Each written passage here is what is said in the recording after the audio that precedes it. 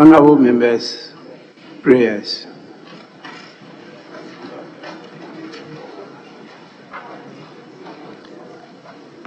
Almighty God, we humbly beseech thee to look with favor upon this Parliament of the Republic of Ghana. Grant that it may perform its high duty as in thy sight. Give divine guidance to the President of the Republic. Endow members of Parliament and ministers of state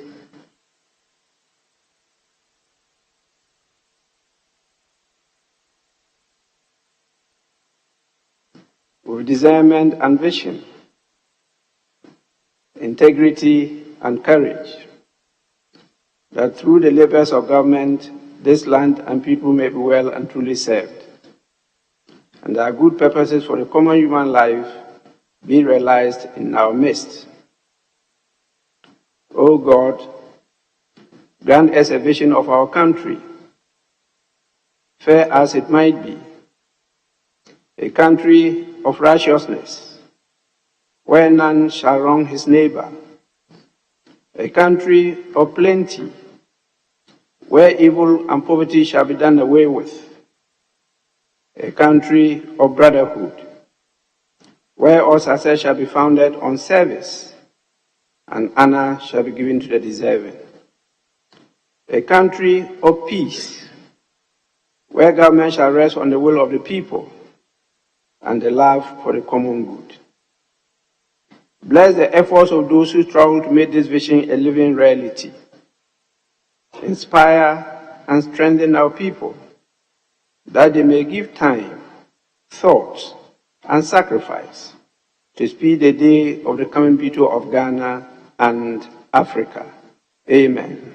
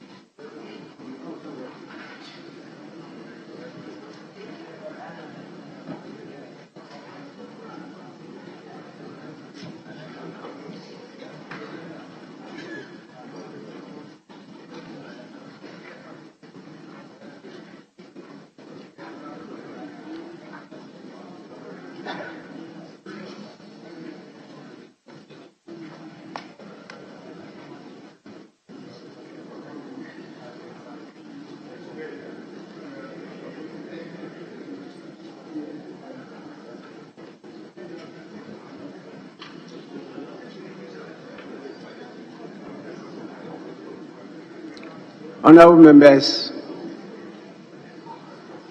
I have received a communication from His Excellency the President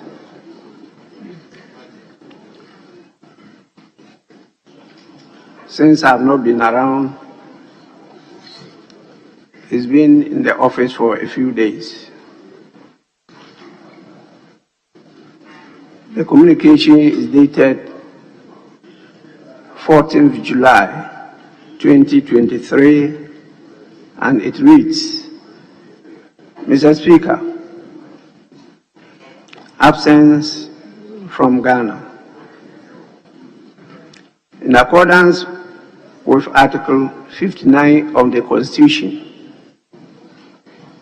I write to inform you that I'll be traveling outside the country on Monday, 17 July 2023, for an official visit to the Republic of Portugal at the invitation of the Portuguese President, His Excellency Marcelo Rebelo de Sousa. During my visit, I will participate in the Euro-African Forum organized by the Portuguese government to be held on 19th July 2023 in Lisbon. Thereafter, I will depart Portugal on Thursday, 20th July 2023 to Rome, Italy, at the invitation of the Foreign Corporate Council on Africa and the Middle East, ECAM for short, to participate as a keynote speaker and guest of honor at the 4th ECAM Annual Summit, scheduled to be held from 23rd to 24th July 2023. Whilst in Rome, I am scheduled to hold an official meeting on Friday, 21st July 2023, with the Italian Prime Minister, His Excellency Giorgia Meloni, to discuss issues of mutual interest between our two countries. I will return to Ghana in the evening of Monday, 24th July 2023. During my absence, the Vice President, Alhaji Dr. Mahamudu Bawumia, shall, in accordance with Article 68 of the Constitution, act in my stead. Yours sincerely, Nana Adudankwa Akufo-Addo, signed.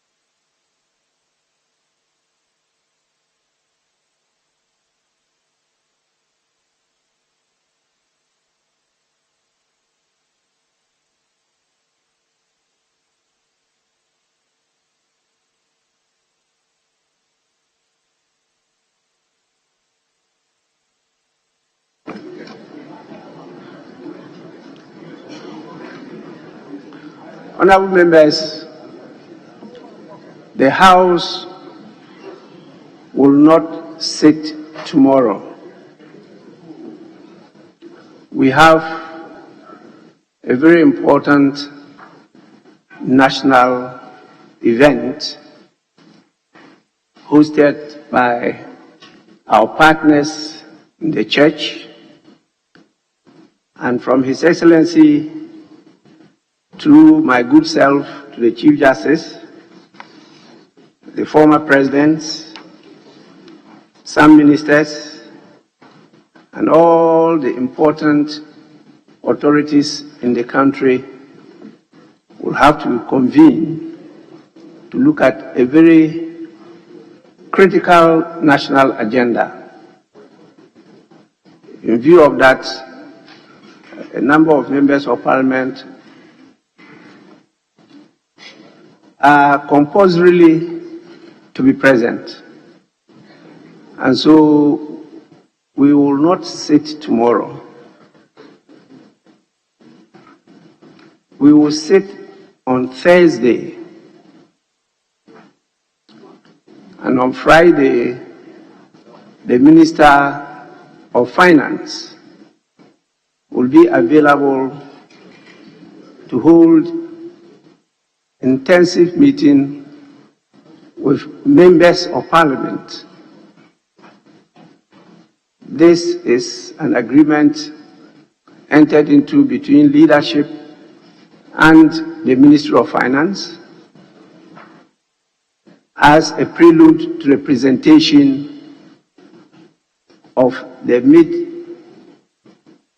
review and possibly supplementary budget on Monday, the 31st of July, 2023.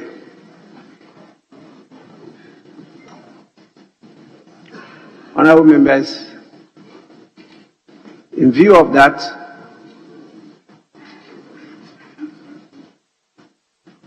I will have to plead with you for us to have an extended sitting today. We have a number of matters before us that we have to conclude before we rise on the 3rd of August 2023. 3rd of August 2023.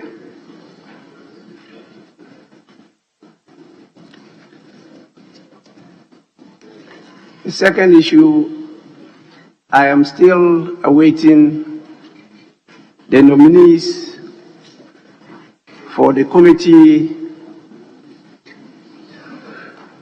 we set up to investigate and inquire into the leaked tape that has gone viral in the country.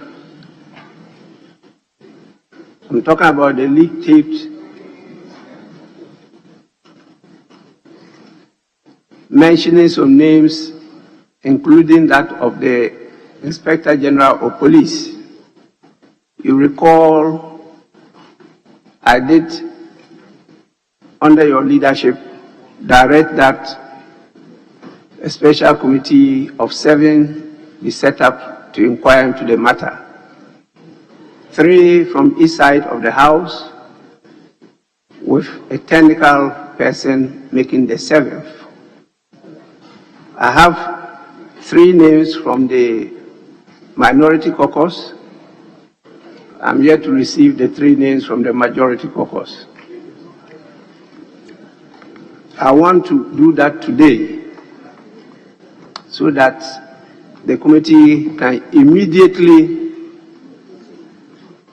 commence proceedings, because the matter there is of serious security concern, not to mention the democratic perspective, but at least the security of the nation is very important to all of us.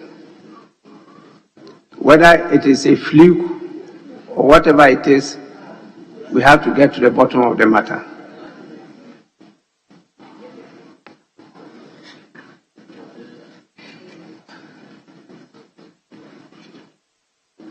So please, Majority Caucus, I need the 3 names before we go on suspension of sitting around 1:30, and then we'll resume by 3 to continue.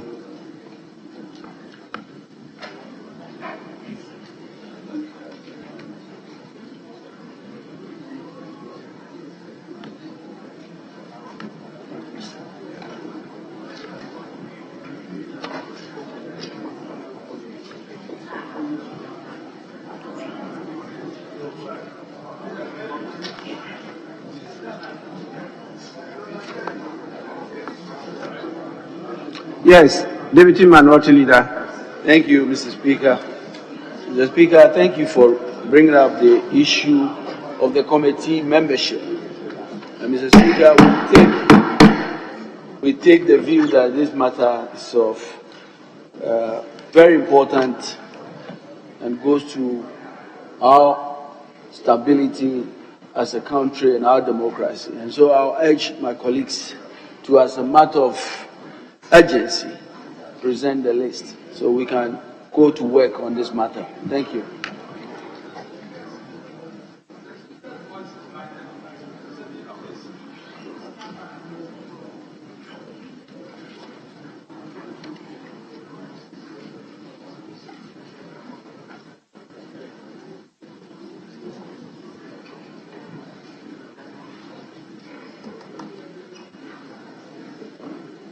Yes, Majority Chief Whip. Speaker, I don't think this is a matter that we should drag. Speaker, we've heard your communication loud and clear, and you've also given it a definite deadline.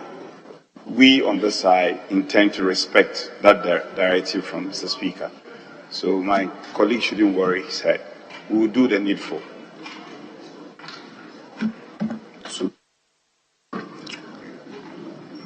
Honorable members, we move to the next item, votes and proceedings and the official report.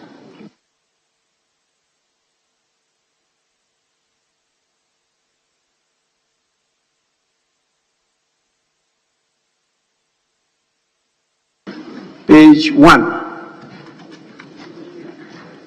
page 2,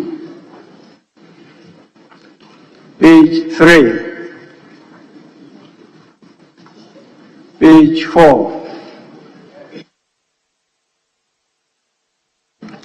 page 5, page 6, page 7,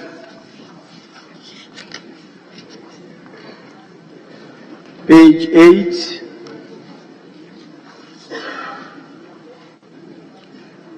page 9,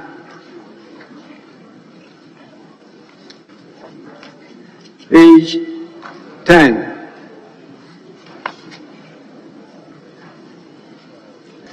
page 11, page 12,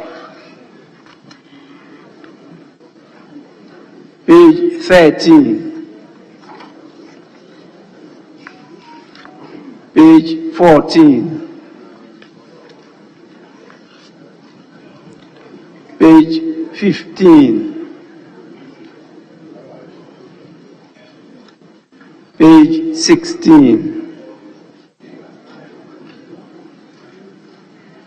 page 17, page 18, page 19, page 20,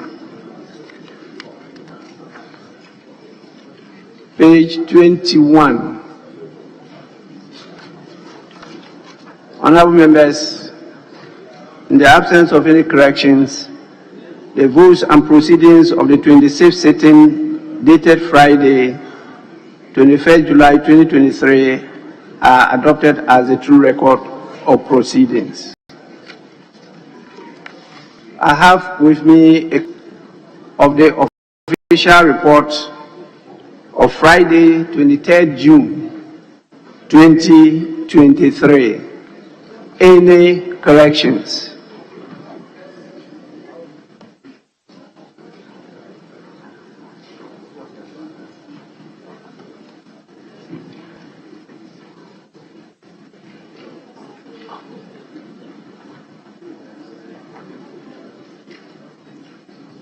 Honorable members, in the absence of any corrections, the official report of Friday, 23rd June 2023 is hereby adopted as a true record of proceedings.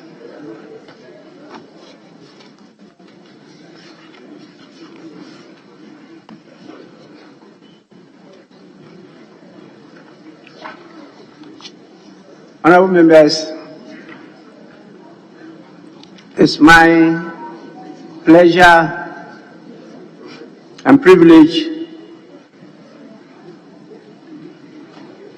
to inform you of the presence of a powerful delegation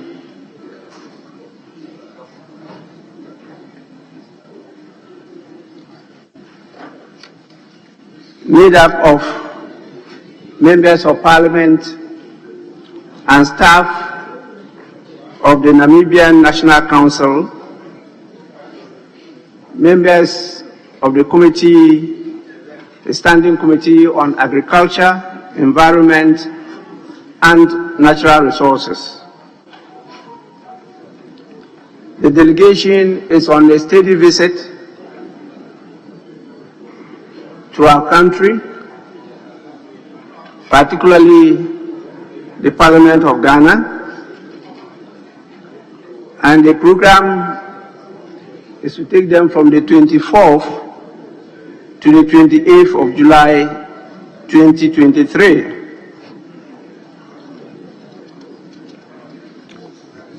What the delegation seeks to do is to share ideas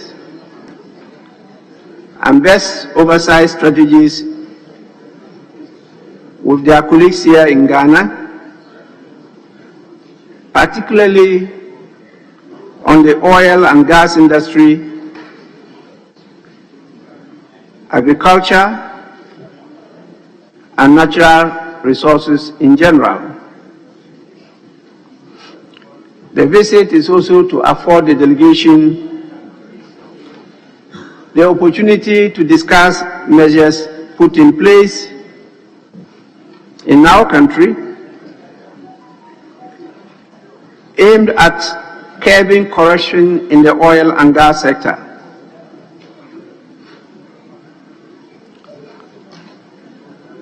The visit is also to create a platform for networking between members of our parliament and their colleagues and counterparts in the National Council of Namibia. Definitely, this will lead to the deepening of relationship between not just the parliament, but the people, the government, and the two countries. The delegation is led by the Vice Chair of the committee in the person of Honorable Elder Philippe. Honorable Member, you may stand up to be recognized.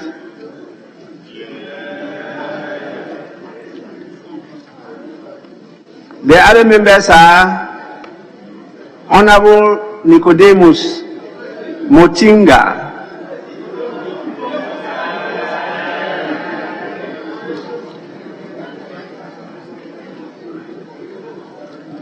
yes, the name Nicodemus is a famous name, so your reaction is in order. Honorable Juram Hauseb, Honorable Richard Gauseb, Honorable Paulus Mbangu, they are being supported by two officials, the first being Mr. Emmanuel Cooper. He is a Deputy Director, Information and Research. And then Mrs. Adelaide Mupia, and she is a clerk at the table. Honorable members, I can tell you that Namibia is a very, very lovely country. I have been there a number of times, and I've always been taken care of. Always been taken care of.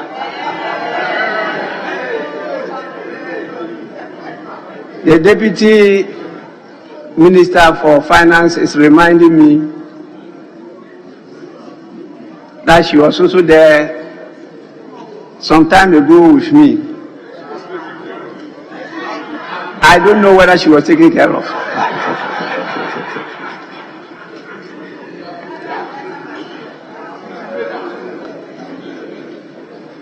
Our brothers and sisters there are very, very hospitable. Their lifestyle is very warm and welcoming. And I am expecting you to retaliate at a very higher level to show the proverbial Ghanaian hospitality. On your behalf and on behalf of the people of Ghana, I want to warmly welcome you to Ghana and to the Parliament of Ghana. You are most welcome. Honorable members, the relevant committees should take time off their busy schedules to meet them and to really share experiences, ideas, and think through the way forward, because you know the issue of food security in the country and the challenges we have with the exploitation of our natural resources. So please, it's a very important matter that this House should take seriously. Honorable members,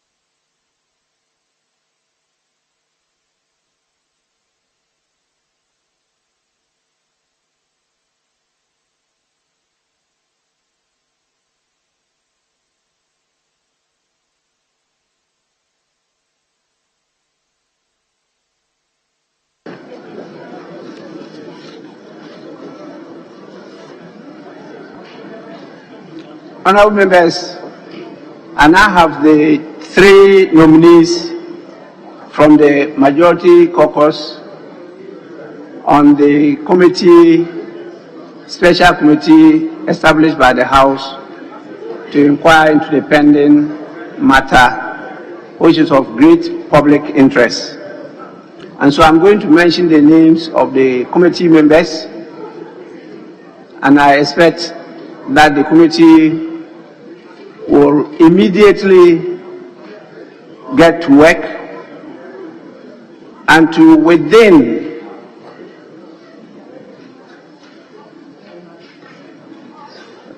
the time is now limited since we are going on recess on the 3rd. I'm wondering whether they could do it within a week. Within a week. Yes, honorable members, I just want your views on it. Is 1 week sufficient? Yes, Majority Leader. Speaker, I've just walked in. I thought that first we have to determine their terms of reference. Then that will then enable us to come to some determination as to how long it will require to do a thorough job. Now you're indicating that you have the full complement of the list. Now, having said so, what is the involvement? We should come to some determination about the terms of reference. And then I think that will determine how long we may be required to take. But on the face of it, given the gravity of the issue at stake, I would suggest that one week may not be adequate. 1 week may not be adequate. So let's give them sufficient time to work on it and report to us. Maybe when we resume. Unfortunately, we'll be adjourning. Next week. That's a difficulty. But let's allow them to do a very thorough job. Thank you. Minority from bench.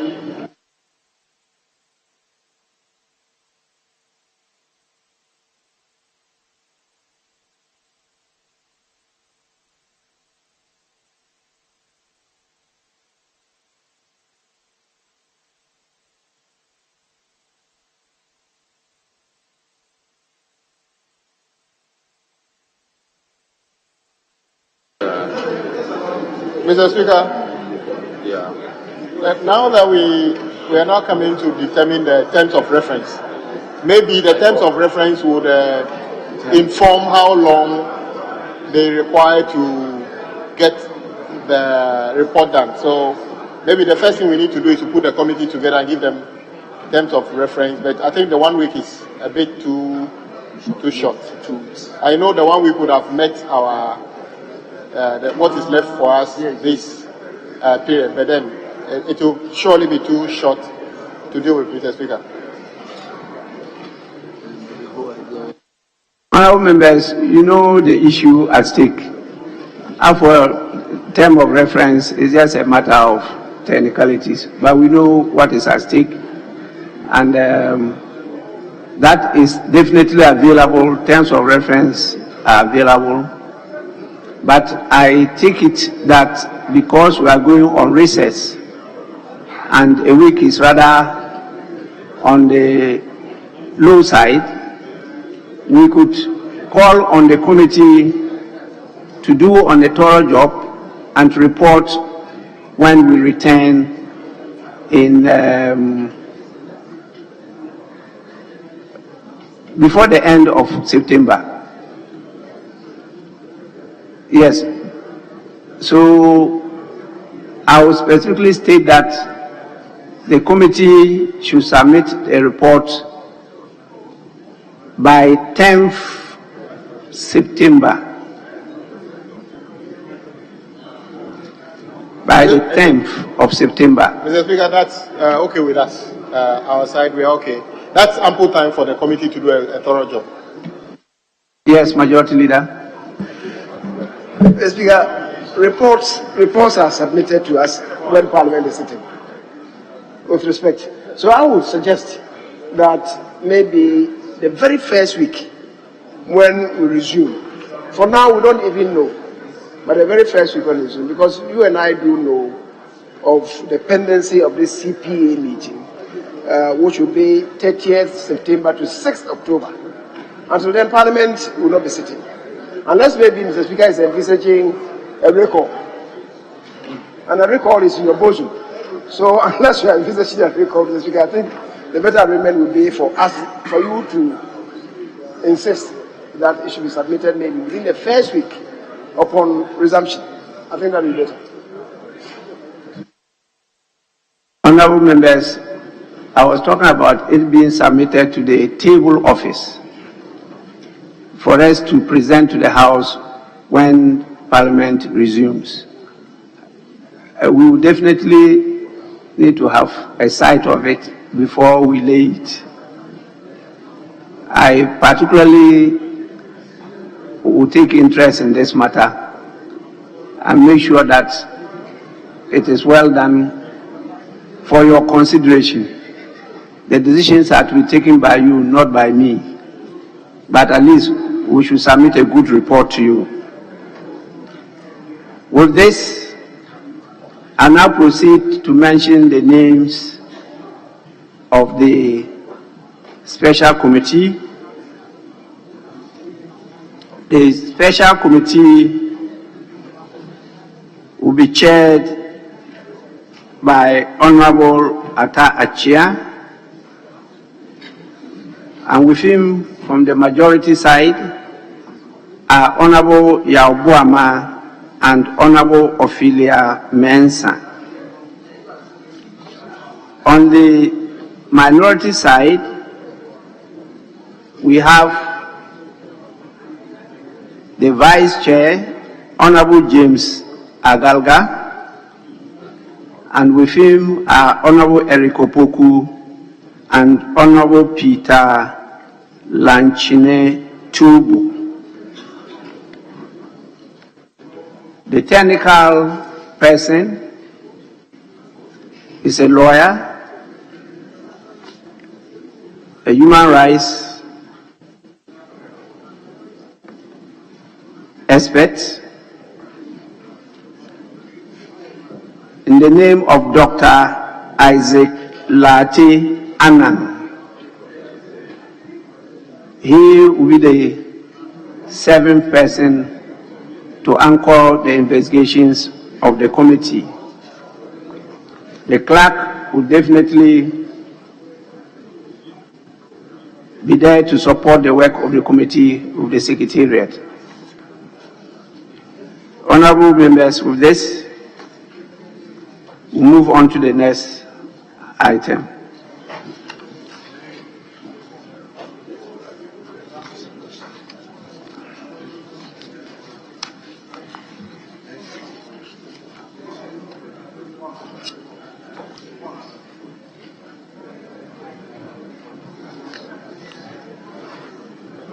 I'll just have to announce the presence of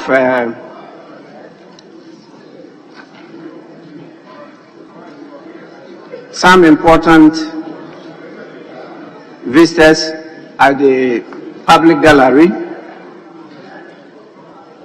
from the Youth in Leadership Transformation Africa, YILT. They are being led by Elijah Evergreen Prosper. Evergreen, yes. And he is the executive director of YILT, that is Youth in Leadership Transformation Africa. And they are located at the Medina constituency. Honorable members, on your behalf, I welcome them to the public gallery, and we want to take this opportunity to congratulate and thank them for coming to see what we do. We are honored with your presence. We encourage many more youth groups to follow your good example. You are most welcome.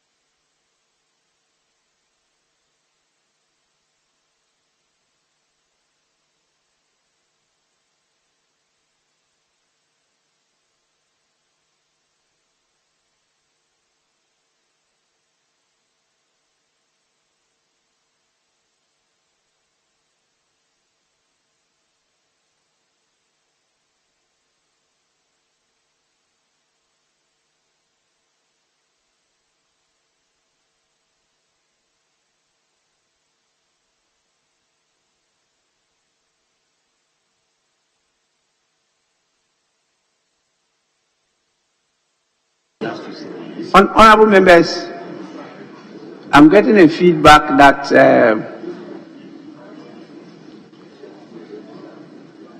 the event which is compelling us not to sit tomorrow has not been properly clarified by me. What is happening tomorrow is a national event being hosted by the Church of Pentecost. It's the whole Christendom, together with government, that have decided to hold this national forum. The Pentecost Church has a very large facility to host the participants. Participants are, I'm told, over 4,000. But they have a very good facility in the eastern region, where the people will be hosted for more than 2 days. And so it's not just the Pentecost Church that is organizing the event.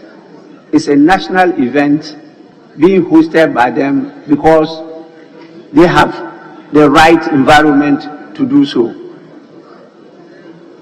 And so we should take it serious, and I expect that participation will be well attended.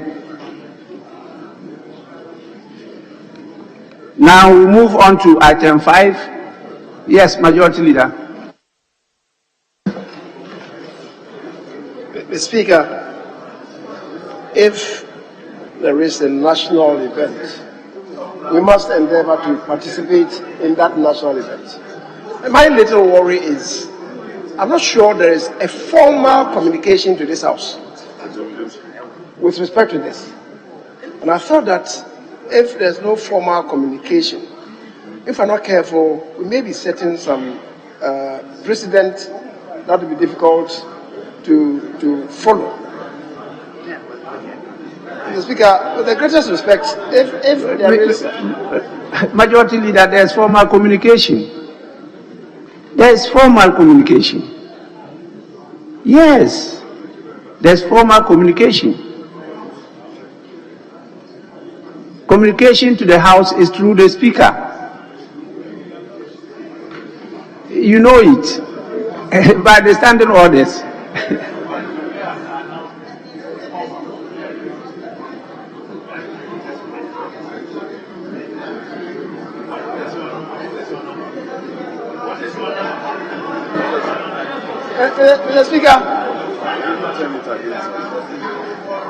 Mr. Speaker, I belong to the Assemblies of God Church, a Pentecostal church, and I'm proud to belong to the Assemblies of God Church. If something is happening within the Christendom and we are formally communicated to, I think we should positively respond, except that this time around, the Speaker, you are telling us that we have a formal communication to you. I've been away for some time.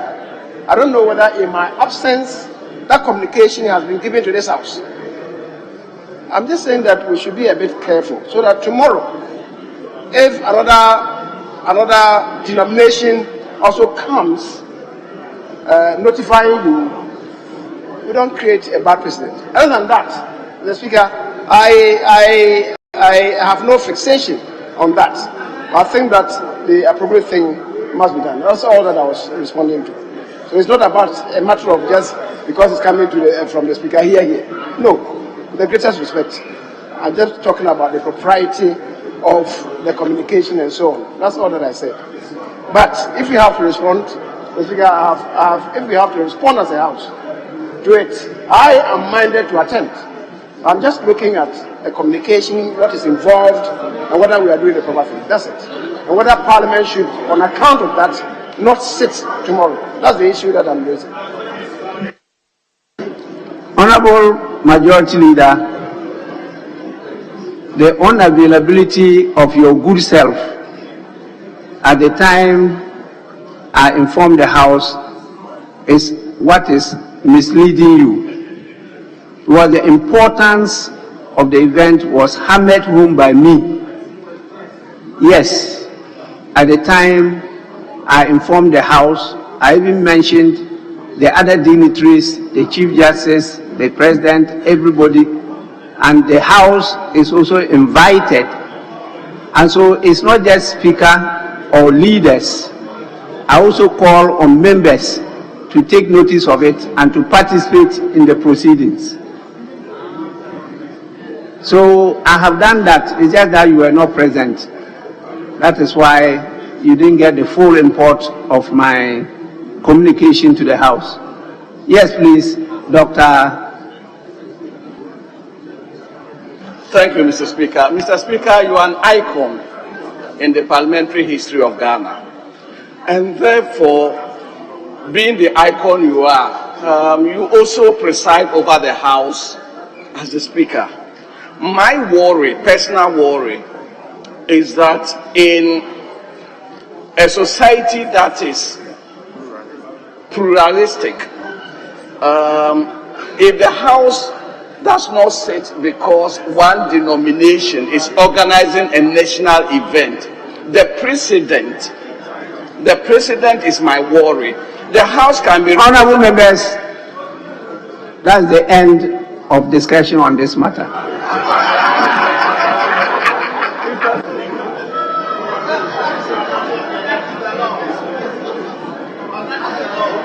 I am not going to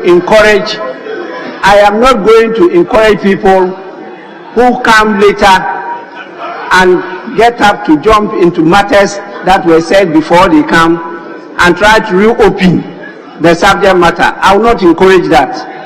Please, all of you resume your seats. We are moving on. Minister for Chieftaincy and Religious Affairs, please take your appropriate seat. You have 2 questions to answer. I am aware of the call from the Office of the President for you to be available at a very important gathering at the Jubilee House. So please, item 5, question number 981 stands in the name of Mrs. De La Soa, the Member of Parliament for Kwando. You may now ask your question.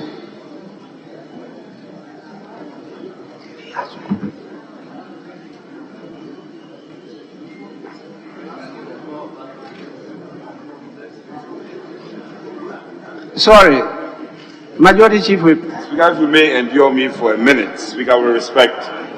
I related to my colleague, and we want to, with your leave, Speaker, fleetingly vary the order of business and take item 7A, is laid, Speaker, by the Deputy Minister of Finance, after which we will revert to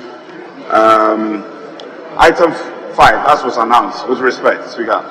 Is that the only paper to be laid for today? We are not going to lay other papers? Yeah, Speaker, for now, that is what is ready. No. Let me be clear in my mind. Because the Minister for Chieftaincy is under pressure. Speaker, there will be other papers. And hence, Yes, I'll give up on my request. Honorable Member for Kwando, please, you may ask your question now.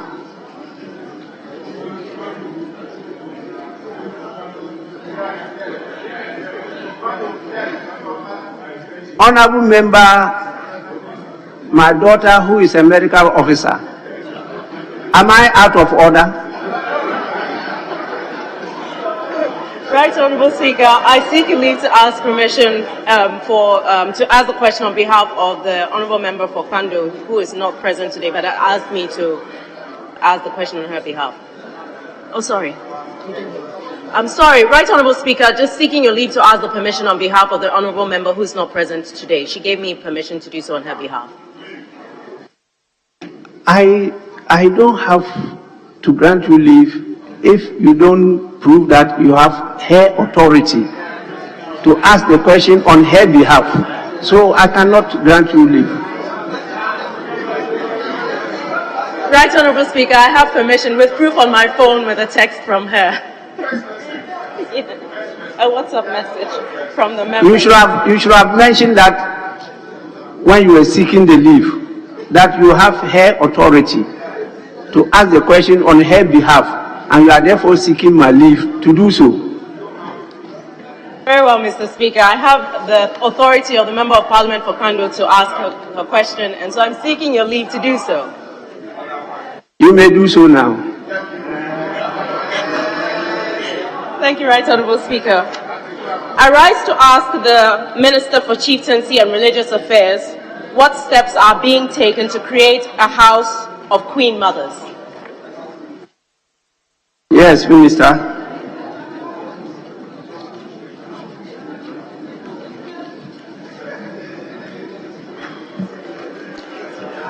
Thank you, Mr. Speaker. Mr. Speaker, first of all, let me express my gratitude to you as Mr. Speaker and the honorable members of this House for the opportunity to appear before you to talk about some of the activities of the ministry in which the President, His Excellency Nana Abidan Akufo-Addo, has called me to serve the chiefs and people of Ghana and the religious body. So I'm grateful, Mr. Speaker, for the opportunity.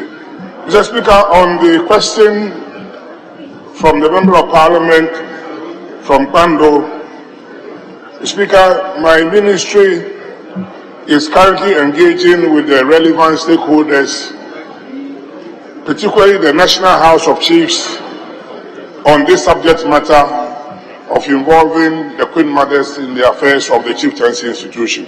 Thank you, Mr. Speaker. Honourable Member, any supplementary? Yes, Right Honourable Speaker. Could the Minister kindly explain whether amongst the stakeholders the Queen Mothers are included in this engagement? Are the Queen Mothers included in this engagement that he refers to? Yes, Minister. Thank you, Mr. Speaker. Mr. Speaker, the issue of Queen Mothers, requesting for a house of Queen Mothers has been a subject that has come to my attention. Mr. Speaker, I am aware that the definition of chiefs in our constitution under Article 277 do mention chiefs as installed. Mr. Speaker, if I may quite read, it says in this chapter, unless the context otherwise requires, a chief means a person who hailing from the appropriate family and lineage has been validly nominated, elected or selected, and enshrined, enskined or installed as a chief or Queen Mother in accordance with the relevant customary law and usage. So, Mr. Speaker, it goes to confirm that the use of chief includes Queen Mothers. However, the issue of our women has come to the fore, and I'm a believer of gender balancing, and so I have engaged the Queen Mothers, and we are discussing the possibilities of getting them a role, a very prominent role at the table. Mr. Speaker, I am aware in some customs our Queen Mothers are not to be seen or to be heard, and I've heard all that, but times are changing, and it's about time we give them a proper role. So there is a discussion going on, as I said, Mr. Speaker, with the National House of Chiefs and the Regional House of Chiefs to be able to address this imbalance. Thank you, Mr. Speaker. Yes. Any more supplementary question? Thank you, Right Honourable Speaker. My final question is with regards to the definition given by the Minister. Given that the definition means that the chiefs are not only men, what steps are being taken to include the female chiefs that are currently serving in the country in those roles? Yes, Minister.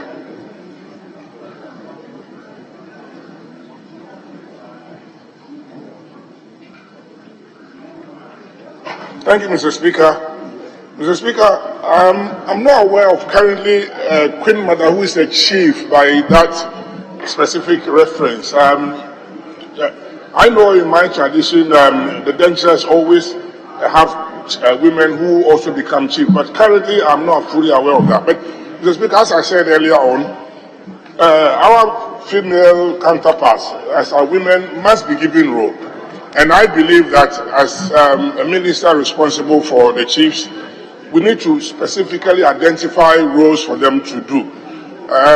As I said earlier, I'm aware, and this goes to some of the comments I've heard, that chiefs are very reluctant, or the men folk are reluctant. But I've done a lot of lobbying. I've done a lot of work, and it's receiving good attention. The last time I was with the National House of Chiefs last week, and the proposal has gone down, and I'm being told it's being circulated to the regional level. So there is a convergence point that very soon we will improvement in the relationship between the male and the female. I believe it will culminate in some form of a proposal for an amendment to our Chieftaincy Act, which will come back to the House and we can approve so that it's put in the law and is properly recognized, and the Queen Mothers have a role to play. Whether it becomes a House of Queen Mothers or a Chamber of Queen Mothers or whatever you call it, there will be some role which I believe we can all agree for our women folk to play active role in the chieftaincy institution. Thank you, Mr. Speaker. Yes, Honourable Minister, I'm sure you take on board that in our custom and tradition, we have a king or a chief, but we have queens and queen mothers. They are not the same. Queens are not the same as queen mothers. The Constitution talks about chiefs or queen mothers. It doesn't talk about the queens. And so in your consultation, please take this on board, because the queen mothers in some traditions are not the queens. Yes, I recognize you, Dr. Tawia. Thank you, Mr. Speaker. The minister indicated that he is doing consultations and so forth to engage the stakeholders. I want him to clarify what he means by consultations. Does he have a committee, a group of people who are working with him with a specific mandate, ensuring that all the critical stakeholders are engaged? Or this is something he's doing on his own? Thank you, Mr. Speaker. Yes, Minister. Thank you, Mr. Speaker. Mr. Speaker, I take on board the points you raised. It's very important. There's the distinction between queens and queen mothers. It's not necessarily the case that all queen mothers are queens. Some queen mothers are wives to chiefs. So I think in the discussion, as we engage stakeholders, all these was earlier alluded to, we believe it will end up in some form of chieftaincy act, which will come back to the floor for debate. But the question, follow-up, very important question. Thank you, my colleague. We've started some consultation. It will come to the committee on chief in the House. It will certainly come. I had a colleague who just told me there's a committee of the House. And so a copy of it will be, a proposal has been put forward, which has ended up at the National House of Chiefs. And I wanted a bottom-up approach, so that when it comes to this level, it's coming from the chiefs and the queens and the queen mother themselves. So it will come to you, and the committee will have a chance to deliberate on it. Thank you.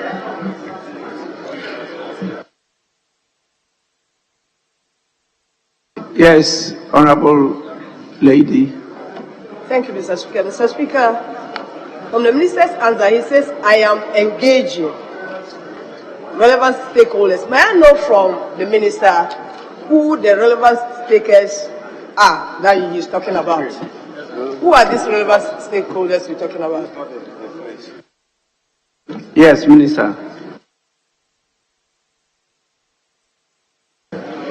Mr. Speaker, thank you very much. The stakeholders, first of all, the chiefs, the House of Chiefs, the traditional, the regional, the traditional council, the regional House of Chiefs, and the national. We've already given them the proposals.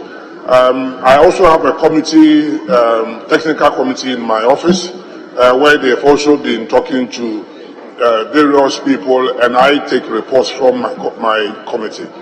I've also given the proposal to other gender-based organizations, and they're also looking at it. But as I said, Parliament hasn't come in yet, because we want to come to you when all the consultation have taken place. Then the proposal through an amendment may come to the House, so that you can also deliberate on it, and then we can make it a law. It can be part of the Chieftaincy Act. Thank you.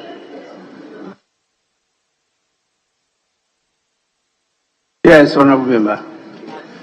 Speaker, thank you for the opportunity. Speaker, may I find out from the Honorable Minister, in terms of Article 277, Mr. Speaker, with your leave, which reads this way: in this chapter, unless the context otherwise requires, chief means a person who, hailing from the appropriate family and lineage, has been validly nominated, elected, or selected and installed or installed as a chief or queen mother in accordance with the relevant customary law and usage, and to consider structuring the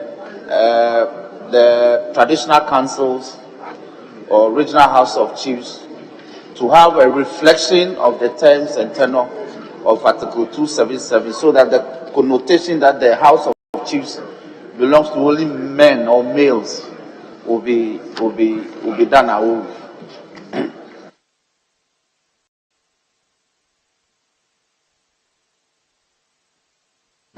Thank you, Mr. Speaker.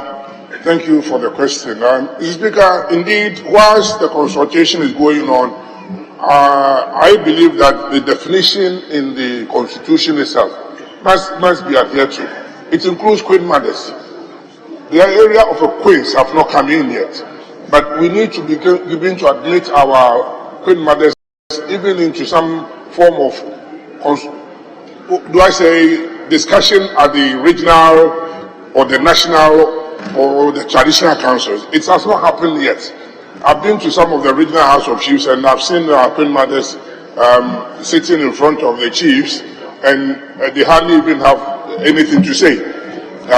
So there's an imbalance, and whilst the consultation is taking place for us to really identify the queens, the queen mothers, and how we integrate them into the chieftaincy institution in a prominent role, I have the responsibility to lobby and encourage our chiefs to admit them in a way, give them a responsibility so that they can also feel part of it.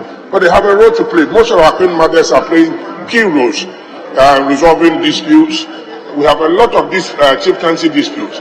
My information from the national security is about 70% of national security issues are mostly chieftaincy disputes.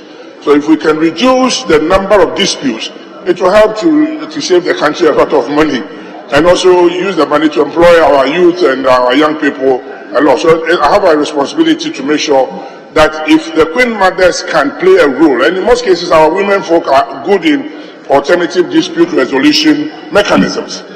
So it's not every time how to go through the judicial system where it's become litigation.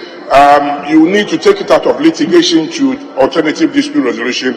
And I know our women folk are doing that. I myself, I'm a mommy's boy, you know that. I'm a mommy's boy and I don't hide that. And mothers have a role to play. Mothers deserve better. And I think my job is to make sure they play a key role. Thank you, Mr. Speaker.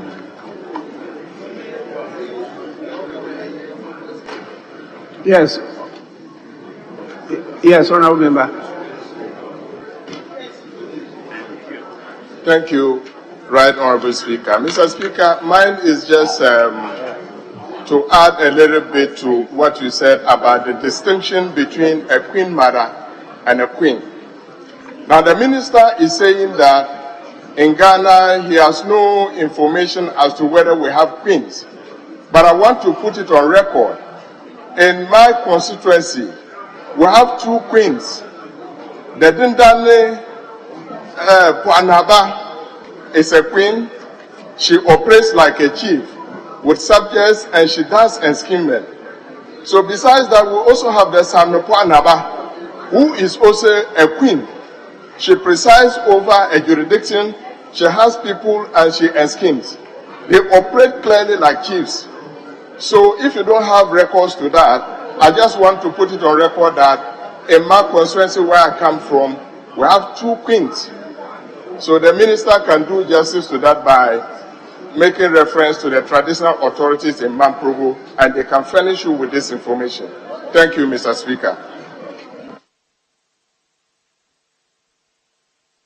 Yes, Minister, you have something to say. Thank you, Mr. Speaker. I take on board the comments from my colleague. I do acknowledge that there is a lot to learn from this institution, the chieftaincy institutions. There's an awful lot. The institution has been catered for in our constitution, and it's so important we pay attention to it. Indeed, I believe it's at the core of our nation building, the value system, the tradition. If we lose our tradition, then our whole generation, especially the ones behind us, don't understand where we are coming from. So in terms of your particular constituency, I would like to meet with you and understand it better. That will give me the basis on which maybe the process of getting the bill put together can be enhanced. Thank you very much. Yes, Honorable Minister, also take on board the fact that in our tradition we venerate women to the extent that we don't involve them in the initial stages of discussion. It's when we have a difficulty that we now go to seek their wise counsel. That's why you have the statement that you have to go and consult the old lady. And I think that should also be taken on board in the discussion as to how to position our queens and queen mothers in the structure of the chieftaincy institution. With this, we move on to the second question. Question number 1688 stands in the name of the Honourable Member for Tamale Central, Honourable Ibrahim Mutala Mohammed. Honourable Member, you may ask your question now. Thank you, Mr. Speaker. Mr. Speaker, I rise to ask the Minister for Chieftaincy and Religious Affairs why the renovation of the Northern Regional House of Chiefs building stalled. Yes, Minister.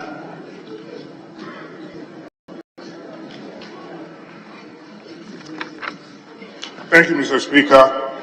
Mr. Speaker, the project for the renovation of the Northern Region House of Chiefs stalled due to some delayed payments, resulting in the contractor, Mrs.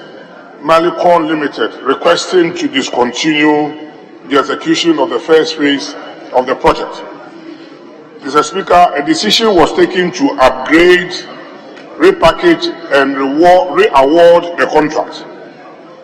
The scope of the project thus have expanded.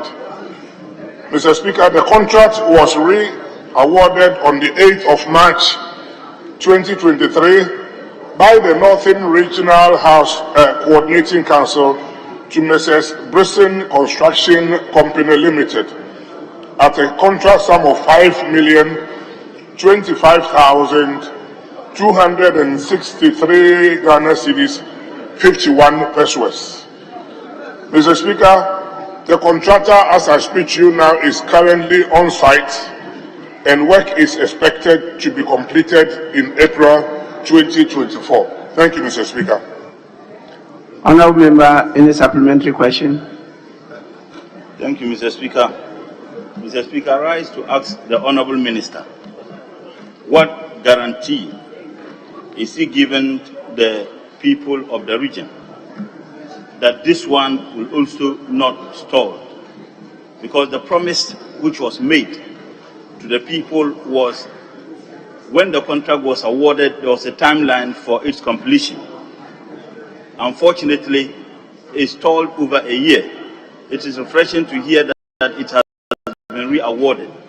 I want to know from you, Honourable Minister, the guarantee that this will not experience the experience we had in the when it was awarded.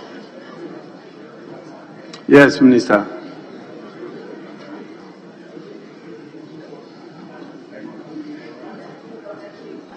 Thank you, Mr. Speaker. Mr. Speaker, my colleague here is a good friend of mine, and I was recently with him in Tamale, and we had a discussion on that issue. He's obviously concerned about the Regional House of Chiefs, the building. I went there, and Mr. Speaker, I addressed the Regional House, and the house is in a very bad state, very, very bad state, and it doesn't befit the chiefs and the people of the Northern Region. And indeed, I am also worried that we don't get into the same situation where contractors fail to deliver on time. So, Mr. Speaker, this contractor have been spoken to. I have personally gone there to see work being done. Mr. Speaker, I have even pictures of workers on site, which is, you can see workers on site currently. And Mr. Speaker, I am keen to ensure I have a hands-on approach so that this work doesn't befall the same fate as the last one where it was stalled. It's a question of releases, and I've already been talking to the relevant authorities who can do the releases on time so we don't stall. I need the House of Chiefs to be in active work. Thank you, Mr. Speaker.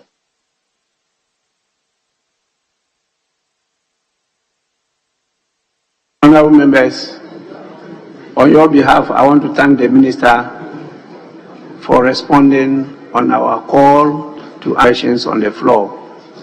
Honourable Minister, we are grateful and you are hereby discharged.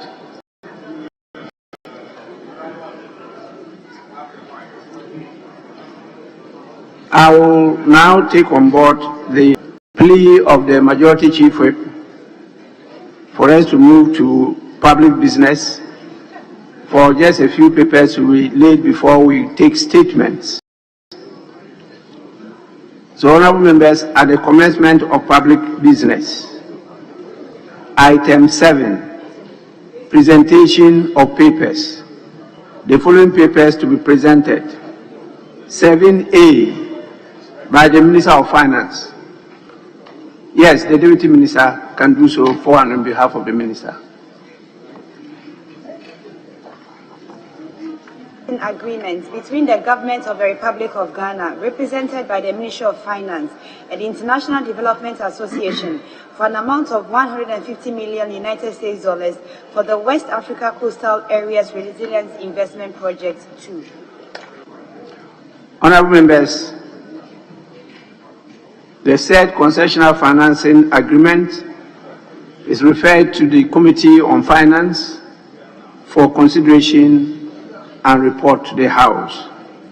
The leadership of the Works and Housing Committee should please support the Committee on Finance, because this is dealing with West Africa Coastal Areas Resilience Investment Project 2. So you need to share your experiences with the Committee on Finance. Any more paper to be laid? Speaker, we should be taking, same on 7, item 7, but 7D, D for Daniel, on page 4. 7D, I. Honourable Member D, by the Chairman of the Committee, Roman 1. Report of the Public Accounts Committee on the report of the Auditor General on the accounts of district assemblies for the financial year ended 31st December 2022. Honourable members, the report is laid accordingly and is for distribution to all members of Parliament. 7D Roman 2, Chairman. Report of the Public Accounts Committee on the report of the Auditor General on the management and utilization of District Assembly's Common Fund and other statutory funds for the financial year ended 31st December 2022. Honourable members, the said report is also presented to the House and is for distribution to all members of Parliament. 7D Roman 3. Report of the Auditor General on the public accounts of Ghana, technical universities and polytechnics for the period ended 31st December 2022.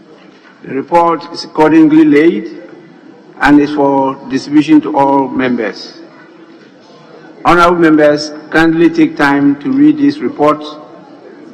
Our Committee on Public a great job, and please, led by our own conduct, show and motivate them to do more. And that depends on how you take seriously these reports, and this will be evidenced by the contributions you make when the reports come for deliberation on the floor. Chairman, congratulations. Your committee, you are doing very, very well. We may now move on to, yes? Speaker, with respect, shall we move on to item 6? Speaker, as was agreed, we have 2 on our side, and I'm told by the Chief Whip that there are 2 on this side too, particularly one to be taken by the former Chief Whip, who I see is very eager to come under 72. So, Speaker, 4 in all, 2 apiece. or this Yes. Yes, I will call on the First Deputy Speaker who admits these statements to take over, and then I'll come back later on to preside over other issues. But permit me to draw your attention to the presence of some of our important partners in governance at the public gallery. We have present here with us the Kwame Nkrumah University of Science and Technology Senior High School students, led by a teacher by name George Boadi Kwasi, and they are coming from the Ofurikrum constituency. Honorable members, on your behalf, I welcome them to the House of Parliament, their own house, to the public gallery, and to commend them highly for taking time off to come, not just listen, but also see how we deliberate on national matters. So you are most welcome. We hope that your good example will encourage others to follow suit.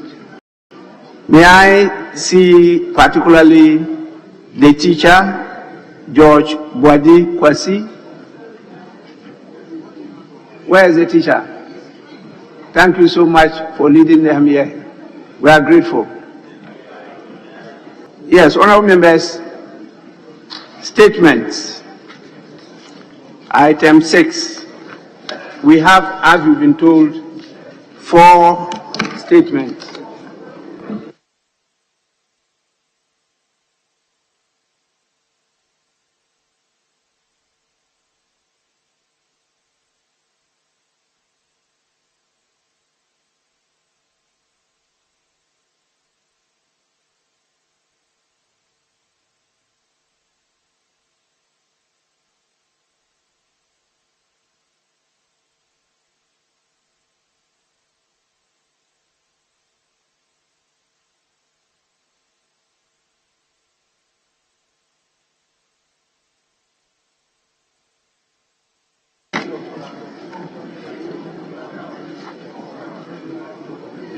Honorable members, my attention has just been drawn to the paper that we've laid, the paper that was laid by the Deputy Minister for Finance. The memorandum has been jointly signed by the Minister for Finance for Environment, Science, Technology and Innovation. And so it's proper I call on the leadership of our committee to join the other 2 committees in the deliberations of the subject matter. So directed. Now, we will take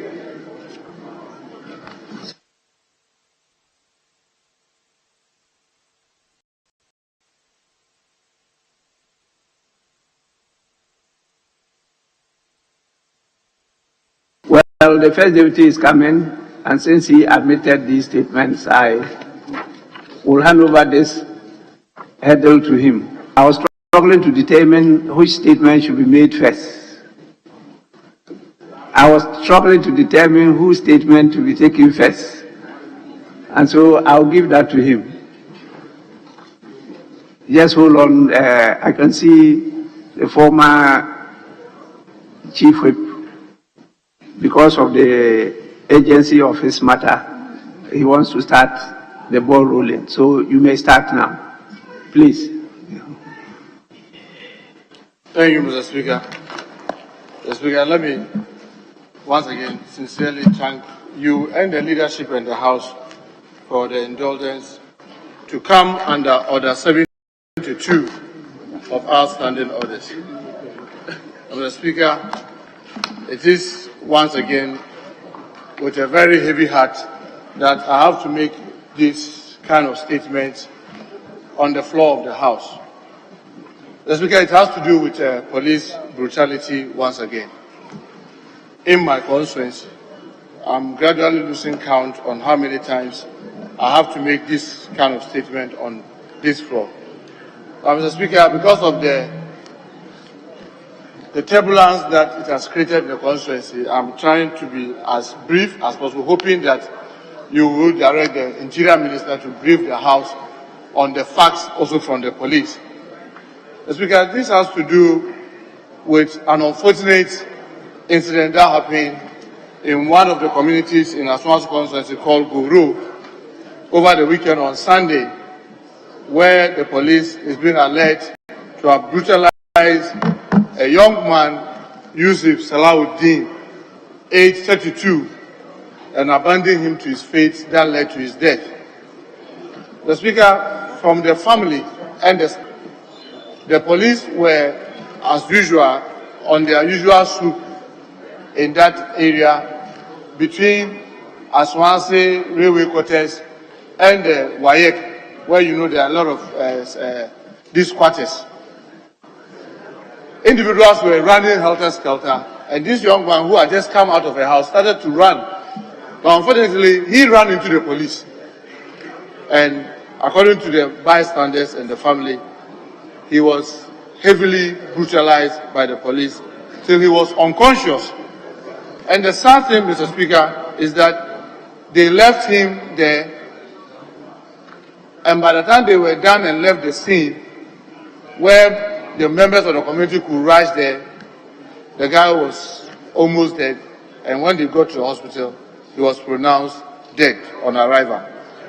Mr. Speaker, this led to the youth going on rampage, and for the first time since I grew up in that community, that the community members attacking a police station was very unheard of. But unfortunately on Sunday, the youth went and vandalized the Aswanse police station. They had to call reinforcement to protect the police station. Mr. Speaker, I'm worried deeply for this sad death. And I know the police have very good professional police officers who are doing their best to protect all of us.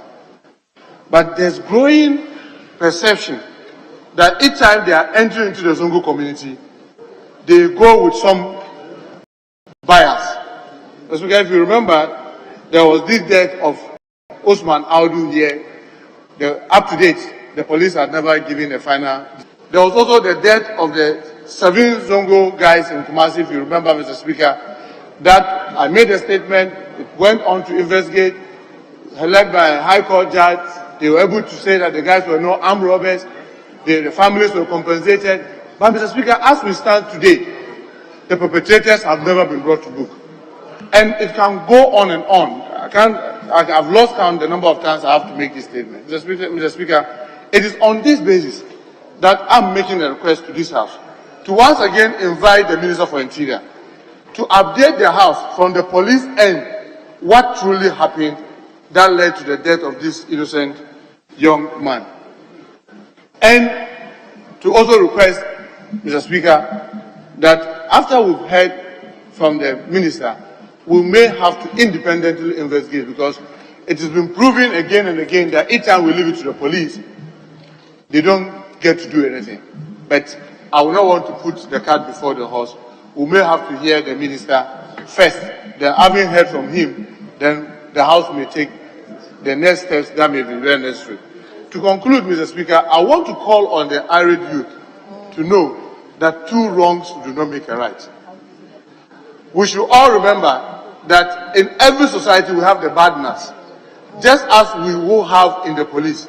But that must not lead to we, the citizens, going to take the laws into our hands and vandalize the very properties that we have built to protect us. So I want to plead with the youth of Aswanse, and in particular Goro, that please, they should be patient and allow the law to take its course. Yes, they may have reason to say that, oh, when it happened to this, what happened? When it happened to that, what happened? When it happened to this other person, what happened? Nothing happened.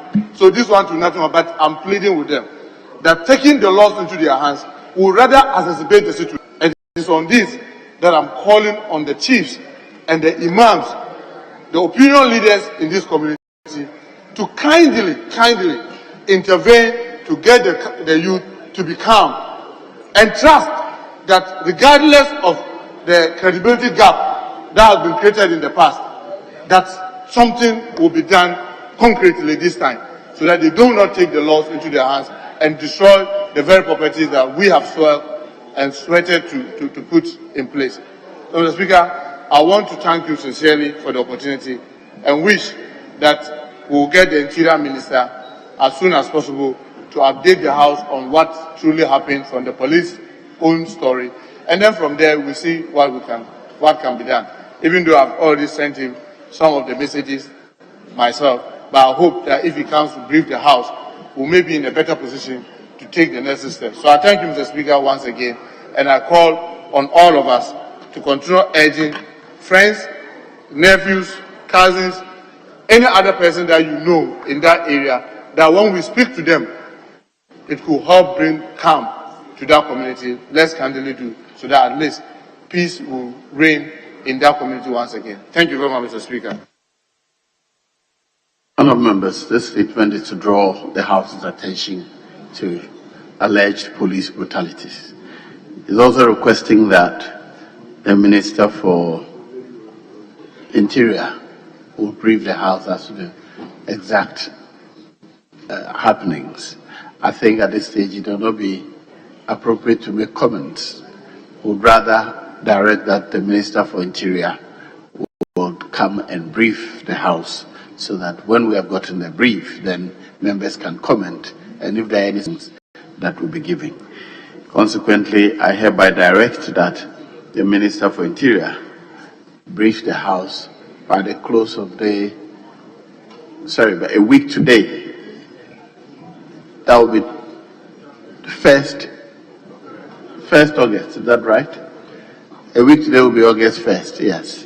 So the Minister for Interior is hereby ordered to brief the House about the cause of the violence and the attack of the police station at Aswanse on or before the 1st of August 2023.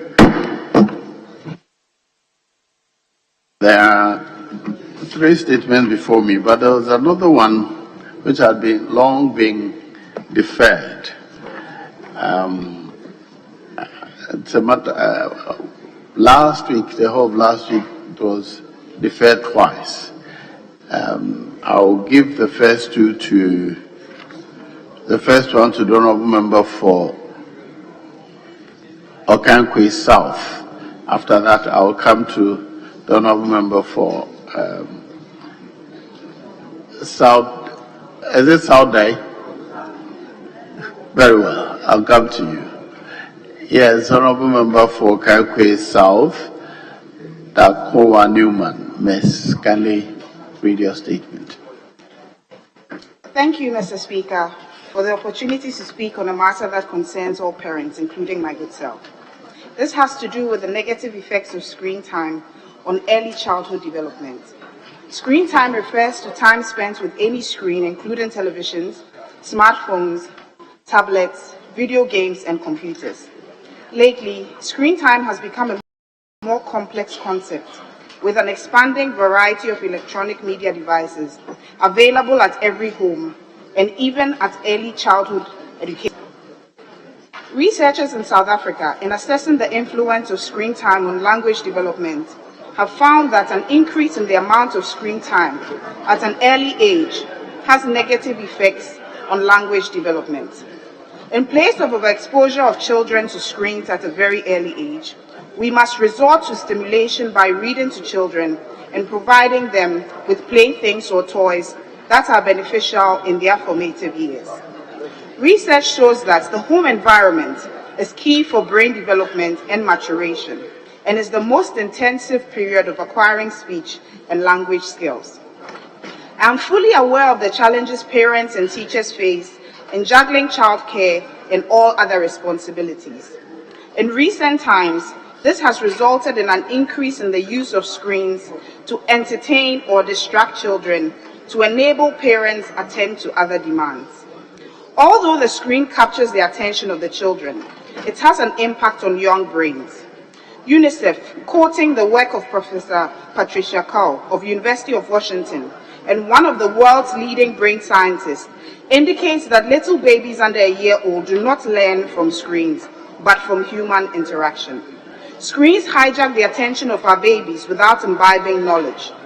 We have to understand that if we allow our babies and toddlers to spend a lot of time with televisions, tablets or smartphones, all of which are highly entertaining, it would affect their creativity and imagination, which is gained from interactions with non-electronic activities, such as playing with toys, exploring outdoors, and playing with other children, which also helps in the development of appropriate social skills. Quality time spent with children in interactive, non-screen-based activities such as reading, storytelling, puzzle acting is very important for child development. Studies show that the negative effects of too much screen time for babies and toddlers range from shorter attention span to lower empathy.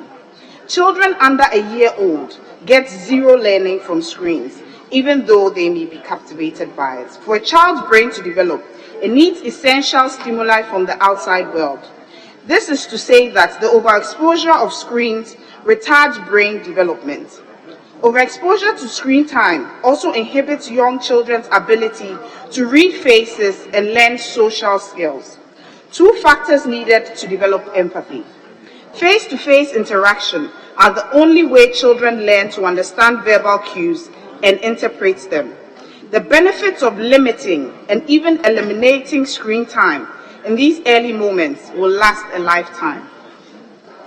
I'm not against technology. On the contrary, research indicates that beginning from 2 years, quality screen time that is well-designed, age-appropriate programs with specific educational goals can provide an additional route to early language and literacy for children. However, while screens may help with language learning, when quality content is co-viewed and discussed with a parent or teacher, preschoolers learn best from live, direct, and dynamic interaction with caring adults. Mr. Speaker, for the development of our children and its ripple effect on the nation as a whole, I suggest that we follow the recommendations of the World Health Organization. Infants that are less than a year should be physically active several times a day in a variety of ways, particularly through interactive floor-based play. The kids should not be restrained for more than an hour at a time. Example is prams, strollers, high chairs. They could be engaged with reading and storytelling. Screen time is not recommended. For 2 years of age, they should spend at least 80 minutes in a variety of types of physical activities at any intensity, including moderate to vigorous intensity physical activity, spread throughout the day. They should not be restrained for more than 1 hour. That's example, prams, strollers, high chairs, or strapped on a caregiver's back for extended periods of time. For 1 year old, sedentary screen time, such as watching TV or videos, playing computer games, is not recommended. For those aged 2 years, sedentary screen time should be no more than 1 hour. Less is better. When sedentary, engaging in reading and storytelling is encouraged. To conclude, let us bear in mind that early childhood development forms the foundation and basis for all learning, and once we get this right as a nation, we are ensured of a better tomorrow. I thank you all for your kind attention. Yes. Honourable Member for. Right, Honourable Speaker, I thank you for the opportunity to contribute to this rather short but well-researched statement on the effect of screen time on early childhood development. Mr. Speaker, almost everybody in this chamber who has a young child would confess that the first action they take when their children start crying, especially in public, is to hand them their phones to keep them quiet, because that has become our easy go-to way of managing our children. Mr. Speaker, screens are harmful to children.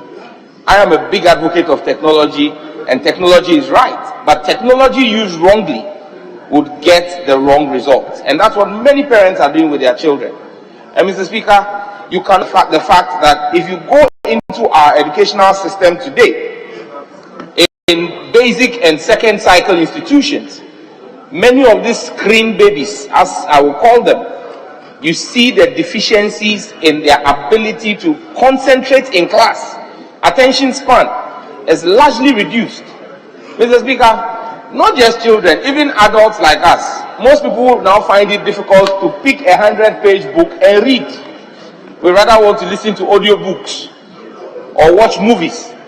And Mr. Speaker, I think that the appropriate committee of this House must begin to explore with the ministry steps to take to ensure that even in our schools, because you go to many of the Montessori schools, and all their teachers do is they just leave the children from 8 o'clock when you drop the children to 3 o'clock when you pick them, watching TV screens and having very little physical interaction with the children. Mr. Speaker, if we don't take care, these children are the ones who, when the likes of Honorable Afenyo Market and the likes of Muntaka Mubarak, MP for Asawasi, are old men and need help from caregivers, you will have caregivers who are more interested in pressing their phones than taking care of the elderly because they lack empathy. Because, Mr. Speaker, you can't get empathy from dealing with a screen. Mr. Speaker, if you watch social media today, most times when people are in difficulty and people ought to go to their aid, they are taking their phones and trying to record because we have lost that sense of empathy. It is because these screens have made us lose our humanity. And so, Mr. Speaker, this is a well-researched statement that touches on a soft issue that as a country we are not paying attention to, but will come back to hurt us in a very big way when our doctors and surgeons and nurses and teachers and soldiers and all professionals lose empathy for what they do, but deal with everybody as though you are a cartoon. Mr. Speaker, let me end by telling you a interesting story that happened in my own house. My 4-year-old son, or 5-year-old now, he went to ask his mother for a toffee, and the mother said, no, you had some in school. Mr. Speaker, his response was, wah, wah, wah, wah. Anybody who watches cartoons knows that when a cartoon character is disappointed, that is the soundtrack in the cartoon. So my son responded to his mother with a cartoon soundtrack. Mr. Speaker, it's a funny thing, but we must be serious about it. I thank you. Yes. Honorable Bartels. Thank you, Mr. Speaker.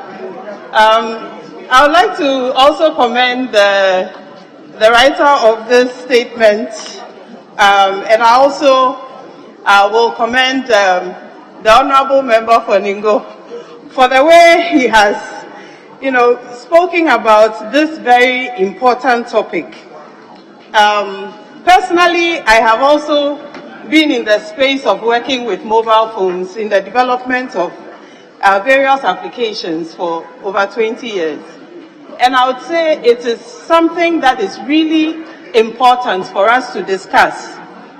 The issue of children, especially very little children, handling phones at a very early age. You would realize that a lot of the issues that we are seeing with children, especially those with learning difficulties, come out because of this very being exposed to the use of mobile phones at a very early age. The screens that they get exposed to at this very early age, it causes them to neglect books, for instance. We no more want to engage the children in any activity that is more social. We now just want to give them the phones so that they play with it, especially for us mothers who are very busy. We tend to either turn on the TV for them to watch or give them the phones. And sometimes it's amazing how these little children will take the phone and begin to flip through. They know which channels to press, and they don't want to do anything else but to handle these devices. Mr. Speaker, when was the last time we saw a child reading a book for leisure. Meanwhile, when we turn around everywhere, we see children holding phones and playing with it. And as early as 10 years old, we are buying mobile phones for our children. I dare say that we are rather giving our children a disadvantage instead of an advantage. And it's true that technology is good. Technology is fantastic. It has transformed a lot of different things that we are used to in society. It helps us to grow as a society. But as we are exposing our children at such early ages now, we're rather giving them a deficiency rather than an advantage. Mr. Speaker, I have actually seen various news portals where they have recorded children being suicidal, children committing suicide because of various challenges that are being run, for instance, on TikTok. Children who hurt each other because they see violence. And some of these things arise because we don't even have parental controls. A lot of them know how to set proper parental controls for the children who are using these devices. Mr. Speaker, this is a very worrying trend.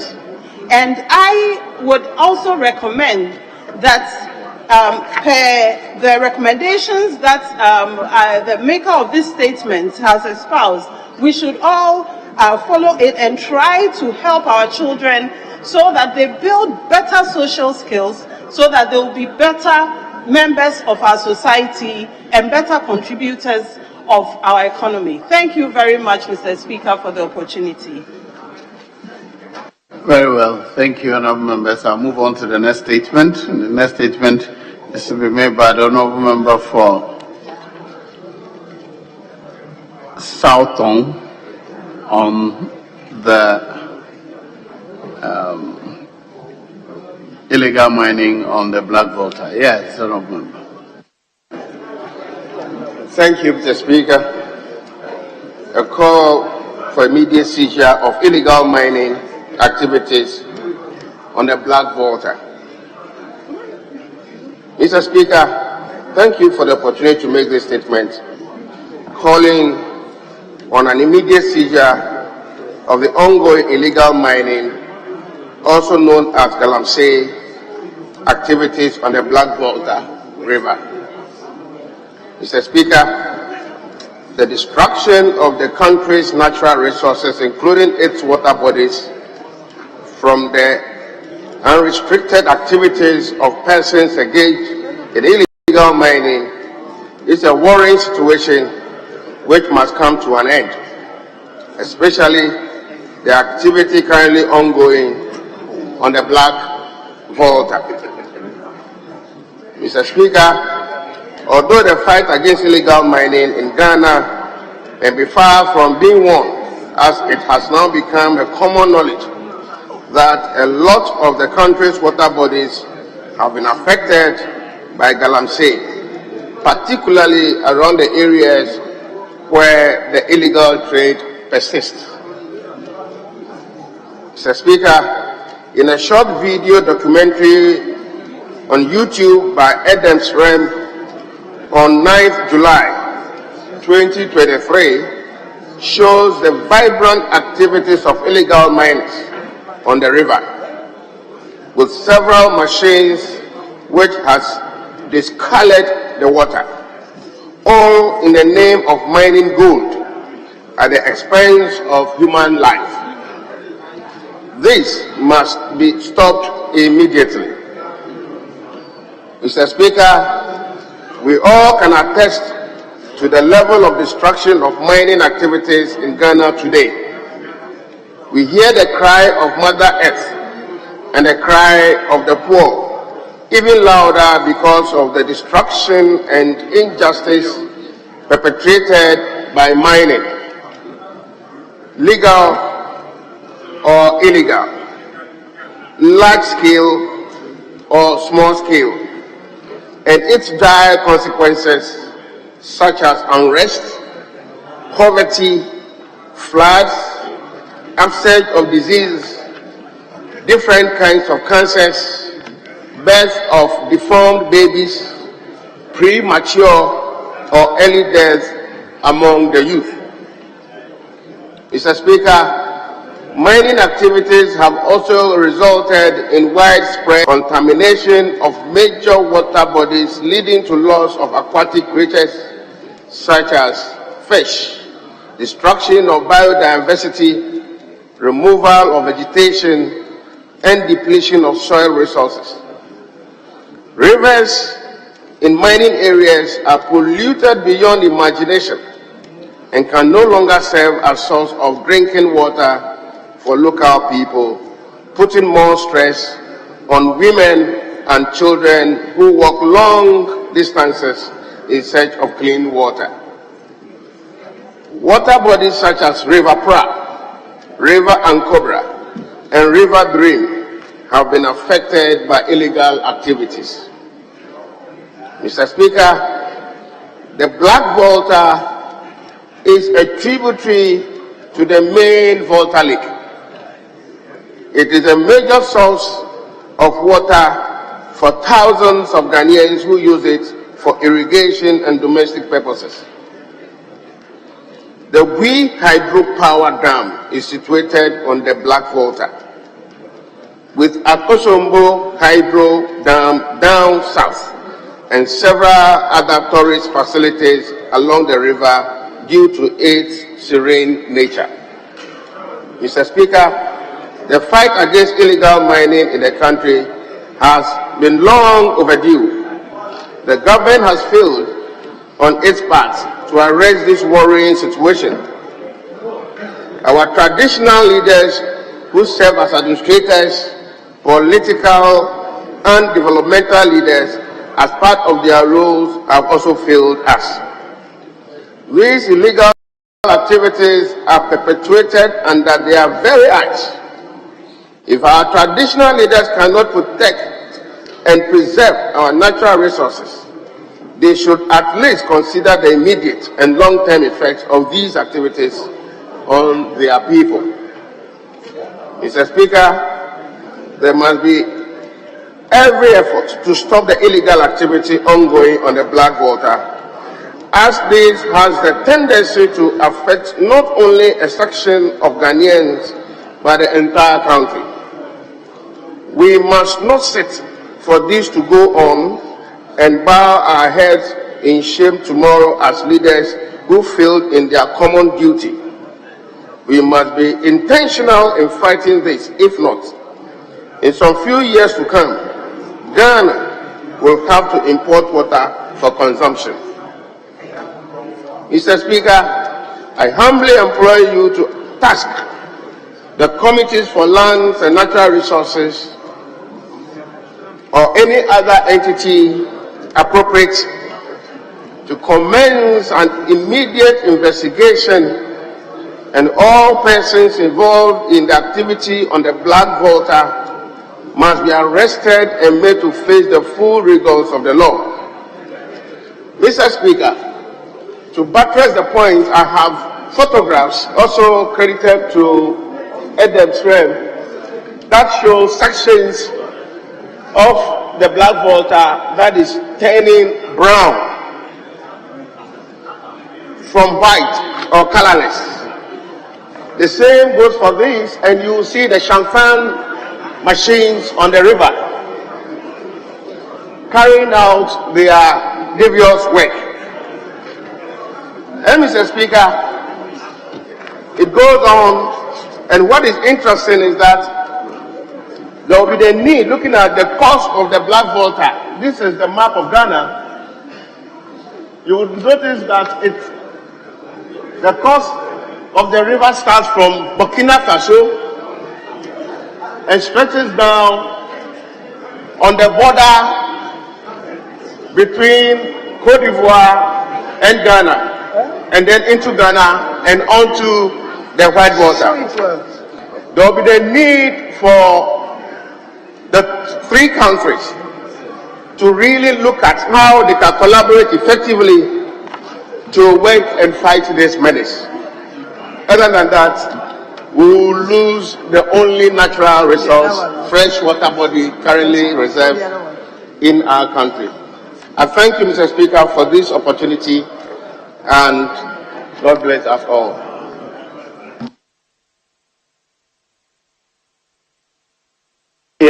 Honorable Deputy Minister. Thank you very much, Right Honorable Speaker, for the opportunity to add my voice to the statement made by my colleague on the other side. Mr. Speaker, it is true that we recently had recalcitrant illegal miners invading the Black Volta. The fortunate aspect of it is that the Regional Coordinating Council that is supervising that enclave quickly was tasked to organize an emergency meeting, and effort was made to clear these recalcitrants from the Black Volta. As I speak with you, the illegal mining on the Black Volta has been stopped by these soldiers and is being backed by Operation Halt 2. But Mr. Speaker, more importantly, what we need to do as a country is to collectively fight this canker of illegal mining in our water bodies. As a ministry, we've outlined measures to curb this menace. And the measures we have outlined is to commission river wardens who will be clothed by what we call body cam that will be monitored or that will track their activities along the banks of these river bodies. Mr. Speaker, it is important as a country and as leaders to show that commitment of ensuring that our utterances are utterances that will indeed make sure people emulate. And as I speak with you, one side of the story is leaders will be standing on a corridor saying when opportunity is given to them, they will allow people to be doing illegal mining. And such comments really, in a way, downplay the integrity of fighting this menace. And I share with my colleague that the various traditional leaders, stakeholders must come together collectively to fight this canker. Interestingly, the pictures shown by my colleague is the true picture and is when the situation happened. And when you go there today, you wouldn't see that situation there on the Black Volta. We are patrolling on the Black Volta 24/7 by the Operation Halt 2, and the Black Volta is cleared. And assuring Ghanaians that frantic efforts will be made in protecting our river bodies in this country. And on that note, Mr. Speaker, we'll find time, as is requested, the committee responsible for mining to be investigating this matter further. The Ministerial will itself at all times in assisting and supporting the fight against illegal mining to ensure that we have a very formidable mining industry in the country. Let me put it also on record that as a country, we have been receiving delegations from Sudan, from South Africa, from Nigeria, from Liberia, also learning from how we are fighting the illegal mining and how we are managing the small-scale mining industry. And that is commendable as a country, though we've not received a very formidable or expected mining industry in the country. On that score, Mr. Speaker, I thank you very much for the opportunity in adding my voice to the statement ably made by my colleague on the other side. Yes. Claude Tekole. Thank you, Right Honourable Speaker, for the opportunity to contribute to the statement made by my colleague on illegal mining in the Black Volta. Mr. Speaker, the impact of illegal mining is a human rights issue. It's not simply about the muddying of waters. This is akin to chemical warfare in a peaceful country, Mr. Speaker. The introduction of the toxic chemicals and heavy metals into our water bodies, which ends up in our food chain, is something that will affect generations to come. With a country that is rich with as many water bodies and as much arable land as we have, if this is not dealt with the kind of urgency that it requires, we will soon be a country that has arable land that cannot grow and consume its own food, with water bodies where we cannot drink our own water. Mr. Speaker, this is not something that we can afford to sit on and just wait for things to completely unfold. What's happening on the Black Volta is not new. It's something that is happening in other water bodies as well, in other areas, and really we need to look at this with the level of urgency and seriousness that it requires. It appears that with regards to the wheels of justice only, they need to move a little faster on this, because generations and the lives of our own people, present and unborn, are at stake. Our very own survival. We talk about food security and water security. All of these are being affected very severely by this illegal mining, by people whose greed is so much that they cannot even consider the impact on the lives of the people in which area that they are doing this. Mr. Speaker, this is something that certainly needs to be addressed with all the seriousness it requires. And at this point in time, I would like to add my voice to the maker of this statement, that this has to be dealt with severely and quickly in order to make sure that the human rights of people who are living downstream and in the areas affected by illegal mining are actually upheld. This is not an issue that can be politicized. This is a matter of life and death for people in those areas, and for the rest of us who may not realize that the food that we are consuming may have traces of these poisons that, when you start consuming in small amounts, ultimately result in some of the diseases we're seeing, where the doctors can't understand why we're seeing such a huge level of renal failure in the country. And Mr. Speaker, in addition to that, if we end up in a situation where the soil and the water is so polluted that now traces of poisons are found in our cocoa, that will affect our income as a nation.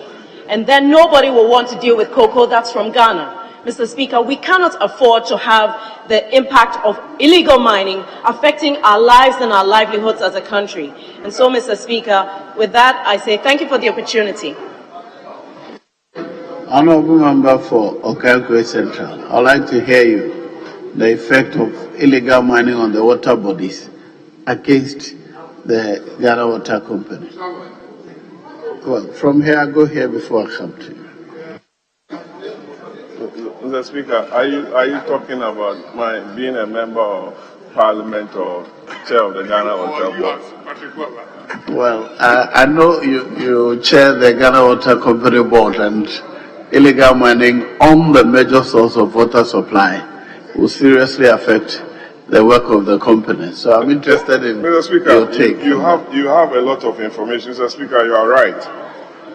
The cost of production of water to serve communities and households has increased by more than 60%, because the company has now got to increase its budget in the procurement of alum, chlorine, and other chemicals to be able to purify water to levels that we can consume. Mr. Speaker, we are adopting different strategies at the various headworks to ensure that we don't have heavy metals in the water that we consume. Mr. Speaker, it's very worrying that as a country we see some of these challenges and measures are put in place, but you find citizens being so stubborn for want of money and materialistic gains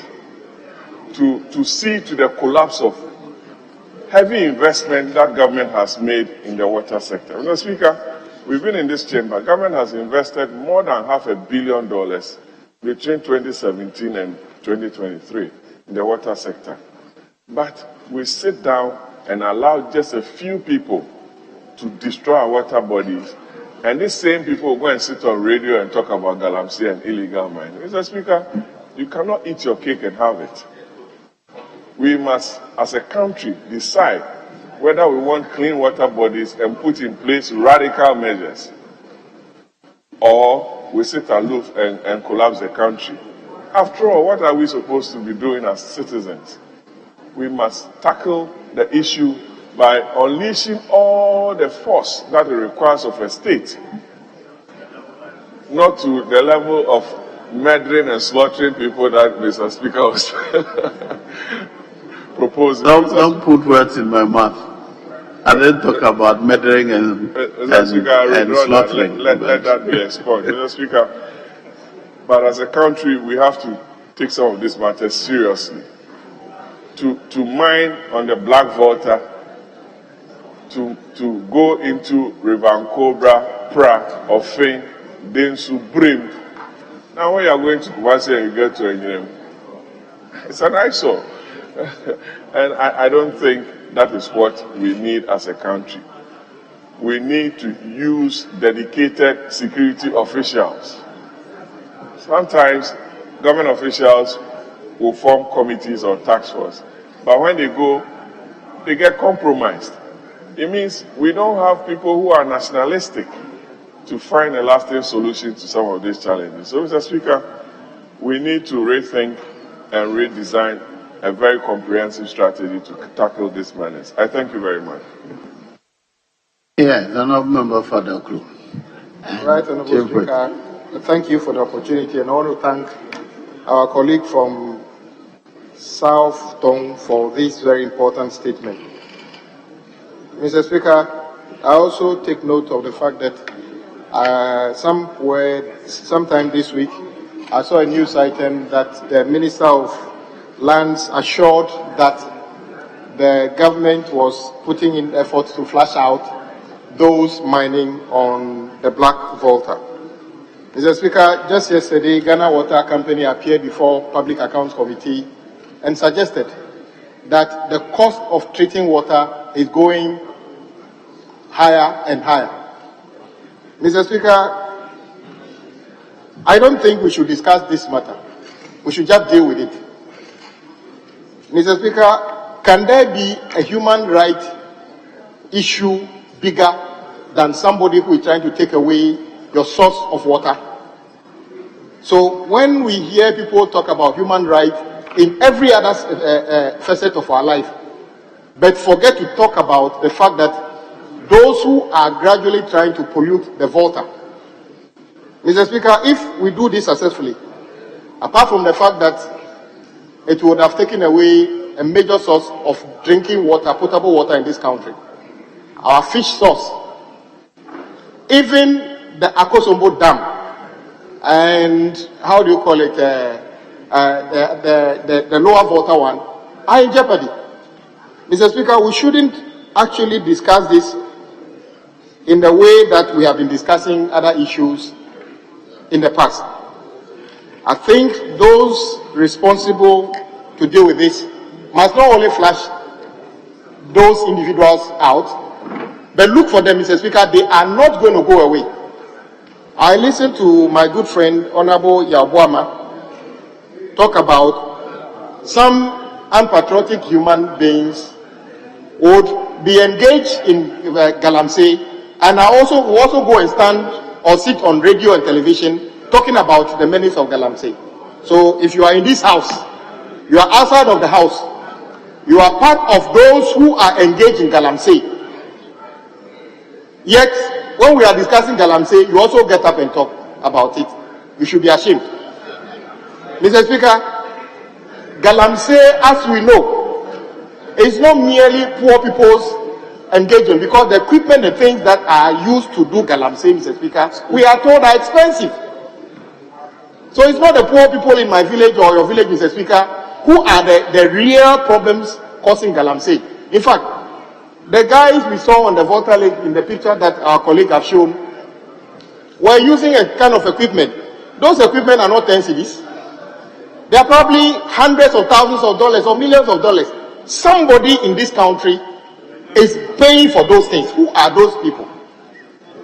Is the government, national security, saying that they don't know those people who buy these machines? In any case, Mr. Speaker, those machines are not produced in the corner of Kukompe or some magazine. They are imported to this country. So how is it not possible for government to trace those who import these machines into the country? I don't believe government doesn't know those behind this, because these machines come with an identity. So if somebody imports a machine and you find that machine on the Black Volta, you should be able to trace and punish those people. Otherwise, we'll be reading statements here and every day pretending that we want to solve a problem. Mr. Speaker, as for the water leak, if we manage to pollute it, we must as well all start buying coffins for ourselves, because if that source of water goes, we will all probably follow the next day. It's a very serious matter, Mr. Speaker. I am hoping. I saw my colleague, the lands minister here a few minutes ago. I wish he was around. But Mr. Speaker, once he's given an assurance that something is being done about it, I wish, Mr. Speaker, that you direct that maybe he should apprise the House what they are doing and what support the House can give him to make sure that we never see that kind of activity on any tributaries or any part of the water lake or any river. And maybe he can take the opportunity to brief us on what they've been doing on some of the other water bodies. But Mr. Speaker, let us all be reminded that what Honorable Boama and what was reported at PAC yesterday means that the monies we all claim we don't have, our taxes that we are crying about, Ghana Water is telling us that he's using more of your taxes to treat the same volume of water, because some unpatriotic human beings in this country are constantly thinking of how much money they can make through Galamsey and polluting our water bodies. And Mr. Speaker, I would like to know, if I was a judge, Mr. Speaker, probably the stiffest punishment that should go to any human being should be somebody who is polluting water, because that one can kill you even before you know it. I wish and hope that this statement made by our colleague should be a turning point, and that we as a House are ready to support the government agencies responsible for this to take action that works. And all those human beings, including whether you are in this House or outside of this House, engage in Galamsey, you are just a murderer as anybody who actually kills people through armed robbery. If you are a Galamseer, I am saying you are also a murderer. And the punishment that goes for murderers should go for people who engage in Galamsey. So if you are in this House and you are a Galamseer, I am saying you are also a murderer, and you must stop this, because what you are doing is killing people. You don't only have to use a gun or a knife to kill people to be a murderer. If you are a Galamseer, you are a murderer, and if you face the same punishment that murderers face, Mr. Speaker, with these few words, I thank you for the opportunity. Politicians are very, very funny. What we say when it is against us is totally different from what we're saying it about another person. Very funny. Yeah, let me give it to Honorable, then you conclude. Yes, Honorable Senior Member. Thank you, Mr. Speaker. Mr. Speaker, a number of times, this House has been treated to the menace of Galamsey, and it never ends. Tomorrow, it will take another form, but it hinges on Galamsey. We have always relied on briefing from the Minister for Lands and Natural Resources. I want to plead with you, Mr. Speaker.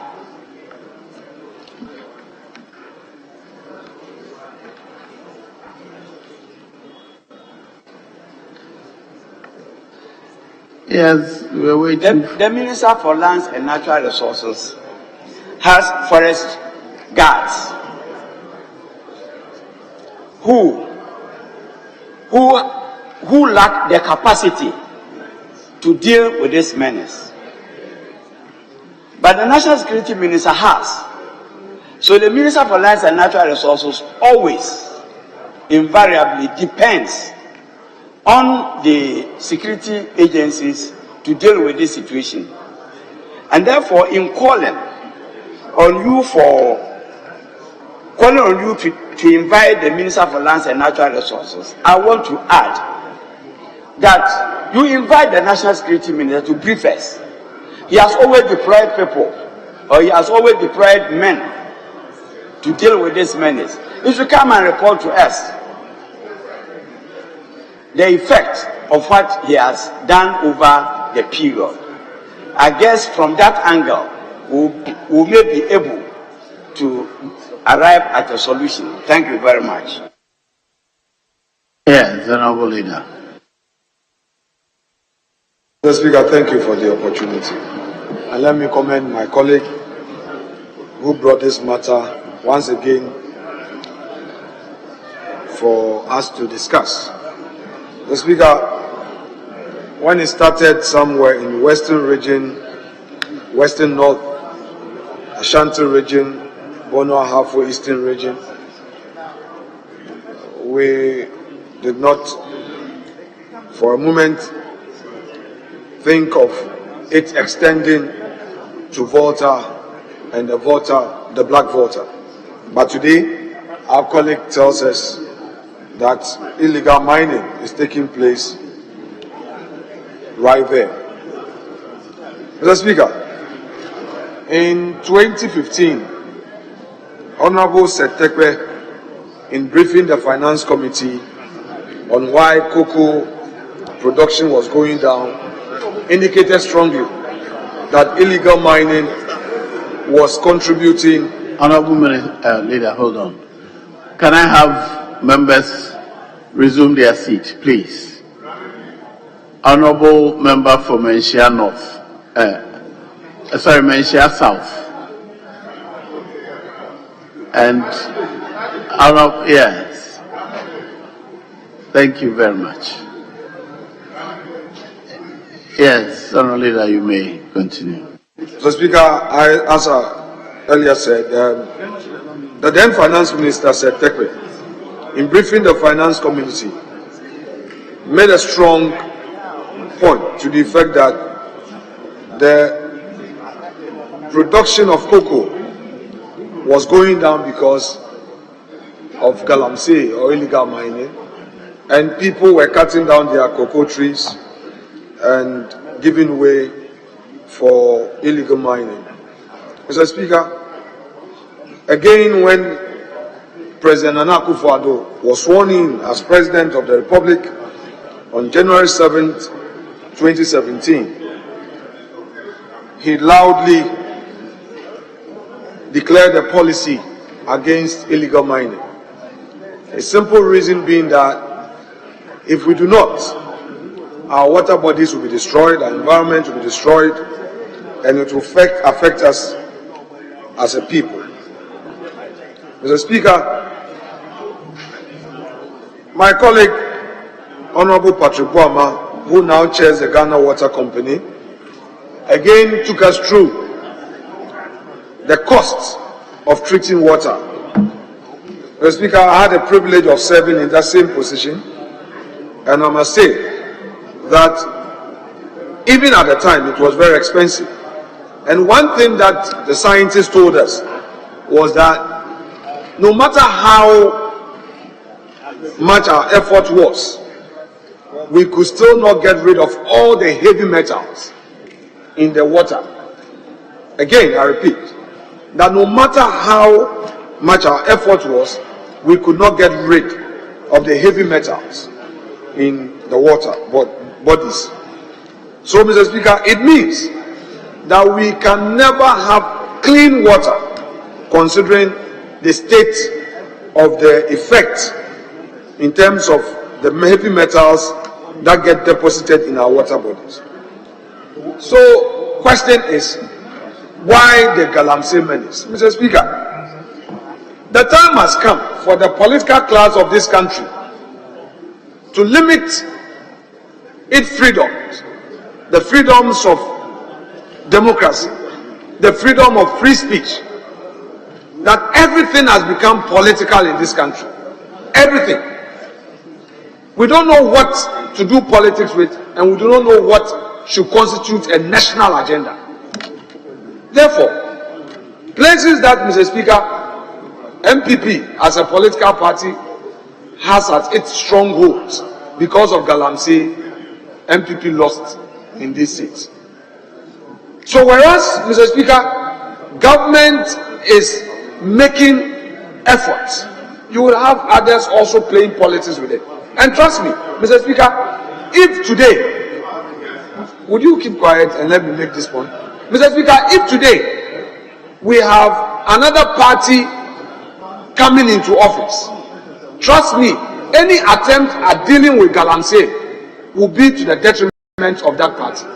Why that? Because you have people who would want to make it a political matter, and it is destroying the country. So, Mr. Speaker, all this talk would end into nothing, will lead us to nowhere, unless the advocacy is aimed at ensuring that we build a national consensus on this matter. There should be no NDC, there should be no MPP, there should be no partisanship when it comes to Galamsey. I am worried about what is happening in our water bodies. We don't have clean water. We don't. The cancer going on. A lot of people are going to have colon cancer. Have we thought about that? And these are the very poor in our society, and they'll come to us as politicians to demand support from us to treat themselves. We ourselves will suffer because we all drink water in the country, and that water comes from Ghana water. Mr. Speaker, we have to be careful as a country. We have to end that political hypocrisy. We must know as a political class that there are some matters that are of national interest and congregate around it and deal with it without thinking about the next election. That is a problem we have as a country.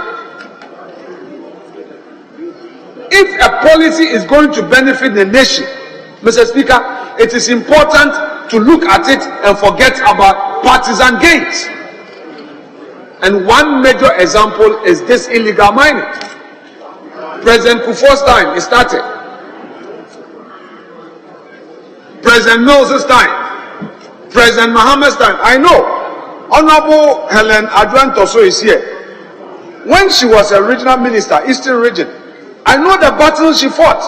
How she had to go into the forest, arrest machines. Did she get the needed support? I doubt. I know machines that she arrested and sent them to the regional coordinating council. They are still there.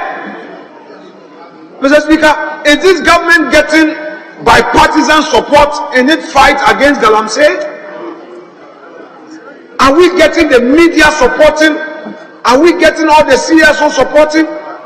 And in fact, our agents of government who are assigned to have this cause also helping government policy? So we are all to blame. None can be taken out. And this is a serious matter. And we think that merely talking about it will end it. It will not. Mr. Speaker, those businessmen who are involved are taking advantage of us. It's high time we got to realize this. And if they know that doing this would mean that, politicians will be afraid to talk about it, then they will move on and then push you to make it a political matter. Mr. Speaker, let's end it. To me, the statement made will remain meaningless unless we take a serious action and pledge to be committed to this fight as a people and not look into partisan gains. Mr. Speaker, without more, I would rest my case. I thank you so much indeed. Very well, honourable members. Everybody knows I have a keen interest in this matter. But rather than commenting, I'll share a post somebody sent to me today. It says, you can pray all you want for God to move a mountain, but until you bring a shovel and do all the work, it will never happen. All prayers are unanswered. We can talk as much as we want. If we want to bring a stop to it, we can. But if we don't take the steps, we can continue to talk about it here. The steps necessary, we know. If you want to do it, we will. But until we do that, We will keep coming back here with statements when it gets to your turn. Now it is in Volta region. From there to move to another region. They will also bring, when the first statement I commented on was from Northern region. That was 4 years ago or 5 years ago. Now it got into Volta region, another statement. We will wait till we get to our region. Then we'll bring a statement. And then the others will continue to bash it as we choose. I have one more statement. It's a statement by the Honourable Member for Seche Kumau.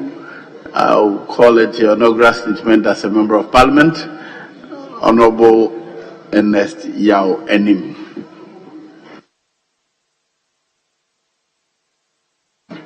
Thank you, Mr. Speaker.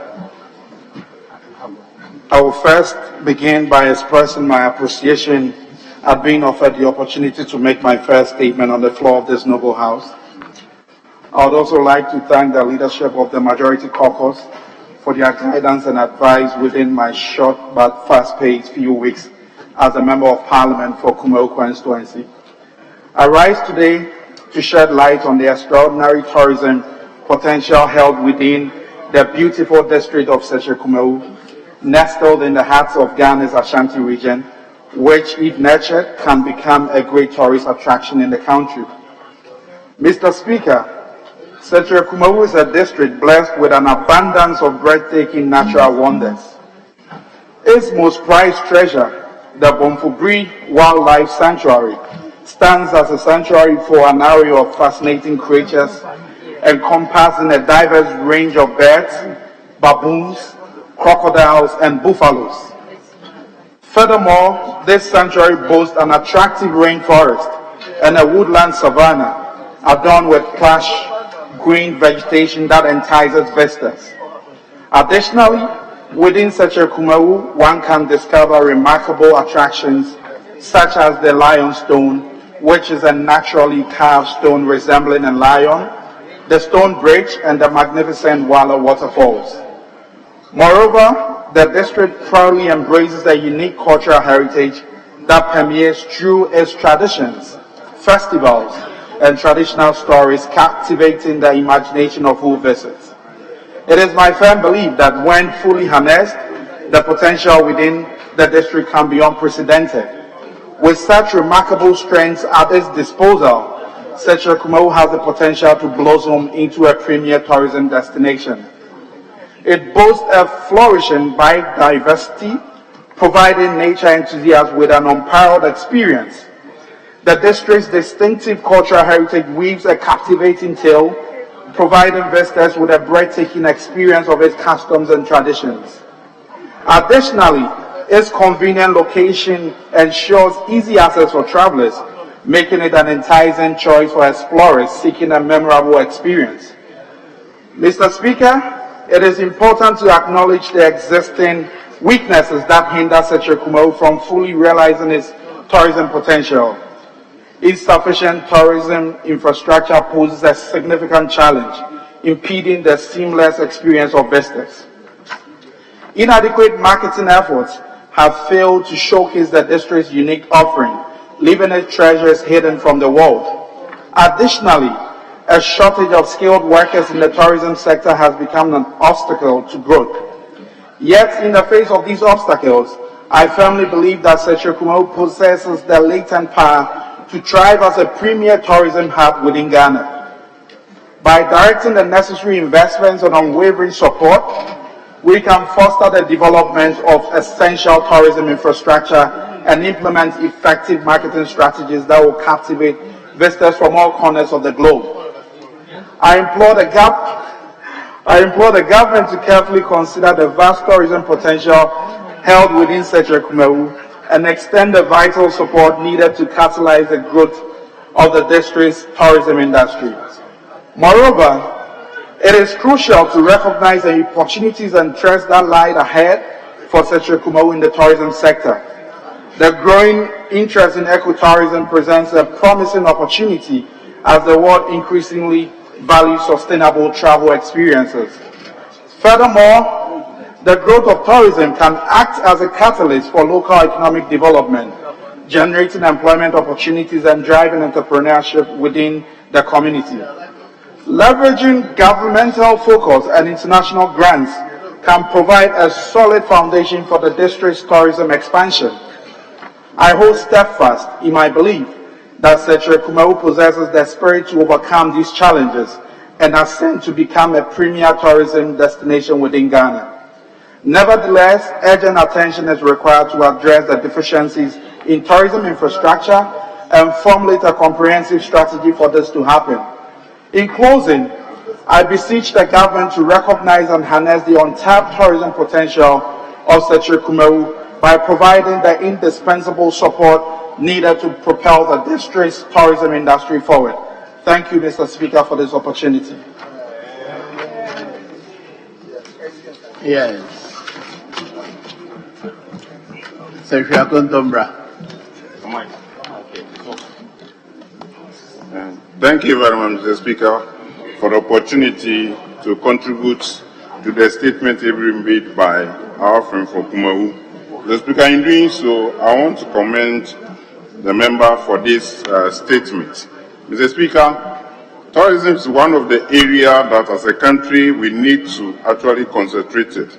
Mr. Speaker, in 2022, Ghana generated 2.5 billion from international and local tourists. And if one sector can actually generate this particular quantum of revenue, then as a nation, we need to actually concentrate more on this particular area. Mr. Speaker, I have the opportunity to actually visit Jordan in 2020.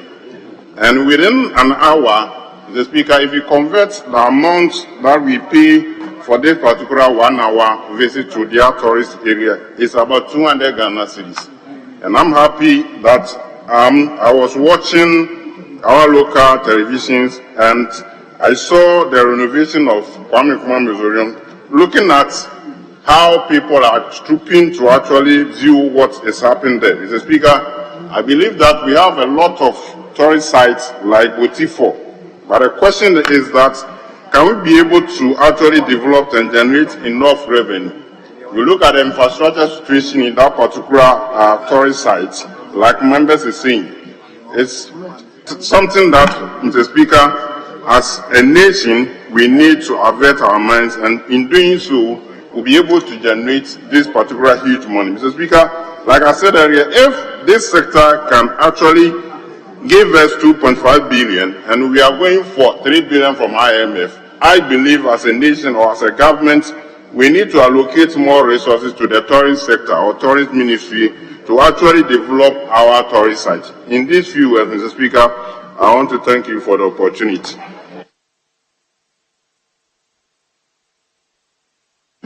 Very well, honorable members. That brings us to the end of statements time. Now, Honorable Deputy Leader, do we have any outstanding public business?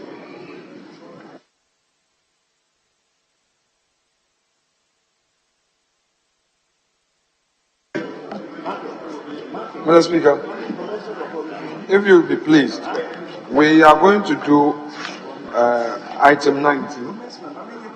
Yeah. 19. We're going to do 19, but first we will tackle 23 and 24. We'll do 23.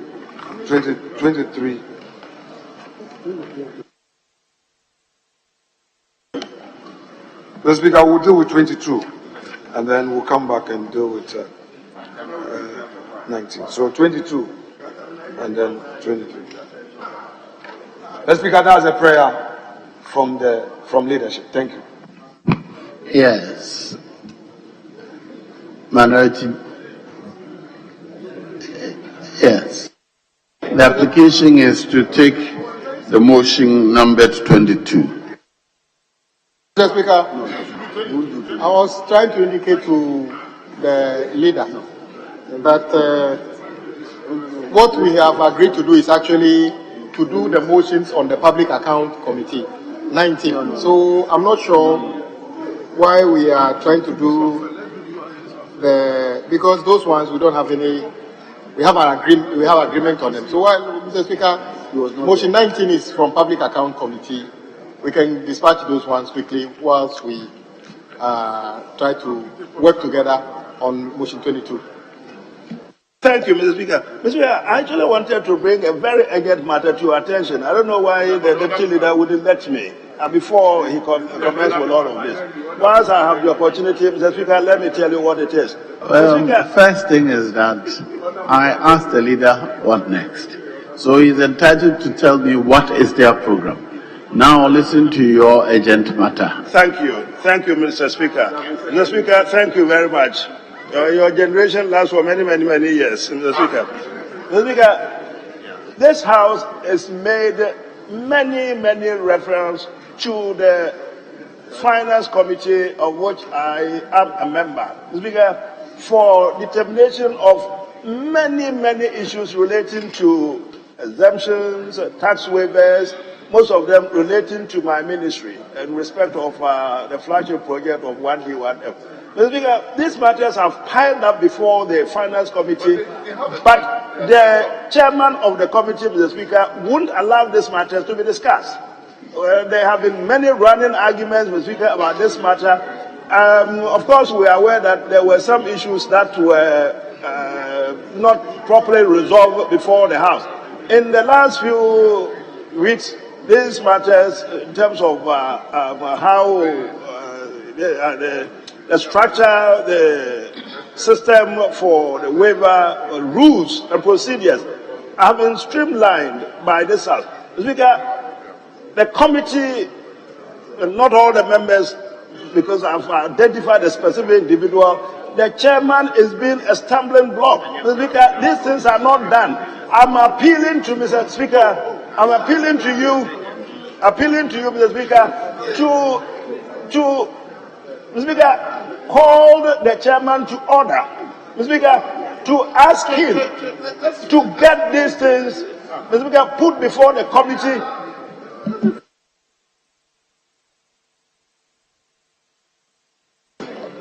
Mr. Speaker, to get him, to get the committee to work on this. There are quite a lot of them. Mr. Speaker, they are into hundreds. Honorable, I think if you have a complaint against the chairman, you know where to go to. Well, to the floor. The matters were referred to the committee. If you are coming to the floor, you must refer to me the specific order under which you come. You refer to the specific order which the chairman is flouting. I cannot see under which order I can, sitting here, instruct the chairman of the committee to do the work of the committee. There are rules if a report delays beyond a certain limit. And so I will direct the leader. I could tell you, I don't have it handy, but that when the matters are referred to the committee, they have 3 months. Within which I'm happy you know your answer. I know that one. Yeah, so that's what you are. When the report, this is about a year now. When the report doesn't come within the period, that one too, you know, you apply the appropriate procedure. So, but I will not hold the chairman personally responsible. And so, yes, I think we move on now. Leader, the suggestion is that they rather prefer what we agreed was that we'll take 19 instead of 22. What is that? Mr. Speaker, what I'm saying is that there is a very short motion. So we'll just get done and then we'll proceed. We'll do it. There's no problem.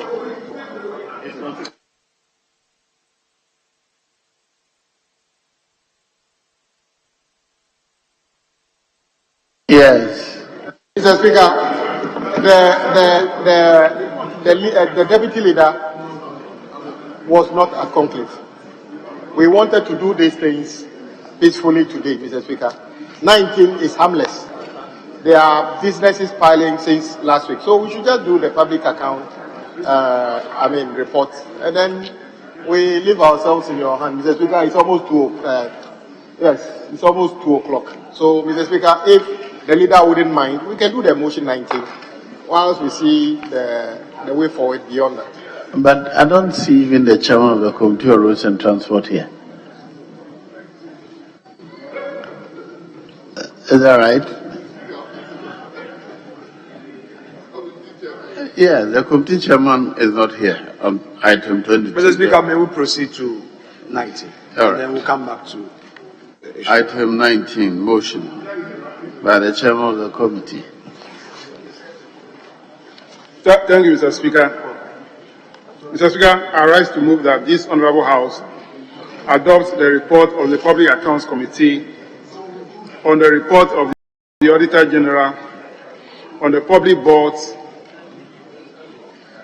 corporations, and other statutory institutions for the period ended 31st December 2020. Present your committee's report, and I ask that I read portions of the report and that the hands are to capture the entire report as having been read. Mr. Speaker, the report of the Auditor General on the public accounts of Ghana for public boards, corporations, and other statutory institutions for the period ended 31st December 2020 was laid in Parliament in accordance with Article 1872 of the Constitution of the Republic of Ghana.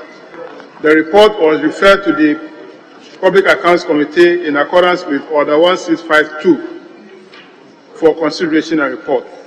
Mr. Speaker, the committee, during our hearing, observed that the total irregularities for the year 2020 increased from 5.4 billion Ghana cedis in 2019 to 12.8 billion Ghana cedis in 2020, representing an increase of 135% over the 2019 irregularities.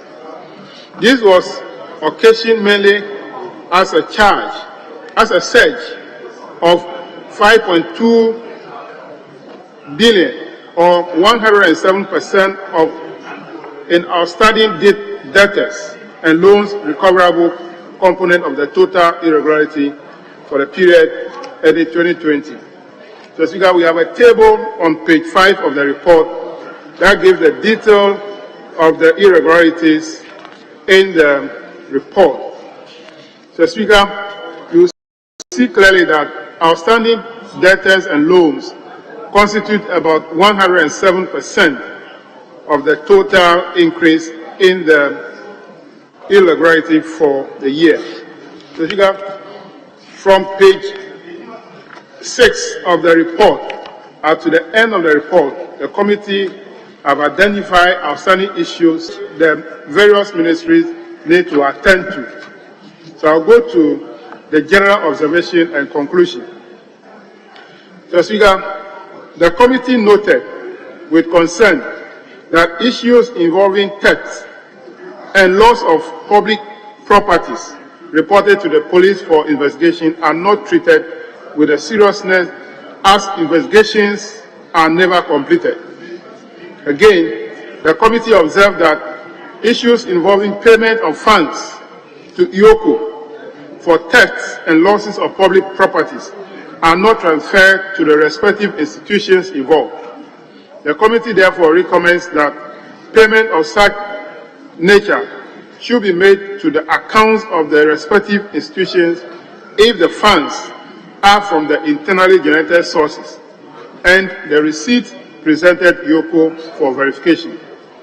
Finally, the committee observed that manipulating procurement processes has become a conduit for some public officials to siphon state funds. As a result, procurement-related infractions identified by the Auditor General increased from 37 million Ghana cedis in 2019 to 846 million Ghana cedis in 2020, representing 2,167%. The committee therefore recommends to the Auditor General, Attorney General, and Minister for Justice to take steps to prosecute officers found culpable in the procurement transactions. The committee further regular training for officers in charge of procurement to enable them to keep abreast with the procurement law. Conclusion: the committee has thoroughly examined the report of the Auditor General on the public accounts of Ghana, public boards, corporations, and other statutory institutions for the period ended 31st December 2020 and present its report for the adoption of the House in accordance with Order 1653 of the Standing Orders of the House. So, Speaker, respectfully submitted. Yes. Who's the ranking member? Yes, Honorable. Thank you, Mr. Speaker. Mr. Speaker, I rise to second the motion moved by the Chairman for Public Accounts Committee, Honorable Afeji, the Honorable Member for Ketu North. Chairman, motion number 19, that is, Honorable House adopts the report of the Public Accounts Committee on the report of the Auditor General on the Public Accounts of Ghana, public boards, corporations, other statutory institutions for the period ended 31st December 2020. Speaker, in seconding the motion, I want to make a few comments. My first comments, Mr. Speaker, is on page 4 of the committee's report. Mr. Speaker, the last paragraph, and with your kind permission, I read. Speaker, the committee observed that the total irregularities increased from 5.4 billion in 2019 to 12.8 billion in 2020, representing an increase of 135% over the 2019 irregularities. Speaker, the details of the irregularities are presented on page 5, and indeed, if you look at the details, all the infractions, the various centers, all increased, except those for payroll and those for taxes. Speaker, however, if you go to page 8 of the report, Speaker, that is the comfort that I gathered from the report. Page 8 of the report, observations and recommendations. Speaker, the committee noted that most of the institutions had improved significantly in their compliance with the recommendations of the Auditor General in respect of the irregularities cited against them. For instance, out of a total irregularity of 12.8 billion recorded in 2020, irregularities amounting to 8.4, representing 65.9, had been resolved. So, Mr. Speaker, I think it is important that the public would wait until after the Public Accounts Committee have finished their sitting and made their final recommendation before we'll be able to know which recommendations have not been addressed. Speaker, I also want to refer to page 30.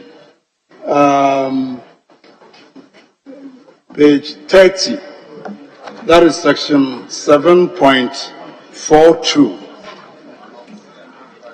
Mr. Speaker, 7.42, the second bullet, also talks about delayed completion of projects.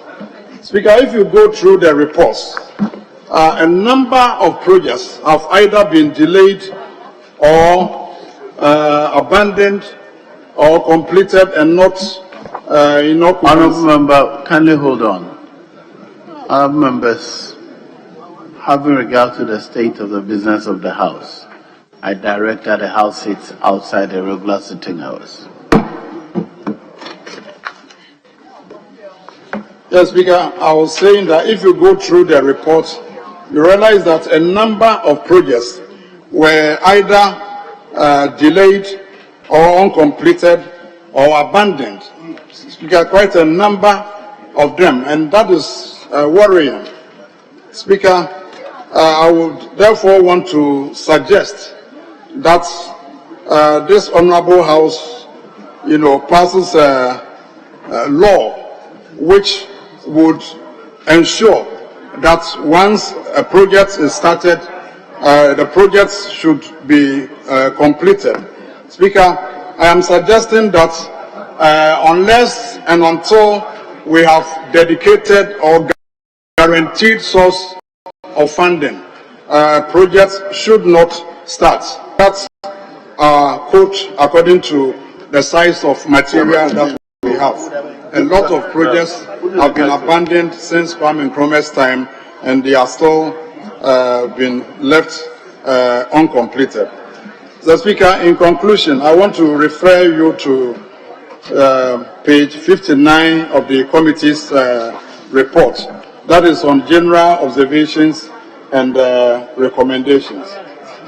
Speaker, and if your kind permission, I read. Finally, the committee observed that manipulating procurement processes has become a conduit for some public officials to siphon state funds. As a result, procurement-related infractions identified by the Auditor General increased from 37 million in 2019 to 846 million, representing 2,167%. 2,167%.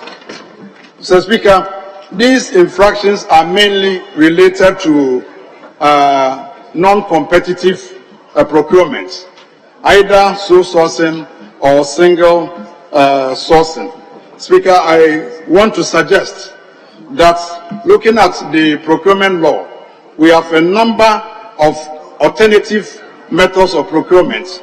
So, Mr. Speaker, I want to suggest that apart from critical health issues, I think the method of single sourcing or sole sourcing, Mr. Speaker, should be reviewed.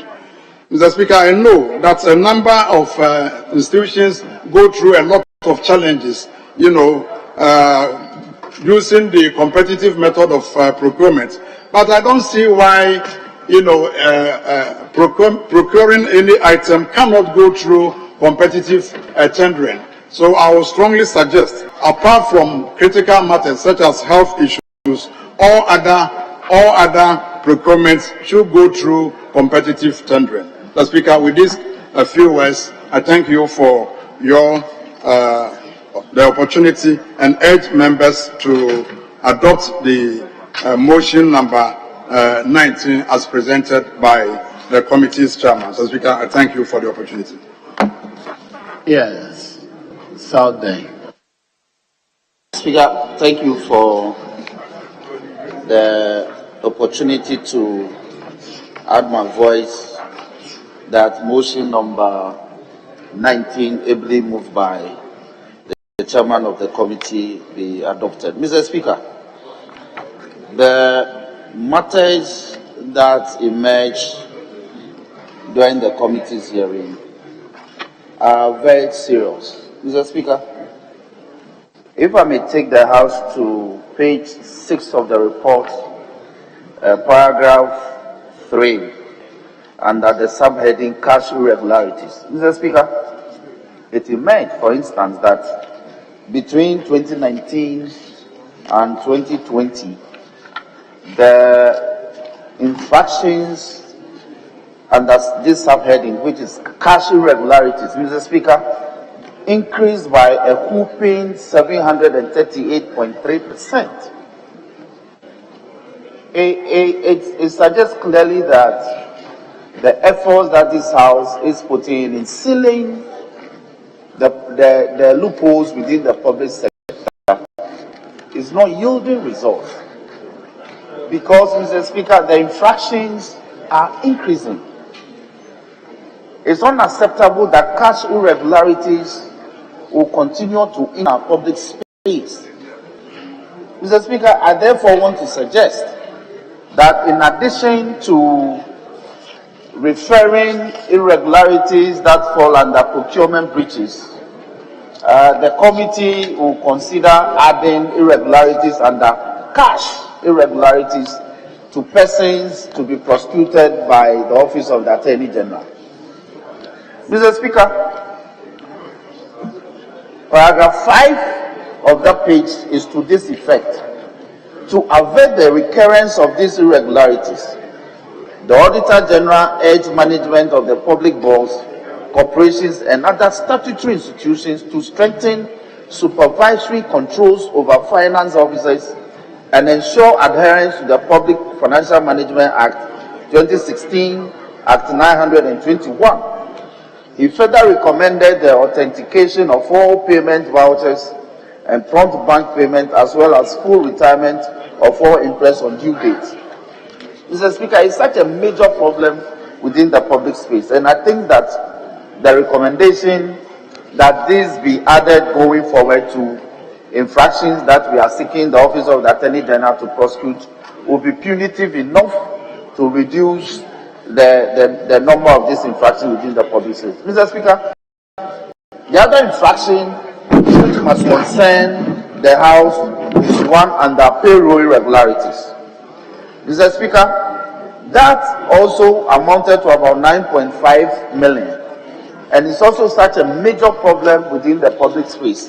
And I think that the House needs to take a decision in respect of payroll irregularities. Mr. Speaker, on the issue of procurement irregularities, a very firm decision has been taken by the committee to refer infractions for purposes of prosecution by the Office of the Attorney General. But the difficulty the committee has is that from about 2021, when we began making these referrals, we are in July 2023, we are yet to receive firm commitment or, Mr. Speaker, as it were, acknowledgement of receipt of these names, and for which some form of investigations have begun by the Office of the Attorney General. Mr. Speaker, in order to ginger the committee to do more, I want to urge the Office of the Attorney General, and I see the Deputy Attorney General in the chamber, that, Mr. Speaker, I see the Deputy Attorney General in the chamber, and we want her office to take the referrals from the Public Accounts Committee in respect of prosecution of infractions under procurement breaches as contained in the Auditor General's report seriously, so that it serves as a punitive measure to reduce the incidence of procurement infractions within the public space. Mr. Speaker, the other matter that is of concern to the committee is infractions under store irregularities. Mr. Speaker, year in, year out, the committee uncovers that procurement within public space are done by officers in charge, and yet they are not taken to stores for the storekeepers to take custody of the items and distribute them in accordance with laid down regulations and law.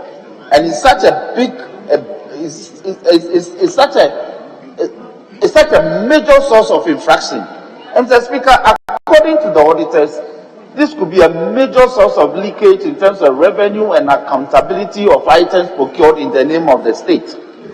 And so we think that this is also such a major infraction that we think prosecuting persons under this infraction also serve as a punitive measure to reduce their incidence. Mr. Speaker, may I refer the committee to page 14.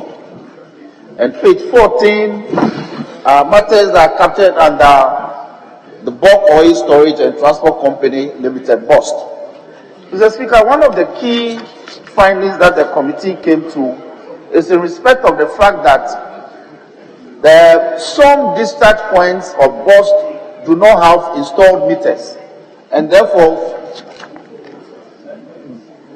they discharge oil for transport for purposes of being transported to other areas in a manner that they are not properly measured.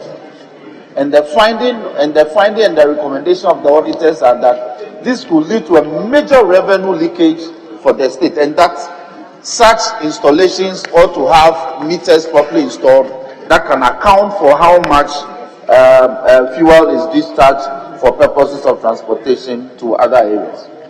Mr. Speaker, may I again touch on the matter raised in page 18 of the report, which comes under the GMPC. Mr. Speaker, one of the key findings that the committee came to is the fact that GMPC failed to seek parliamentary approval for international business contracts, one amounting to $34.1 million and the other amounting to £464,963,000. Mr. Speaker, the auditors established that these transactions did not come to this House for approval. It is such a major constitutional breach that perhaps we may have to consider prescribing prosecution for the officers who must have engaged in this. Mr. Speaker, the other matter that I want to touch on is under the Ministry of Agric, Ministry of Food and Agriculture, and the Cocoa Board specifically, contained on page 22 of the report.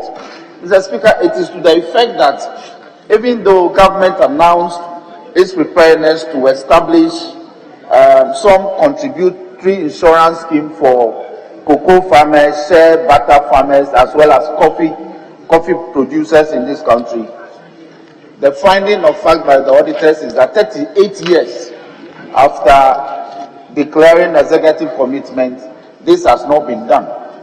But it is instructive to know that as part of the transactions that Cocoa Board has undertaken in respect of this matter, some amount in excess of 28.8 million Ghana cedis has been set aside to take care of this anytime we are ready to put this policy into effect. And I think that because it's a statutory requirement contained in Section 26 of PNDC Law 265, Mr. Speaker, we want to urge the minister in charge of this sector to, as a matter of urgency, bring this policy into fruition, which will be such a major social intervention policy for our farmers and in the sector that the auditors flagged. Mr. Speaker, may I conclude my contribution by referring the House to one other infraction concerning my own University of Cape Coast, in respect of some investments that but for some inexplicable reasons, an investment in excess of 9.1 million Ghana cedis has been locked up. The matters were gone into. They've been encouraged to take every legitimate steps to recover the investment from First Bank and Gold Coast Fund Management. Mr. Speaker, with these words, I want to urge the House to adopt the report as containing the motion number 90 as moved presently before the House. I thank you for the opportunity. Yes. Honourable Member for New Jabin. Thank you, Mr. Speaker, for this opportunity. New Jabin North. Okay. New Jabin North, yes. I want to support the motion ably moved by my chairman. The committee's report talked about some improvements that were noticed with the management of the finances of a number of the boards, organizations that came before us. Even though there were a number of areas where we had problems. But if we take paragraph 6.1.2, we talked about cash irregularities. The committee noted that one of the major problems that we have is that people who are in management are not exercising supervisory control over these institutions handle. Because some of the infractions you notice are avoidable. For instance, when you look at stores issues, monies are given out for purchase of items, the items are purchased, and the institutions, those who are responsible for those duties, do not ensure that the necessary store arrangements are put in place. So when auditors come and they want to look at the accounts, then that is about the time when they go around ferreting for supporting documents. But these are things that are avoidable if those who are in management position exercise their functions. These things can be addressed. Similarly, if we talk about payroll irregularities, somebody has a responsibility for ensuring that people who are on the payroll and are duly certified to be paid, get paid. So if people are not duly certified and they go ahead and get paid, the responsibility then is not being discharged by those who have those responsibilities. They are the people who are in there, they are managers, the human resource managers, and all those people have a duty to help this country by protecting the resources that we have. Some of the irregularities have to do with procurement, and I think that my colleagues have talked about procurement, and that the committee has taken a position that where there are procurement breaches, the Attorney General must institute actions to prosecute such persons. Tax irregularities. If payments are made, sometimes some of these institutions do not charge the appropriate taxes. Sometimes they don't even use VAT invoices. And all these things are done, and at the end of the day, the state loses a lot of money.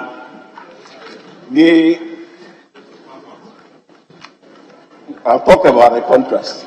But generally, if you look at the report, you will notice that there is some improvement in the public finances that we have within these organizations. So a little effort, additional effort, if made, we should be able to address the kind of situation that we have in this country. One other thing that we noticed as a committee is that when the auditors go visit these institutions, by the arrangements that are put in place, they raise queries. And when those queries are raised, those in management positions in these institutions are expected to react to those queries. What happens is that they don't react to those queries. They wait until the auditor general's report comes out. Then that is when we come in and they will try and do a post-event assessment of the situation and a correction of the situation. So that's why I'm saying that we should be able to avoid these things. You get, they come, they issue the on-the-spot queries, you attend to the on-the-spot queries. After that, you even have 30 days to respond to those queries. But our institutions don't do that. They wait until the report comes.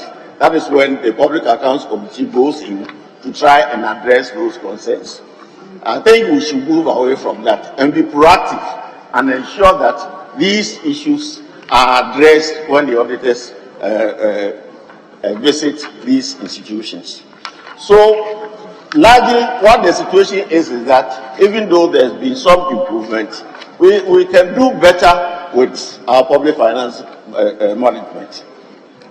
What we need to do is for all those who have responsibilities imposed on them to be able to discharge those responsibilities. With these few words, Mr. Speaker, I support the motion. Thank you.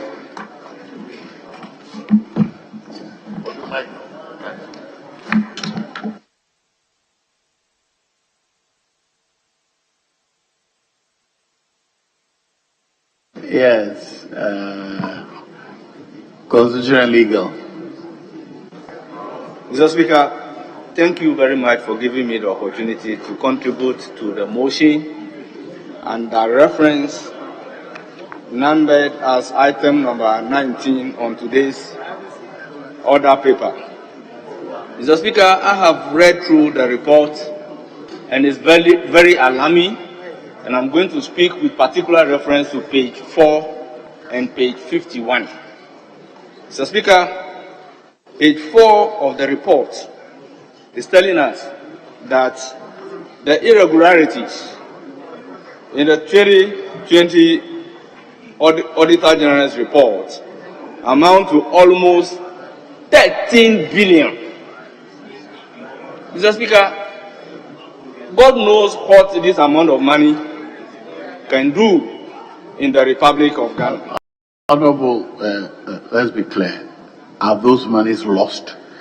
You're saying God knows what money can do. The irregularities are not losses. I think the other time I raised this matter here. Yes. When God knows what they could have done, it means we lost the money. No. Yes. Mr. Speaker, you should have used it this way. You used it that way. Yes, Mr. Speaker. Yes. Even if these monies were recovered, as at the time of the irregularity, God knows what that amount of money can do to the Republic of Ghana at that material moment. So it's not clear to me. Maybe the chairman can help us. Chairman, when you say that, I'm looking at payroll, yes. Cash irregularities, yes. I'm looking at, for example, procurement infractions. Does that mean that all store irregularities?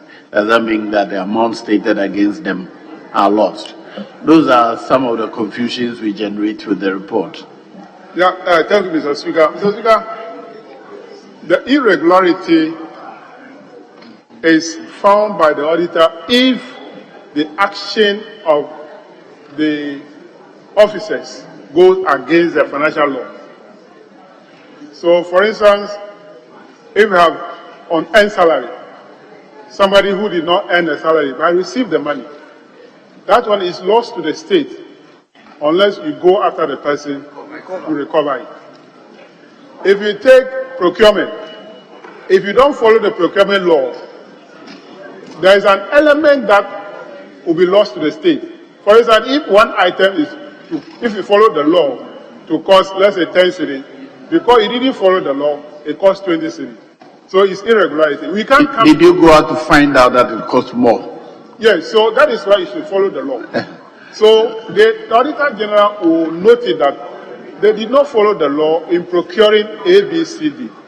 Something might have happened, or nothing at all has even happened. But because you didn't follow the law, they report on it.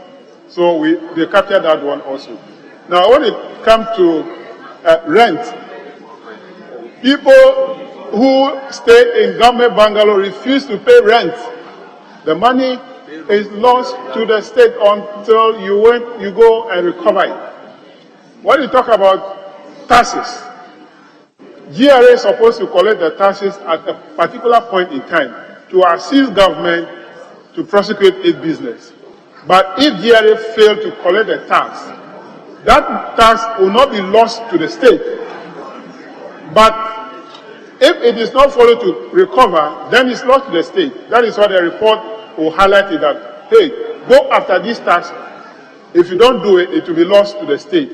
But if it is collected at the right time, it can do a lot for the state at that particular time. Thank you, Mr. Speaker.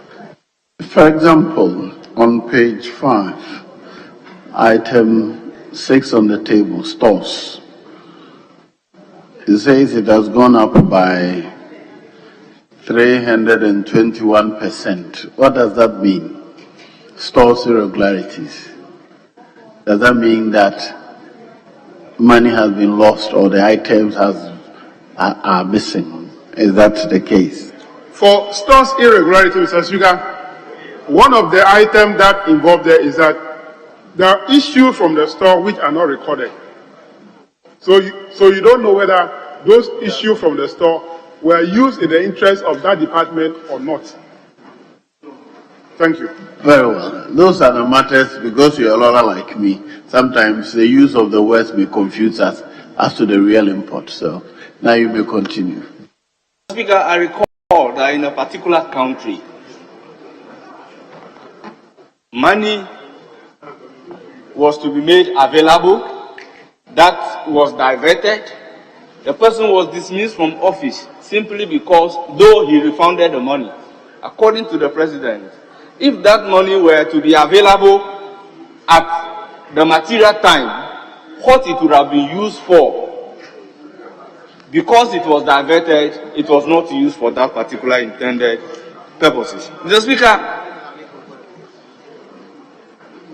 page 4 is telling us that between 2019 and 2020, the irregularity increased to 135%. Mr. Speaker, this is very unprecedented, particularly under a government that promised to protect the public purse. Mr. Speaker, this cannot continue to happen. Mr. Speaker, let me come to page 51. The report is stating that a recommendation should be made to the Attorney General to prosecute the offenders. Mr. Speaker, what is the Attorney General doing under the power given to the Attorney General under Article 88.3 of the 1992 Constitution? I believe strongly if these infractions are being prosecuted by the Attorney General's Department, it will go a long way to deter others from doing it.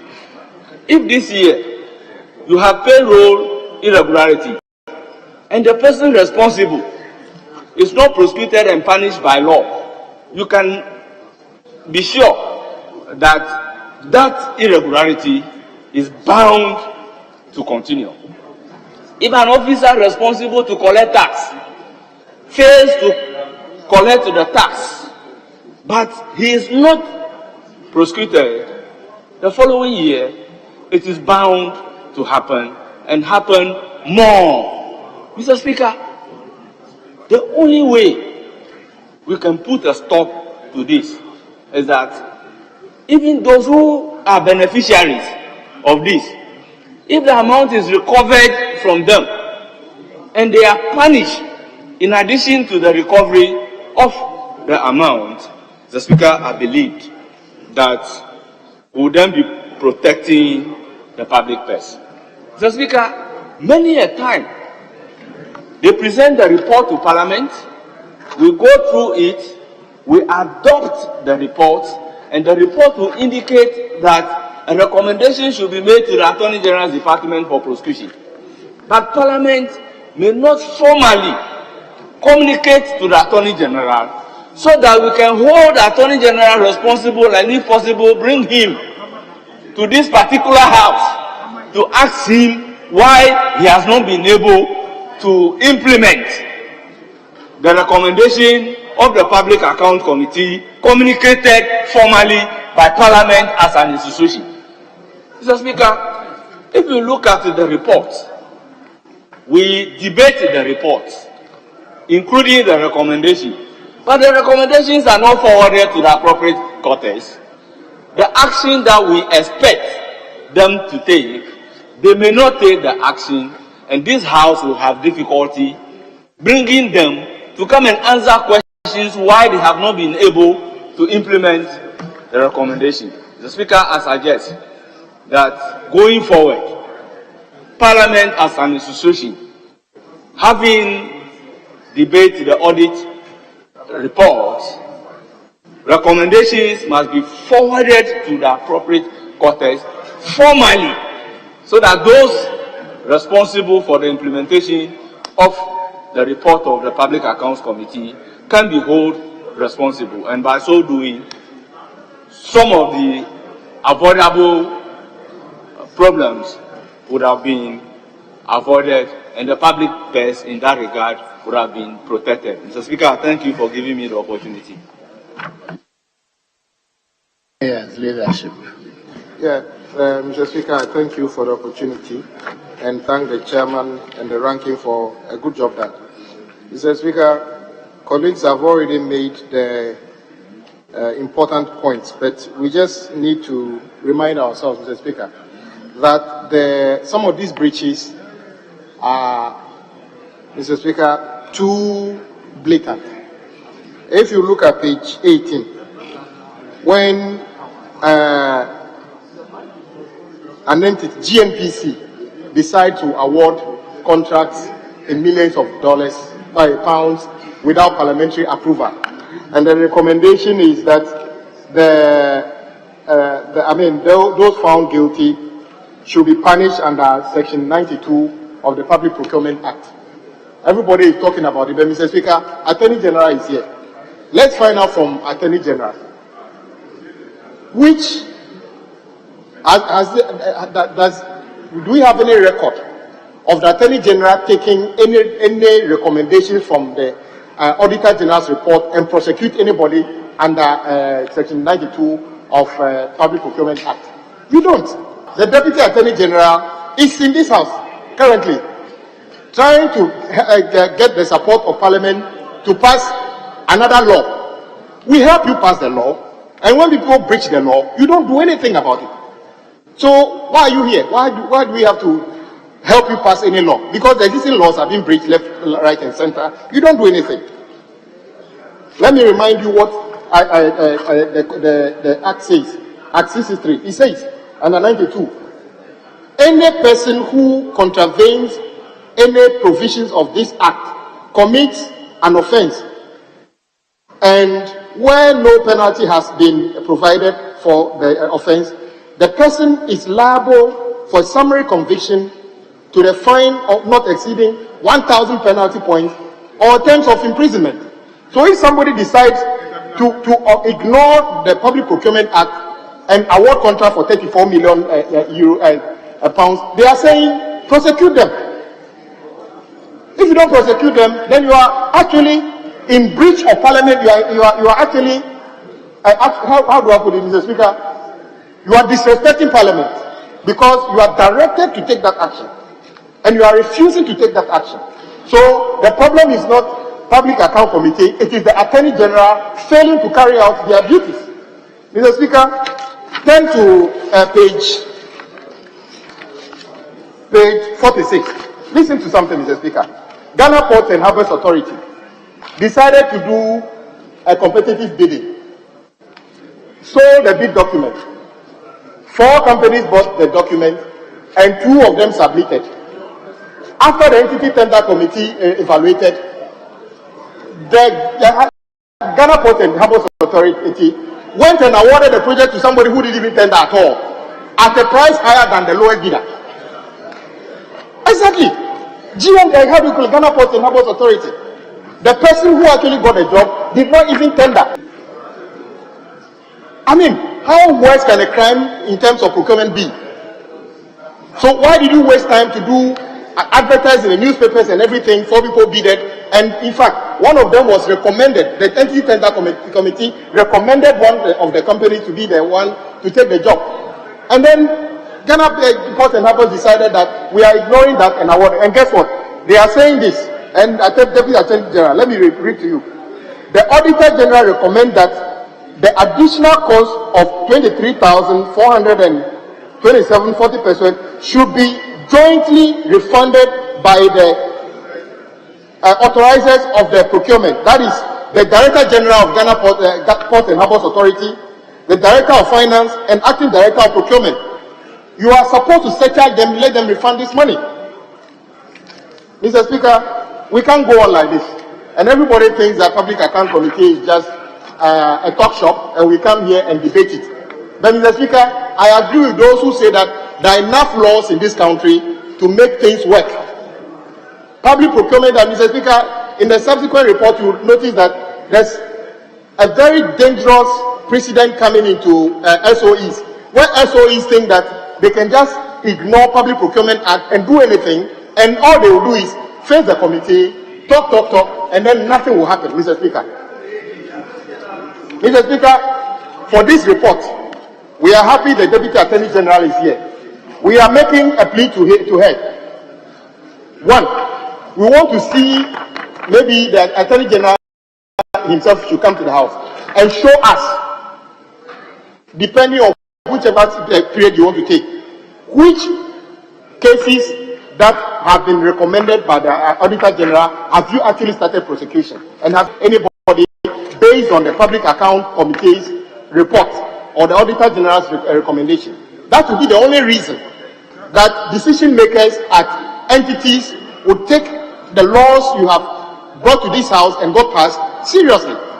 Mr. Speaker, I saw you trying to get all of us educated on some of the rendition of whether we've lost money or not. Mr. Speaker, of course we do lose money. Not all the 13 billion is money lost. But of course, when they say you have awarded contract to a company which did not bid, and you have awarded it even above those who actually bid, we have lost money. And if you decide to award a contract to a foreign company without any authorization, what shows that that project wouldn't have been done for half the price? The reason people breach procurement law is simply because they want to do the wrong thing, in many of the cases. Because if you even want to award project on sole sourcing, Mr. Speaker, Section 40, relevant sections of Section 40 of the Public Procurement Act will still allow any entity to still do procurement using sole sourcing, but in appropriate manner. But once an entity decides to accept this, it means that the heads of those entities have something to hide. They want to do something wrong. If they don't want to do anything wrong, why didn't they use the law?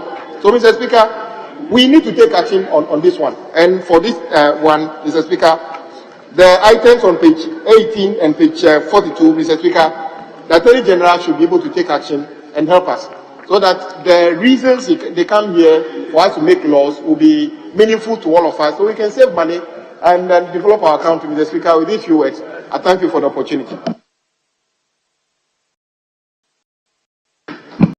Yes. Attorney General wants to contribute. Yes.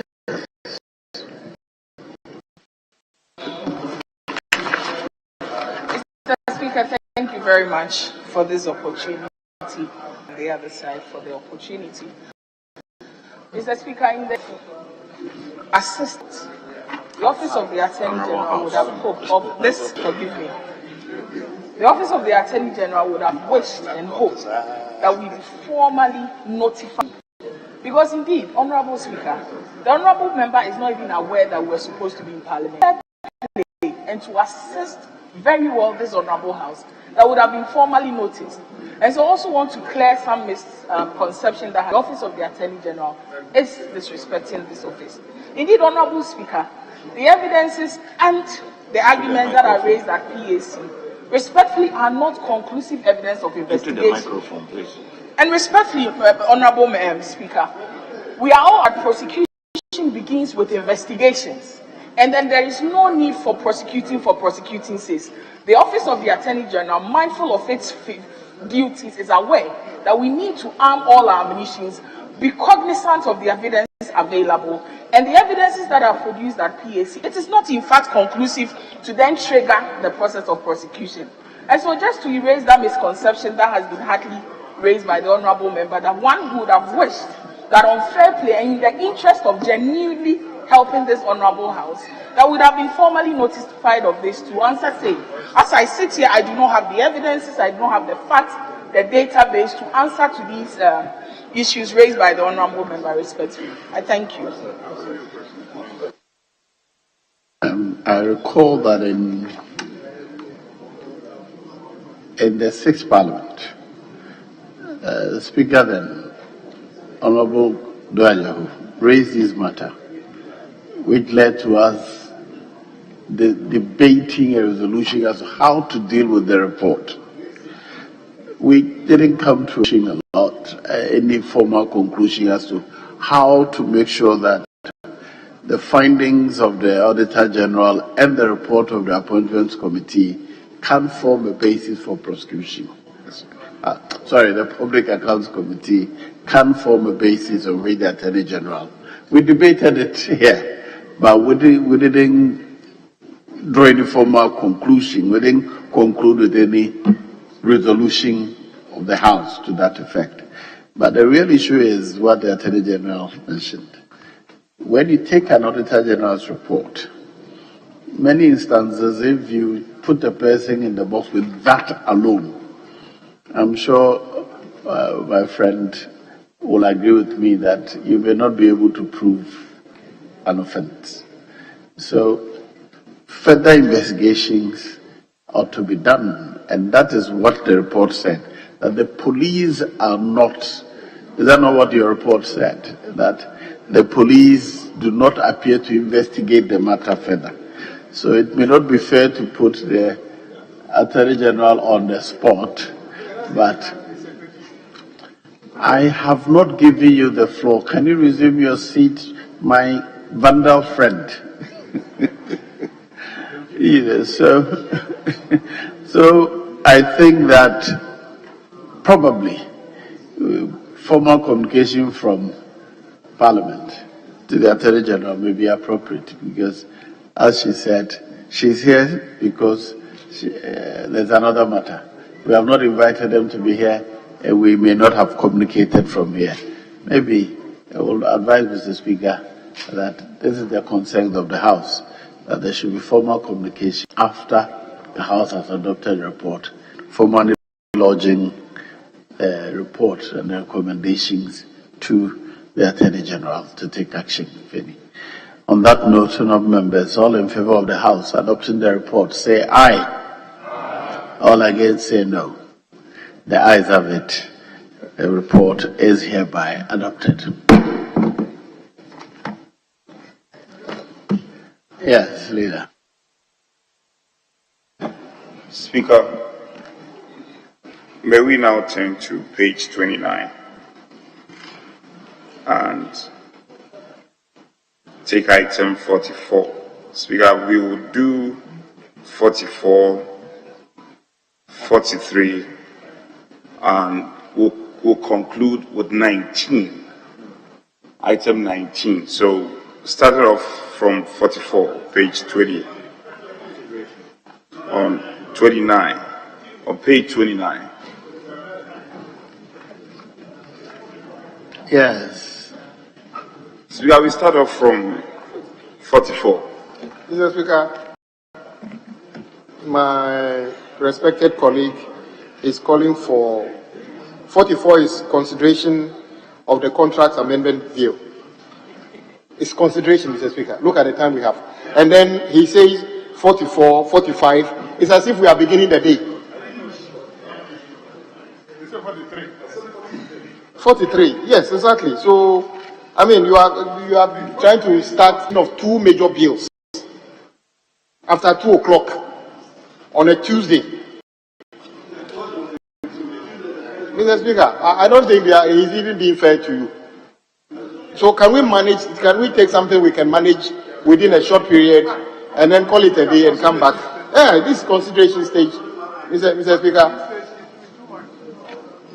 So I'll encourage. Yes. Speaker, he knows I've always worked with him smoothly. And let's go on a path of smoothness. So let's do 44. Yes, we'll do 44. When we are done with 44, we'll decide. I'm giving you notice, we'll decide. Your 18 will wait until we start 43. Why? Because there is agreement. Honourable, if we agree on 44, let's proceed. All right. We are happy to start 44, but not to do 44, 43, and anything else. Very well. Let's try and get finished with 44 quickly. One out of the way makes room for others. Item 44, the Contracts Amendment Bill 2022 at the consideration stage.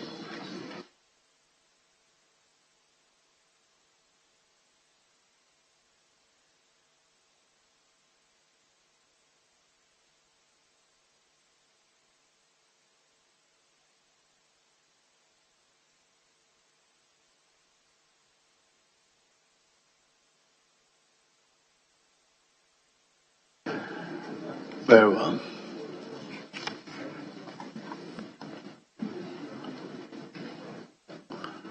Honourable members,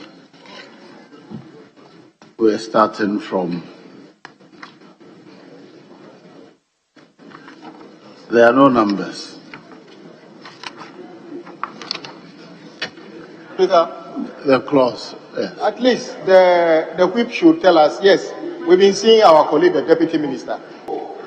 Mr. Speaker, the Attorney General is not here because of this. I mean, you can't just pretend the lady is the Attorney General. She's not the substantive Attorney General. So tell us where the Attorney General is, and then ask Speaker's direction to allow the Deputy to sit in for him for today. Actually, she is not laying anything. It is the chairman who is taking us through. But as a Deputy Attorney General, they are interested and is entitled to sit in the House. So she has no specific role in this exercise. Speaker, once she's not participating, I'm okay with that. She can participate if she chooses, but she's not the lead person. Yes, Chairman of the committee. Mr. Speaker, this is Contrast Amendment and it's on only Section 17 of the Contrast Act, Act 25. And Mr. Speaker, with your leave, if I may move item number 1 and 2 together. They are to delete the word government and replace republic. So, we think this is a better. Kindly wait. We'll call them one after the other. The clause. Contracts of the Republic. Yes, Chairman, you may now move your amendment. Mr. Speaker, okay, I'll move the first clause, which is item number 1, subsection 1, line 2. Delete government and insert republic. I so move.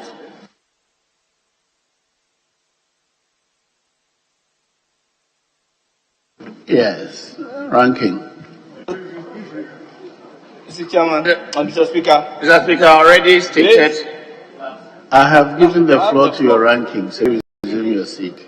Mr. Speaker, based on the case of Whistleblower versus Attorney General, we are told by the Supreme Court that clauses must be debated.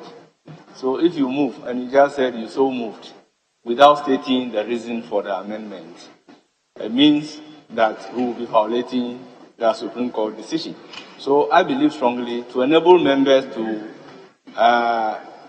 so you are a ranking member and you're part of this report. Yes. Tell us the reason so we don't. Yes, he is moving the motion.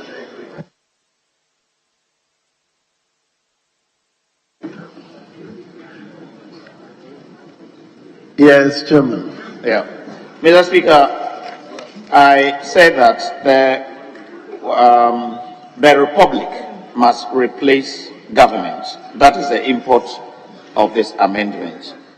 Mr. Speaker, if I may refer the House to subclause 4, 17.4, usus republic, and we want the word republic to be used, and besides that, this is a better rendition and also to be consistent. I think the position is that governments change. Republic is the static one, and the republic represents the state. Governments are elected, some change, some go away. Yes, ranking. Mr. Speaker, the reason for this amendment is that the republic connotes the state. Therefore, if you use the word republic, you are even bringing contract executed by the arms of government and all other agencies into it. But if you use the government, it's as if you are referring to a contract as the elected government. That is what informed the decision to amend and use the republic instead of government.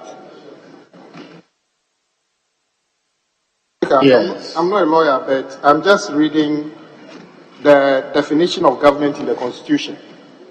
And it says, government means any authority by which the executive authority of Ghana is duly exercised. Is there any doubt as to, when we say government of Ghana, is there any doubt as to what it means? In any case, that decision is being taken by government.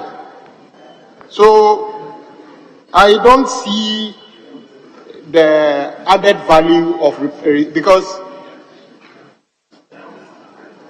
the contract we see in this house is always says between government of Ghana and somebody, not the Republic versus somebody. In court they say between the Republic and somebody, but in contract I will always see the government. This contract is entered to between the government of Ghana and another entity.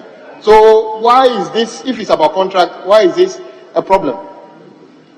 Chairman, I don't think this is a major issue to be debated.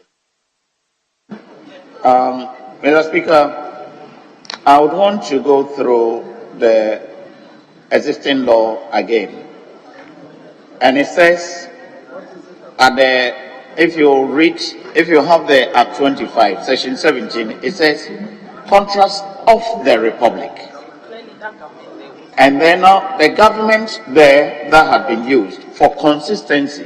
Again, if you go to subclause 4, it says a person shall not enter into a contract or a transaction on behalf of the Republic, which we think is a better rendition. And that's why we are suggesting that we should use Republic throughout in this. If we are saying government of Ghana, there's nothing wrong. But in this context, government acts on behalf of the Republic.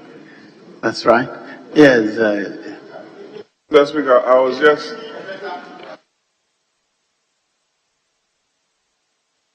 because he said for consistency, because the head note there is contract of the Republic.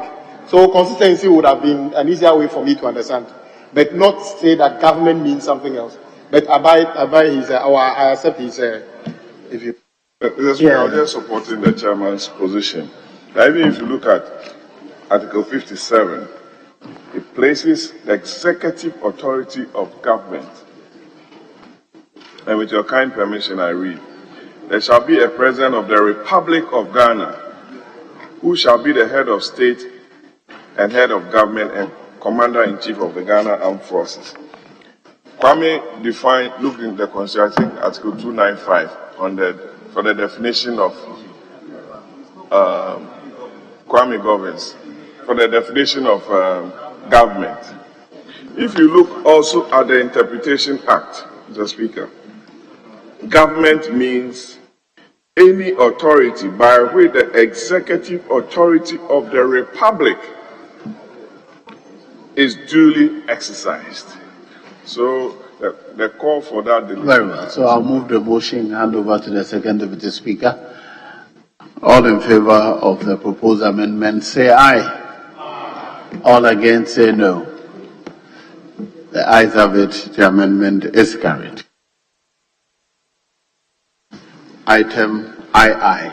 The second deputy speaker to take the chair.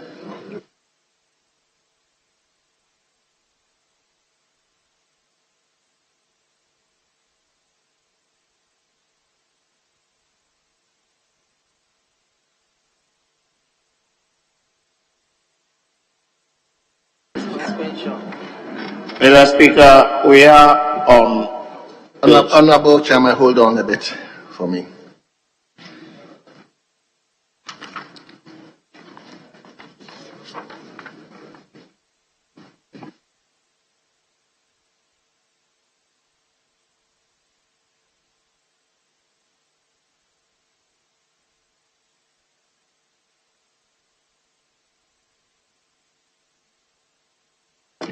Chairman, let me now hear you. Grateful, Mr. Speaker. Mr. Speaker, we are on item number 44, and now we are on II. And the amendment proposed is section 2, subsection 2, line 2, and it says Republic. I had earlier explained to the House that for consistency, and we agreed on this and amended subclause 1. So I pray that the reasoning is consequential as I had given for consistency. Thank you, Mr. Speaker. I so move. Very well.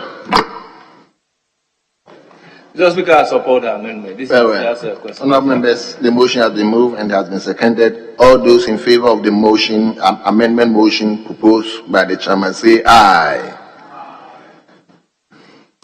I want response, please. All those in favor of the proposed amendment say aye. All those against say no. Honourable members, the ayes have it. The proposed amendment is carried. We turn to I.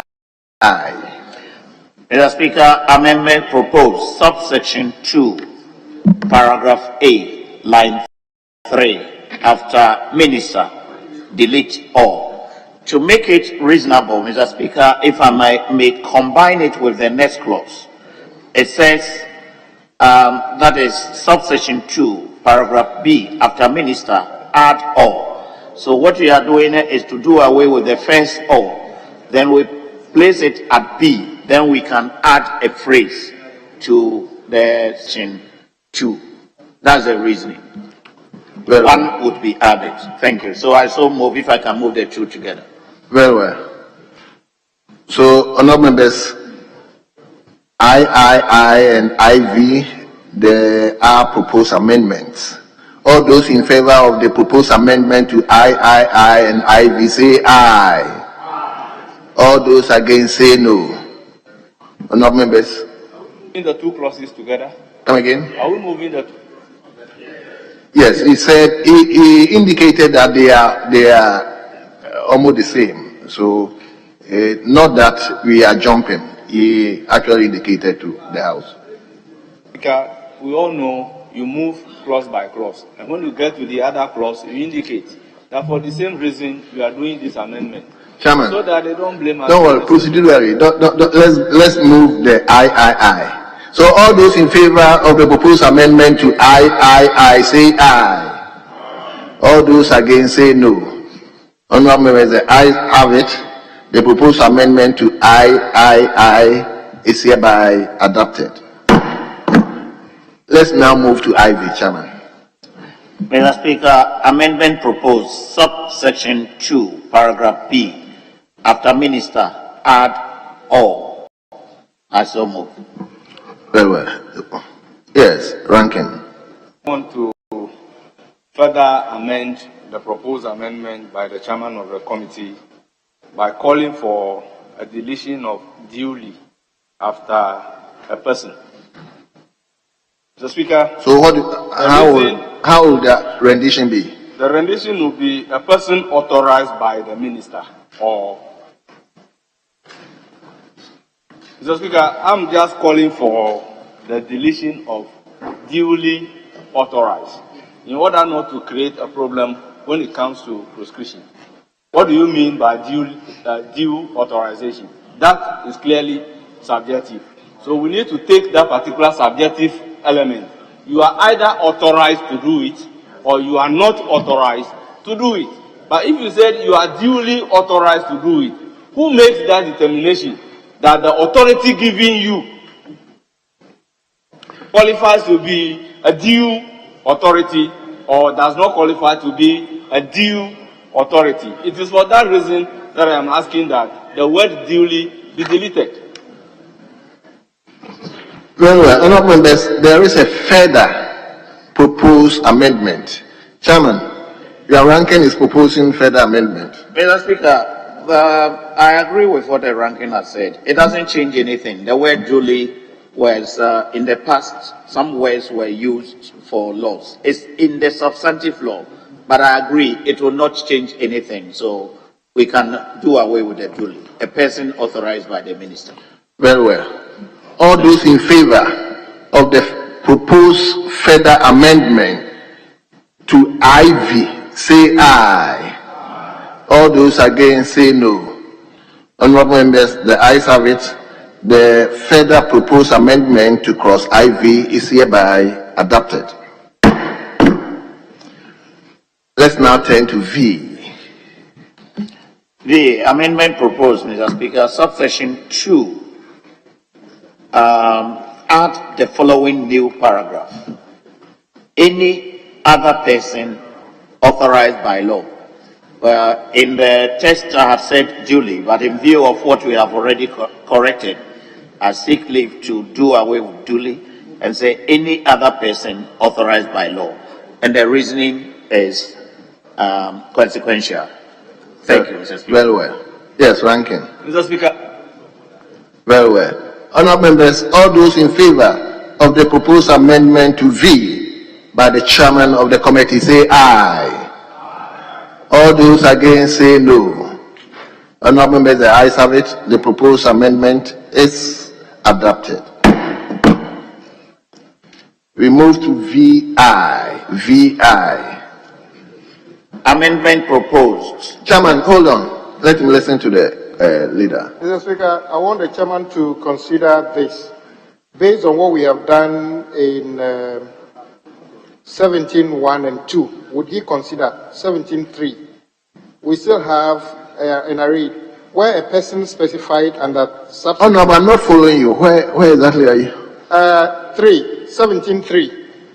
We just changed government to republic in those two sub clauses, and I'm asking the chairman.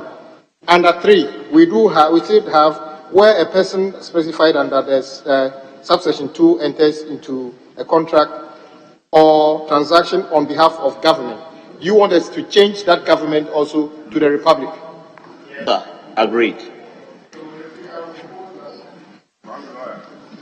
We propose that line 2 after on behalf of the, instead of government, we put the republic. We will put republic, not government. 17.3, line 2.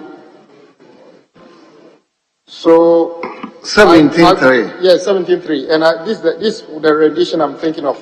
Where a person specified under subsection 2 enters into a contract or transaction on behalf of the government. Instead of government, we have of the republic.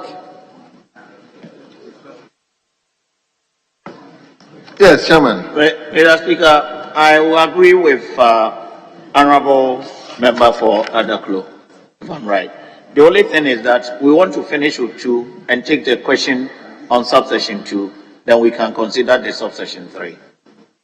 So the one that I'm going to move to add subclause is on subsection 2.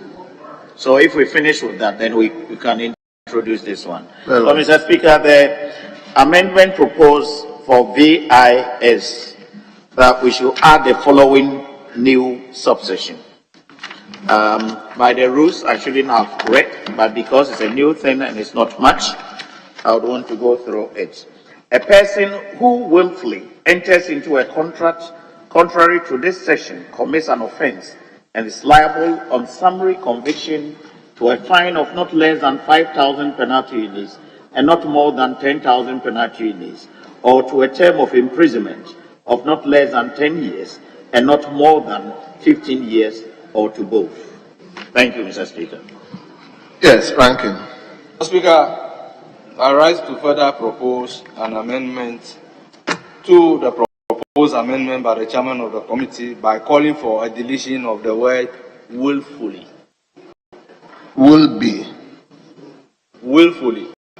So that it will read, a person who enters into a contract contrary to this section commit an offence and is liable on summary conviction, and the rest will follow. The Speaker, this is to avoid a situation where somebody will commit the offence and said, I have entered into the contract, but I did not enter into the contract willfully. Mr. Speaker, we all know 2 things constitute a crime: the act and the intention. So in a situation where we'll be legislating on the intention, for me, it's devoid of the element that needs to be established in prosecuting a person for entering into a contract contrary to this particular section. It is for that reason why I am calling for the use of the word willfully. Very well. Leader, Chairman.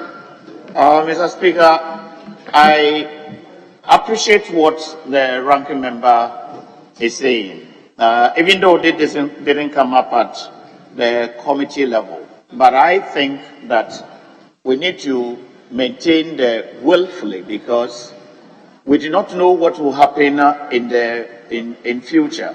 The moment you make it a person enters into a contract, it becomes strict liability.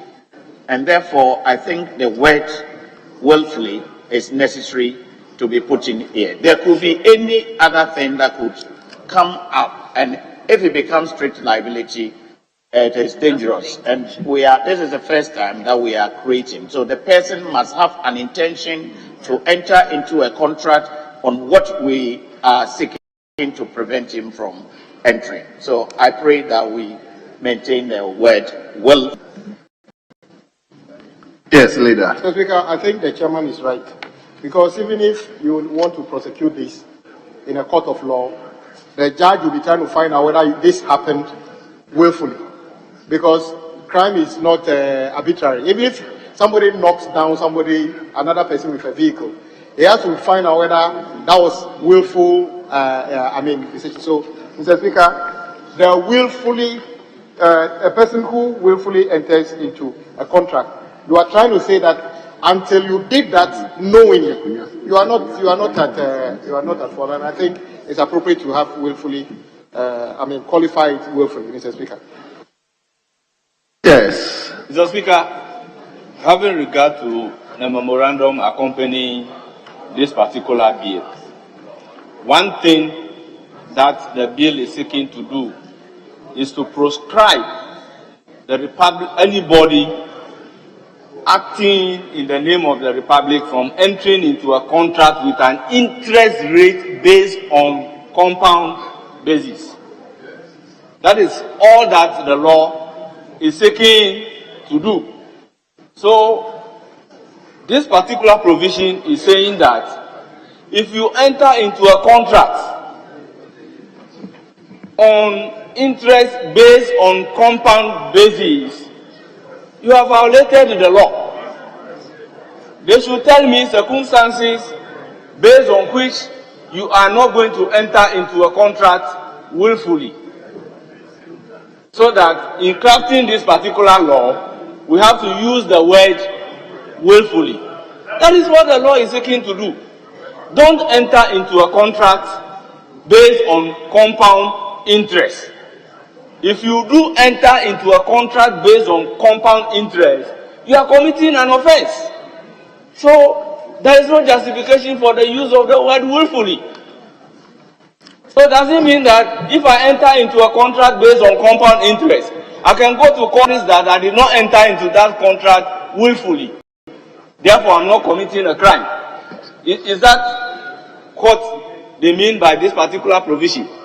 The law prohibits an act. So doing the act will constitute a criminal offense. So the issue of this street liability, then what are we seeking to do?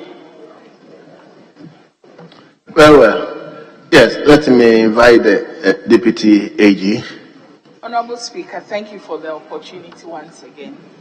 And much as I appreciate the concern of the Honorable Ranking Member of my revered committee, I wish to point out that respectively the jurisprudence on civil and criminal liability are different.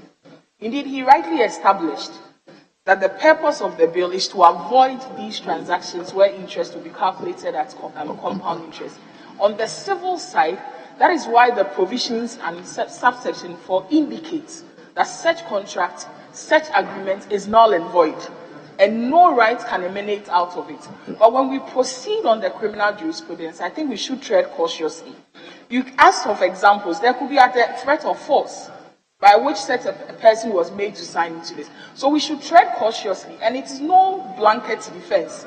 There's the onus then is on the accused person to show that he did it willfully or not willfully. And so, in support of the argument that we maintain the willfully, I believe that it is not fatal that there's the willfully. In any case, no right arises out of that contract because it is null and void on the civil side. But we need to tread cautiously when it comes to criminal liability. Very well. Thank you. Honorable Rankin, will you abandon your further proposed amendment? Other than that, I'll put it in question. Well, Mr. Speaker, on this occasion, I always want posterity to be a judge. I won't abandon it, put it into question so that the record will show. In the event in the future, when they are prosecuting for going contrary into this particular provision, we'll see the problem that will be created by the use of the word willfully. Yes, Chairman, let me come to you Speaker, before I take a decision. let me try once again and reason with my ranking member. Let us take a circumstance where an evidence is led to the fact that a minister was coerced or a minister was lured to a place at gunpoint and said that you should put your signature on this contract. If it happens, if this evidence is led, we can't prosecute such a minister that has signed that contract. That's why it is necessary to allow the words that he is seeking, that is willfully. If it happens like that, the person did not do it willfully. Threat of force could be there. Circumstances can lead to someone not having the intention to enter into a contract, but he did it. The two are completely different. We are creating a criminal liability, and we must be cautious. This has been explained very well by the learned Deputy Attorney General, and I think it's better if my friend reasons with me.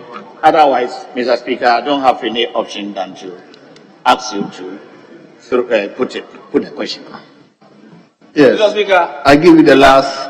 Yes. In our criminal jurisprudence, two things constitute a crime: the act and the intention. So no act entails criminal responsibility unless the mind is legally blameworthy. Therefore, in creating a crime, you cannot be using intention in creating the crime, because it is already a matter that you have to establish in order to ground conviction. So let's look at it this way. If you say a person who enters into contract contrary to this section commits an offense and is liable on summary conviction, and the rest will follow.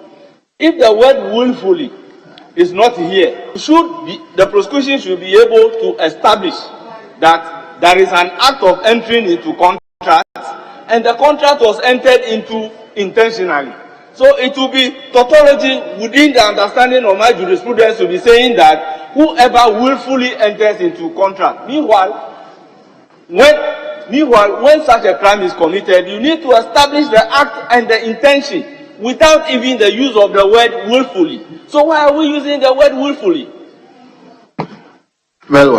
So willfully. Well. What will be the incident? Honorable Ranking, I think since we are unable to settle on one amendment, I'll put the question, and I'll do the original one first. I'll do the original amendment first. Please listen. So members who will respond should know where to respond to. I'm putting the first original amendment first.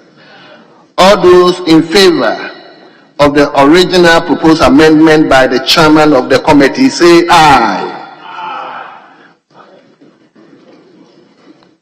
All those in favor of the original proposed amendment by the chairman of the committee, say aye. All those against, say no. Honourable members, the ayes have it. I'm just being fair. It is only few people, but who shouted no. So the ayes have it. I'll put the second further proposed amendment by the ranking. All those in favor of the further proposed amendment by the chairman or by the ranking.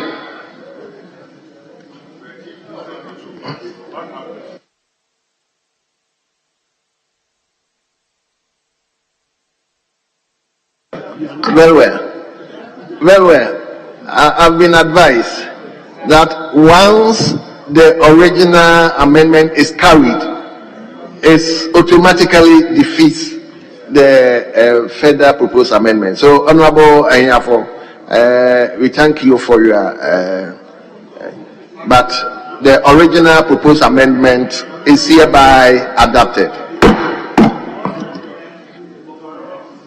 Yeah, Mr. Speaker, before you put a question on 17 entirely, my proposed amendment to delete government in line 2 and replace that with republic, which the chairman agrees with me. Yes. I think, Chairman, this is consequential. Yeah. Yes, Mr. Speaker, I agree, but I didn't hear you put a question on the entire stop. I'm coming. I thought. Right. So I should do the entire clause first. Very well. Honorable members, all those in favor that clause 44 as variously amended stands part of the bill. 17.2. Clause 17.2 as variously amended, please. Clause 17.2. Very well. I was looking at just the. So,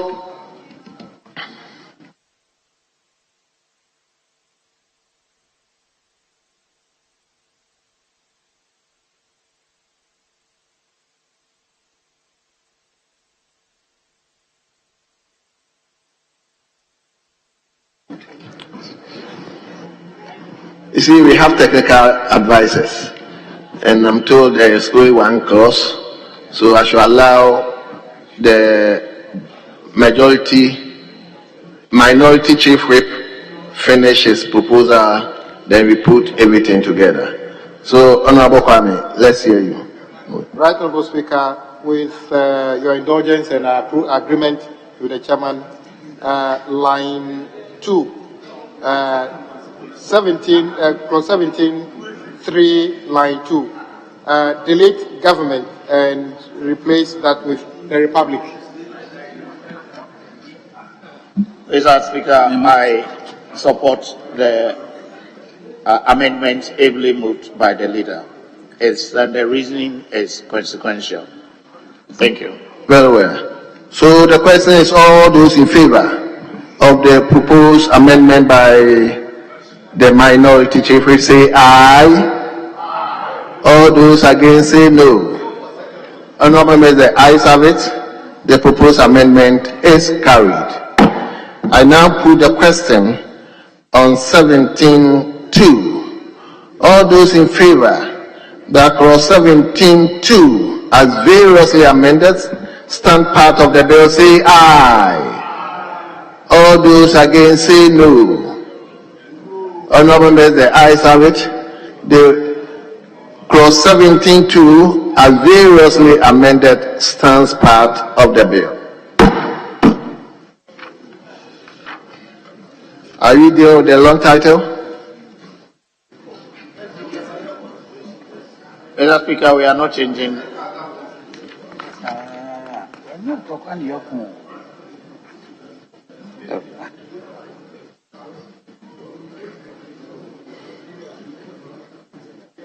Mr. Speaker, we are not amending the long title, an act to amend the Contracts Act 1960, Act 25, and to provide for the type of interest to be paid on a sum of money due to a party of a contract or transaction entered on behalf of the Republic, as captured on the bill. Very well. We are not amending anything. Very well. Honorable members, all those in favor that the long title stands part of the bill.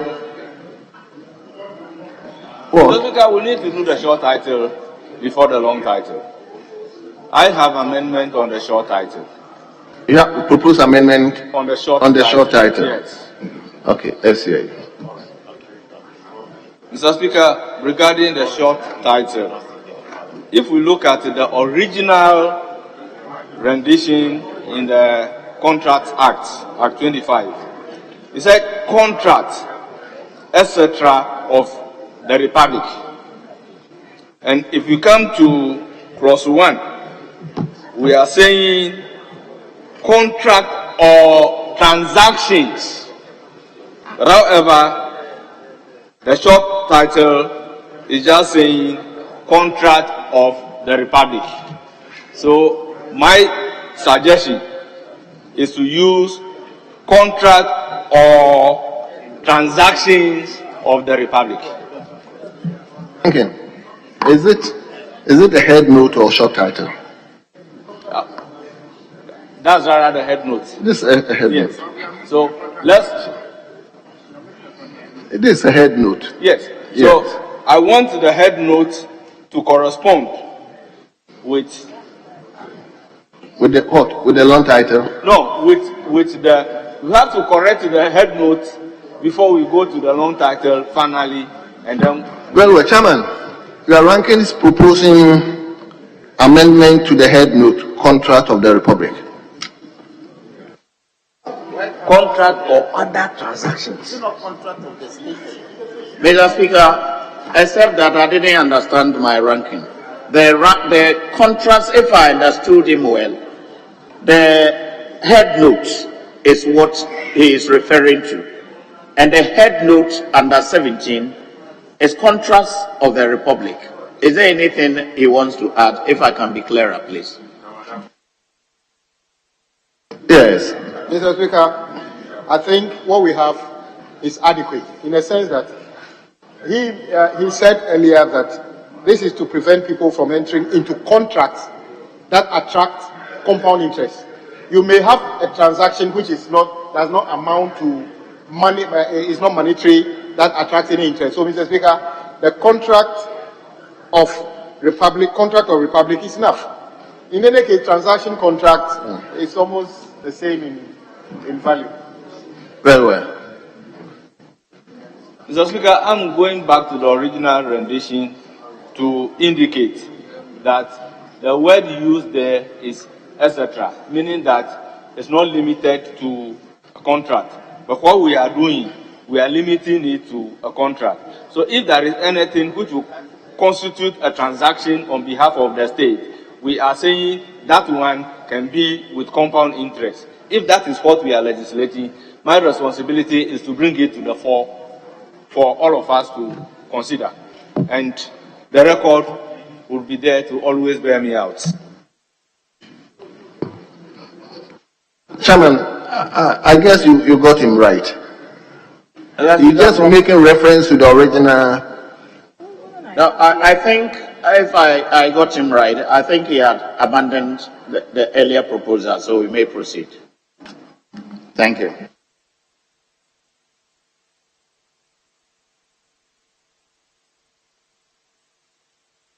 Mr. Speaker, all that I'm introducing is contract or transaction. Mr. Speaker, let's look at it this way. If contract simpliciter is okay, why are we saying that this act applies to a contract or a transaction? Why then are we saying that?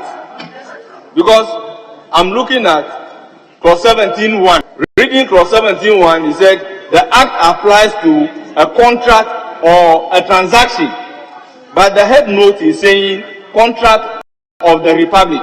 If it is contract of the Republic, then go and consequentially correct section 17 to mean this act applies to a contract. Don't say contract or a transaction.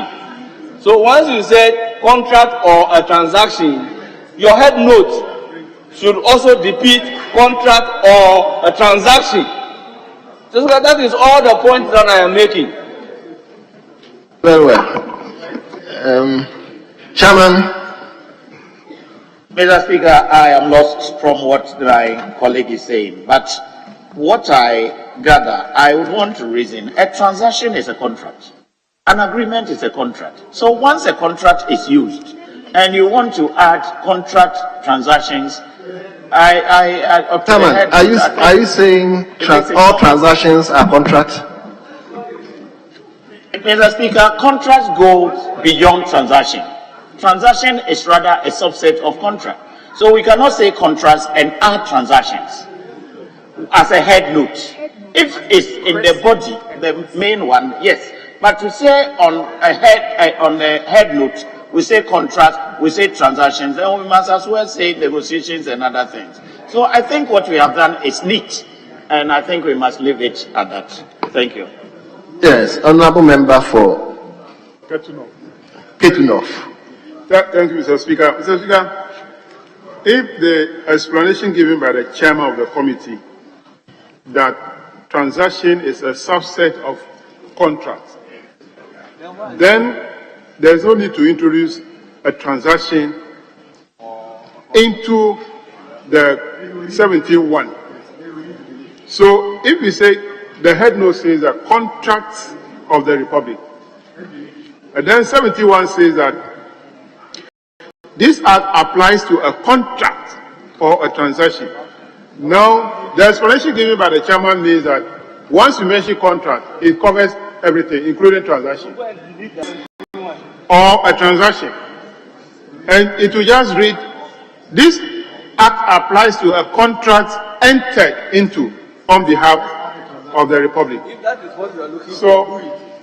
So that it will satisfy what honourable member is also raising.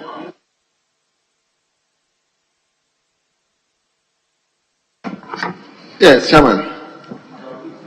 Mr. Speaker, I think what my friend is talking about is 17.1, if I get it right. And it says this act applies to a contract or a transaction entered into on behalf of the Republic as it applies to any other contract or transaction. Is that Mr. Speaker? Yes, this is the substance of the law that we have done. But the head note is what my colleague is saying, that we should rather add transaction to the contract. So we should insert contracts, then transactions of the Republic as the head note. And that's what I think it will not make it neat. We cannot pick everything that we have put by way of substance as head note. So head note must be concise to cover everything, and that's why I think we must leave it as it is. Thank you. Mr. Speaker. I haven't called you. Very well, very well. Let me listen to Dafia Mapo. Speaker, thank you. Speaker, if you have recourse to the original provision, there is included in that provision, etc., as originally drafted. Now we don't draft like that any longer. So we should be able to accommodate other forms of transactions that has the implication of a contract, liability of which the state can suffer. So I don't think that the proposal from Rankin is rather to enrich the legislation, and I don't think that we should stifle his efforts.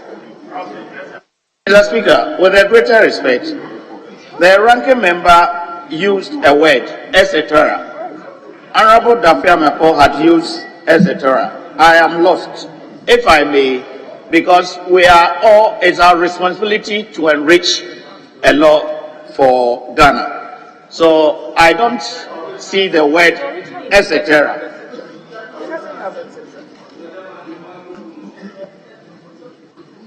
Mr. Speaker, let me help the chairman. Check the original 17, the head note of Act 25, the original one that we are seeking to amend.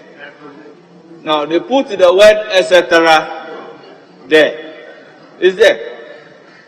Is there? The head note. The head note. I don't see it in mine.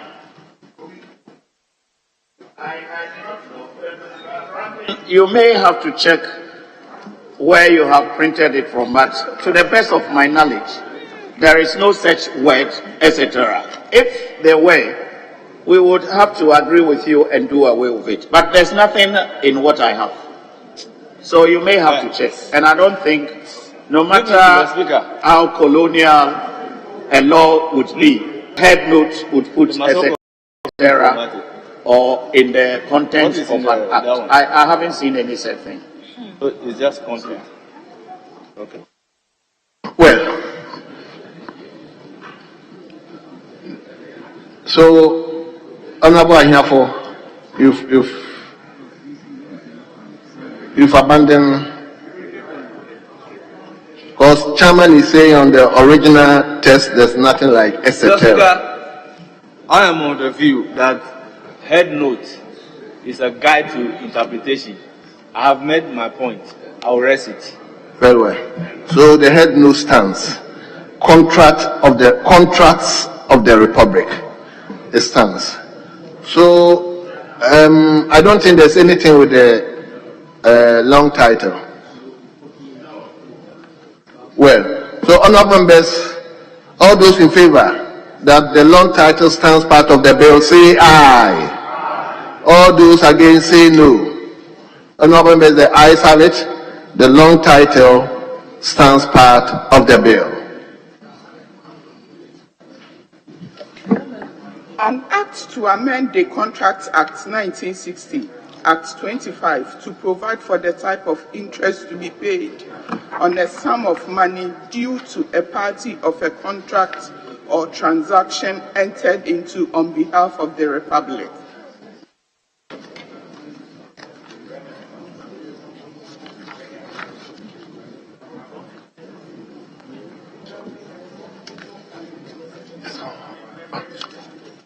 Already.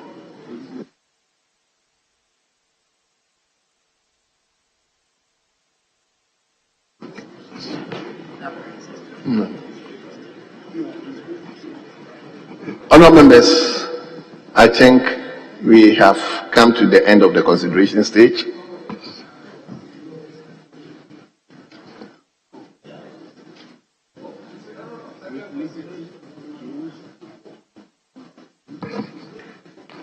Honourable member, Mr. Speaker, you may have a liberty, but we have come to the conclusion of the consideration. No, that's what I'm implying.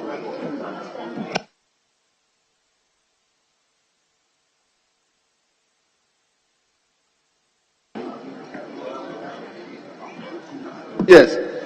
Honorable Rosen, what do you want to ask me? Mr. Speaker, may I seek your leave to apply for a second consideration in this matter, for us to consider a review of one or two provisions, particularly the amendment that carried with it the use of the word willful. Mr. Speaker, indeed, I second the position of the ranking member. Mr. Speaker, may you rule on my application, then I can make my case. I thank you. Honorable members, once you say you are applying, then it means it's a motion, and therefore you have to put the question, right? So, honorable members, Honorable Dafia Mapo would like us to consider further consideration on the bill. So I'll put the question: all those in favor that we grant granting the chance to come out a further amendment, all those in favor say aye. All those against say no.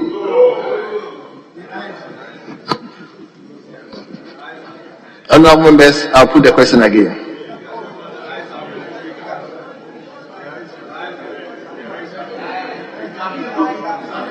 Honorable members, I'll put the question again. All those in favor that the applicant, Honorable Dafia Mopo, is allowed to come with amendment to the consideration or the second consideration? All those in favor, say aye.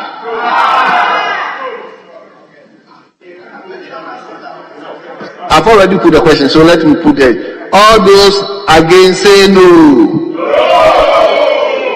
Honourable members, the noes have it.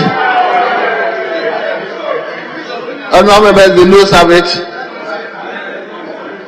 Honourable Dafiamopo's application is turned down. Mr. Speaker, may I call for division on the matter? May I call for division on the matter? Yes, we move to the third reading.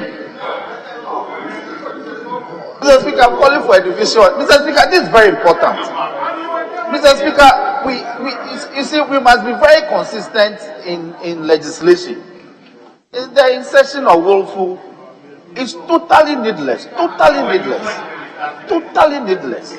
We need to have a second look at that. But we considered it. Honourable, I herefore raise it. I agree. And we put the question. I agree in total with you, but I'm saying that if perhaps I can persuade the House at the second consideration stage, it is very important because we have passed recent legislations and we haven't created provisions carrying willful. Because for a crime to be established, there are two elements. Honourable Dafema, we don't have. I thought you were coming with another area, if not discussed. We discussed this at length. It took us a hell of time, and we put the question. So I don't think we have to go back to the same issue. It's something that we've discussed it at length. Mr. Speaker, that's why I'm calling for a division as part of the procedural matters in this case. This is not abuse of process at all, because we do it all the time. Where a leader himself has led the way in this matter, where we think that provision that has been carried as part of amendments, but ought to be for a second look to be taken of it, we do it. It is to enrich the legislation. We are not here to frustrate anybody. So yes. Don't let that. Leader, Chairman, let me hear you. Mr. Speaker, I don't think my colleague is being fair to me in particular as the chair of this committee. I say this because he's a member of the committee. The rules are there, and I wanted to speak earlier. You can do second consideration on something that we have not discussed and which would enrich the text. This is the very clause that he seeks to say that I would want us to consider its second consideration. We have discussed it some few minutes ago extensively. I don't know if he was not in the room at the time. Then you come in to repeat an earlier argument that ranking member had raised. We have discussed it extensively. This is not a matter that you have to raise as a second consideration. Probably if Mr. Speaker had allowed us, we would have trashed this out. So, Honourable Dafiamopo, nobody is trying to stampede you if you are using the rules rightly. But I think in this circumstance, you are abusing the process. Please. Roxanne, you have the right to challenge my ruling, but like the chairman said, it is something we've actually discussed. We voted on it. So if you weren't in the chamber and you just came in and you want us to go back to the very issue we have discussed and voted on it, please, let's move on.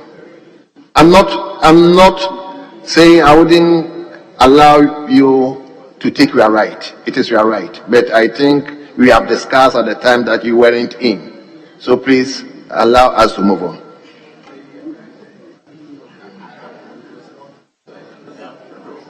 Let me. Okay. Mr. Speaker, thank you very much. Mr. Speaker, my chairman appears to take this in a wrong way. In a wrong way. The fact that I'm a member of the committee, I participated at the consideration stage, does not mean that when I feel strongly about a provision that has been carried, I cannot express my views. So it is the business of the committee that he has efficiently carried. But I'm saying the meaning of willful, Mr. Speaker, is intentional.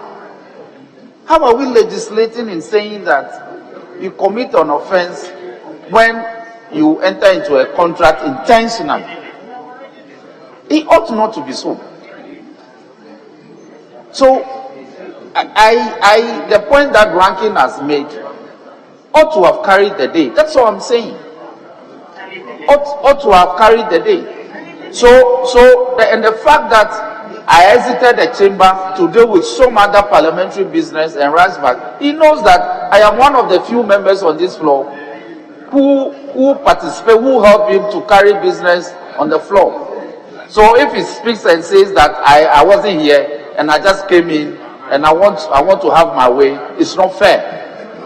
It is not a way to motivate members to help him carry on government business or just listen to what I am saying. So, Mr. Speaker, I will disengage, but the record will bear Ranking and I out tomorrow that we litigated this matter forcefully, but we lost. But perhaps our minority opinion will become a majority opinion tomorrow. I thank you.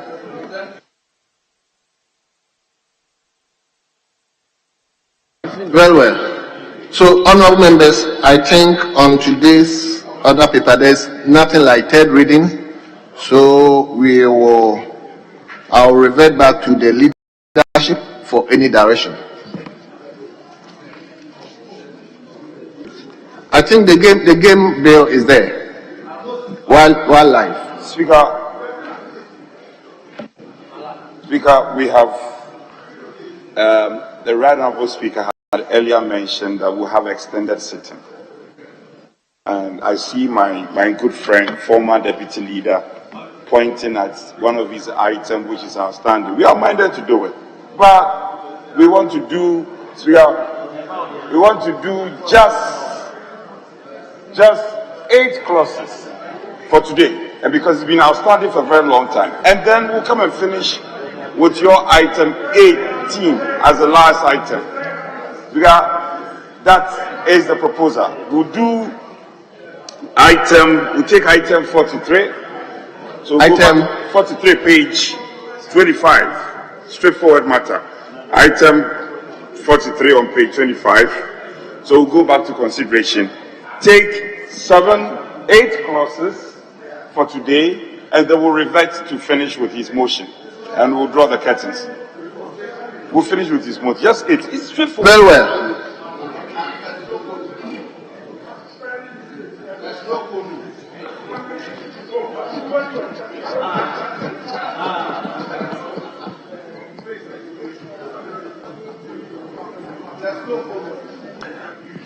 Yes, honorable former deputy leader.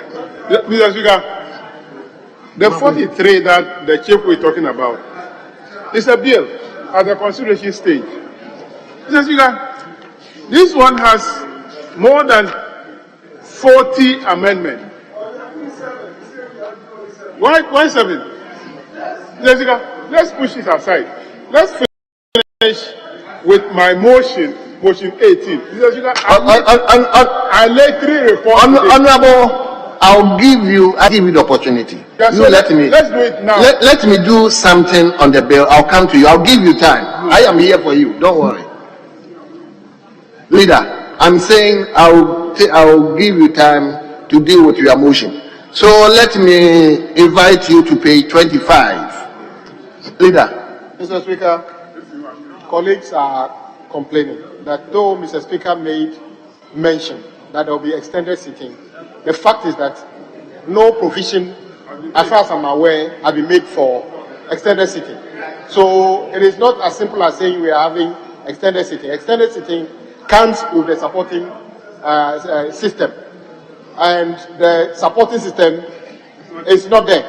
So it is difficult for me to have, or colleagues to accept that we are having extended sitting. It's as if they are being punished. That is the way they are seeing it. So I don't know if you can do anything at this late hour. But Mr. Speaker, I don't mind if we take the... Oh, okay.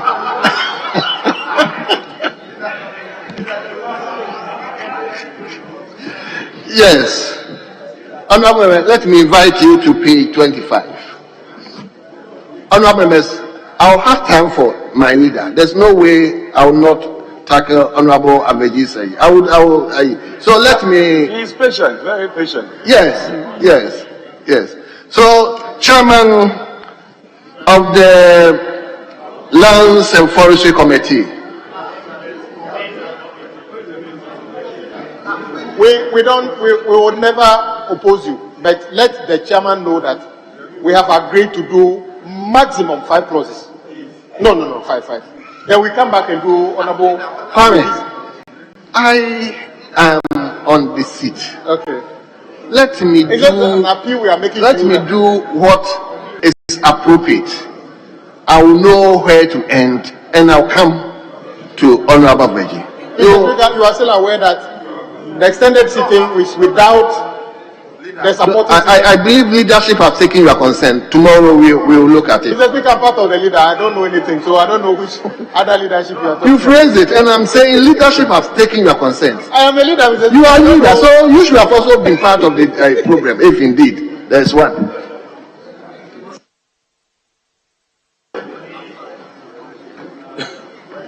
So, Honorable Chairman, we are at the consideration stage of the Wild Resources Management Bill 2022.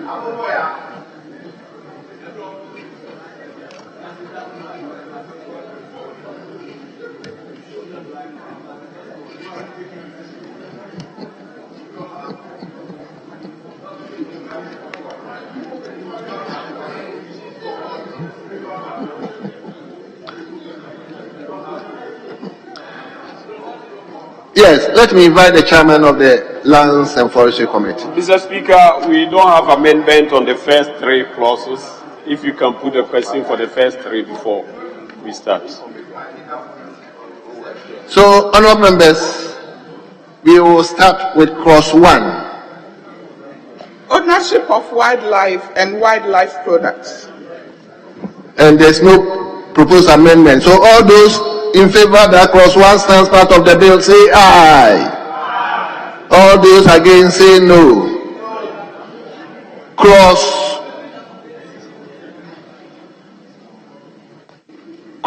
8. Clause 2.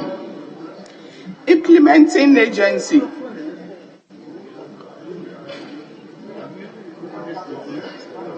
Yes. Clause 2, there is no proposed amendment. All those in favor that clause 2 stands part of the bill, say aye. All those against, say no. Honorable members, the ayes have it. Clause 2 stands part of the bill. Clause 3. Objects of the Commission with regard to wildlife. All those in favor, there is no proposed amendment. So all those in favor that clause 3 stands part of the bill, say aye. All those against, say no. Honorable members, the ayes have it. Clause 3 stands part of the bill. Chairman, clause 4. Clause 4, amendment proposed. Sub-clause 1, paragraph G, line 2, before resources, insert wildlife. Honorable members, there is a proposed amendment to insert wildlife in line 2. All those in favor? Yes. Honorable Ahiafo. Just because I just want to find out from the chairman what's the rationale behind this amendment. We are asked to be debating. Mr. Speaker, the rendition becomes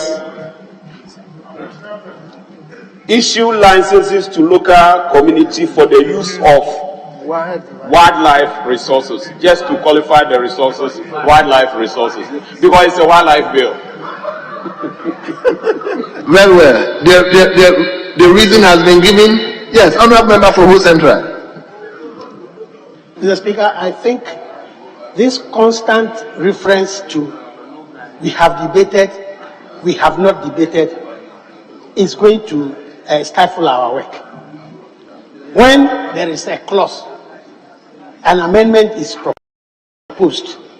If we all agree, we say aye. If we don't agree, we say no. And that is the end of it. Why are we insisting on this? We haven't debated it. We have not debated it. We have debated it. During our work, I think that what the Supreme Court ruled over was not about our discussion or our debate on the bill. The Supreme Court was not properly advised as to how we work in Parliament.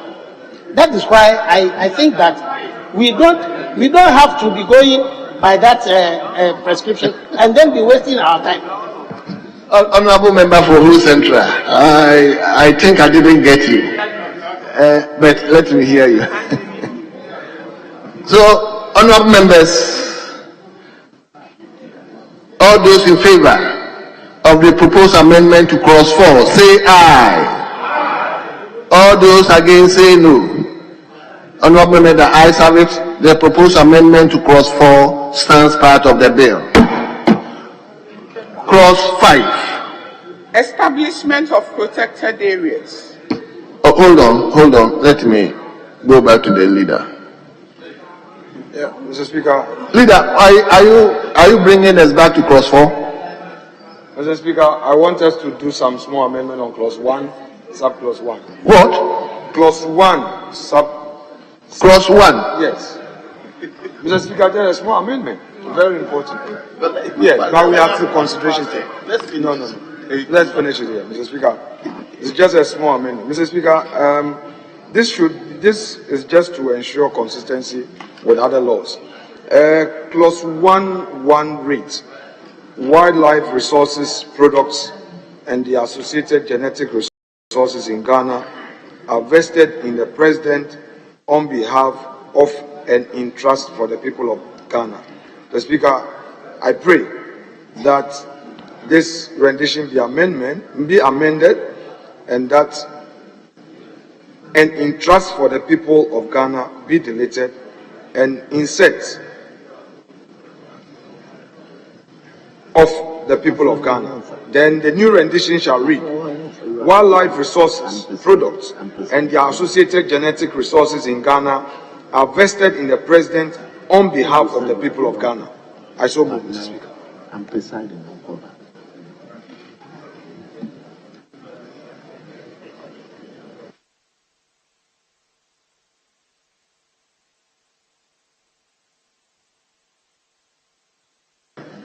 Yes, leader, we are waiting for you. Oh, you finish. Chairman, did you hear his amendment?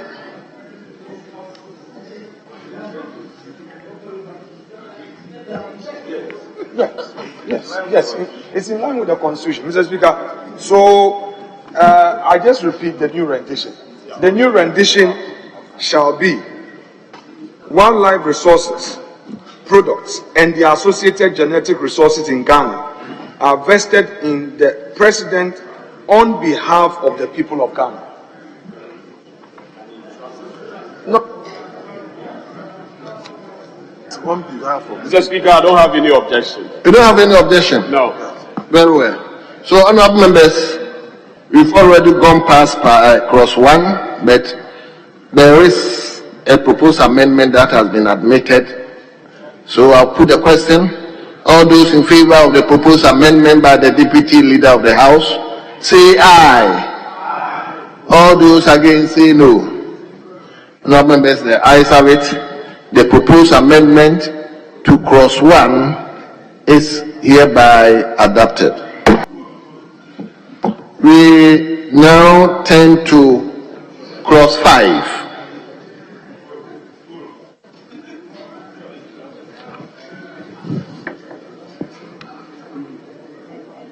Establishment of protected areas. Honorable members, there is no proposed amendment. And I'll put the question. The question is, all those in favor that clause 5 stands part of the bill, say aye. All those against, say no. Honorable members, the ayes have it. Clause 5 stands part of the bill. Clause 6. Objectives of a national protected areas system. Honourable members, there's no proposed amendment on clause 6. All those in favour that clause 6 stands part of the bill, say aye. All those against, say no. The ayes have it. Clause 6 stands part of the bill. We turn to clause 7. Categories of protected areas. There is no advertised proposed amendment to clause 7. All those in favour that clause 7 stands part of the bill, say aye. All those against, say no. Honourable members, the ayes have it. Clause 7 stands part of the bill. Clause 8, Chairman. Management objectives of each category of protected area. Amendment proposed. Subclause 4, paragraph B, line 1. After conservation, insert off. So the new rendition will be size of international importance in relation to conservation of biodiversity. Biological biodiversity. No, biological diversity. Honourable members, this amendment by the chairman. All those in favour of the proposed amendment say aye. All those against say no. Honourable members, the ayes have it. The proposed amendment is adopted. Honourable former leader, I am saying I am in charge. Allow me, I'll give you time. I'll come to you, don't worry. I am saying I'll give you time. We come to clause 9. Management of protected areas. Mr. Speaker, it is the role of leadership to help you manage the House. Myself and the majority whip agreed on 7 clauses. We have done 8. It is just appropriate that whilst you may have more energy, Mr. Speaker, to proceed, members didn't take a break or anything, Mr. Speaker. We will plead with you that we end the consideration at this stage and take Honourable Afeji's motion and agenda and come back on this.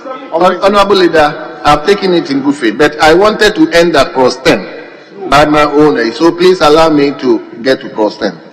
That is or the way so. Speaker, just some clarification. Mr. Chief Whip, did you mean 8 amendments or 8 clauses? Up to clause 8 or 8 amendments? We've done 2 amendments so far. Okay, that's fine. Mr. Speaker, if it is his pleasure, it's okay. So, honourable members, we turn to clause 9. There is no proposed advertised amendment. So I'll put the question.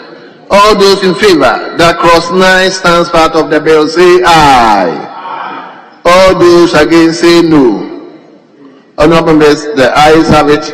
Clause 9 stands part of the bill. Now we turn to clause 10. Entry Chairman. into protected areas. Yes, Chairman. Subclause 2, paragraph D. Mr. Speaker, we advertise line 2, but we want to change to line 3. And then after the director, we insert with the approval of the commission. And then we cancel to enter or reside in a protected area. So the new rendition will be a researcher, scientist, tourist, or visitor granted permission by the executive director or the authorized representative of the executive director with the approval of the commission. Very well. Honourable members, there is a proposed amendment to clause 10 by the chairman. And the question is, all those in favour of the proposed amendment say aye. All those against say no.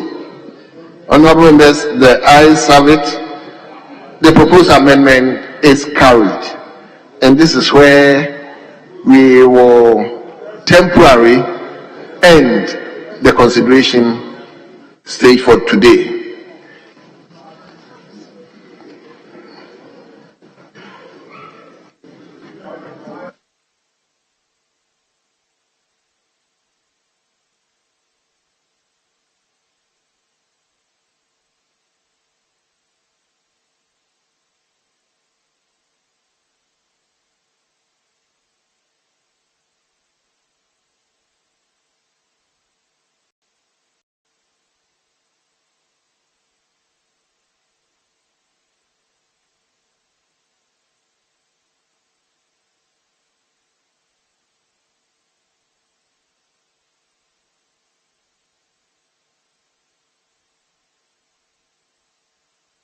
Mr. Speaker.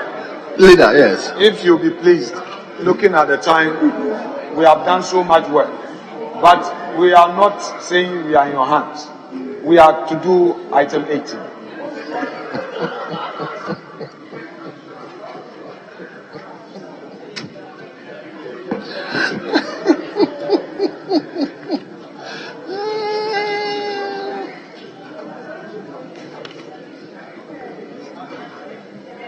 Mr. Speaker, it's motion.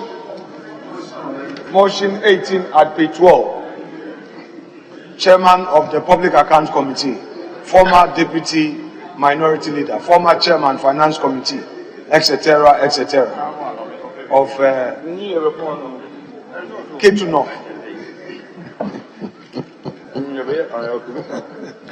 Move your motion.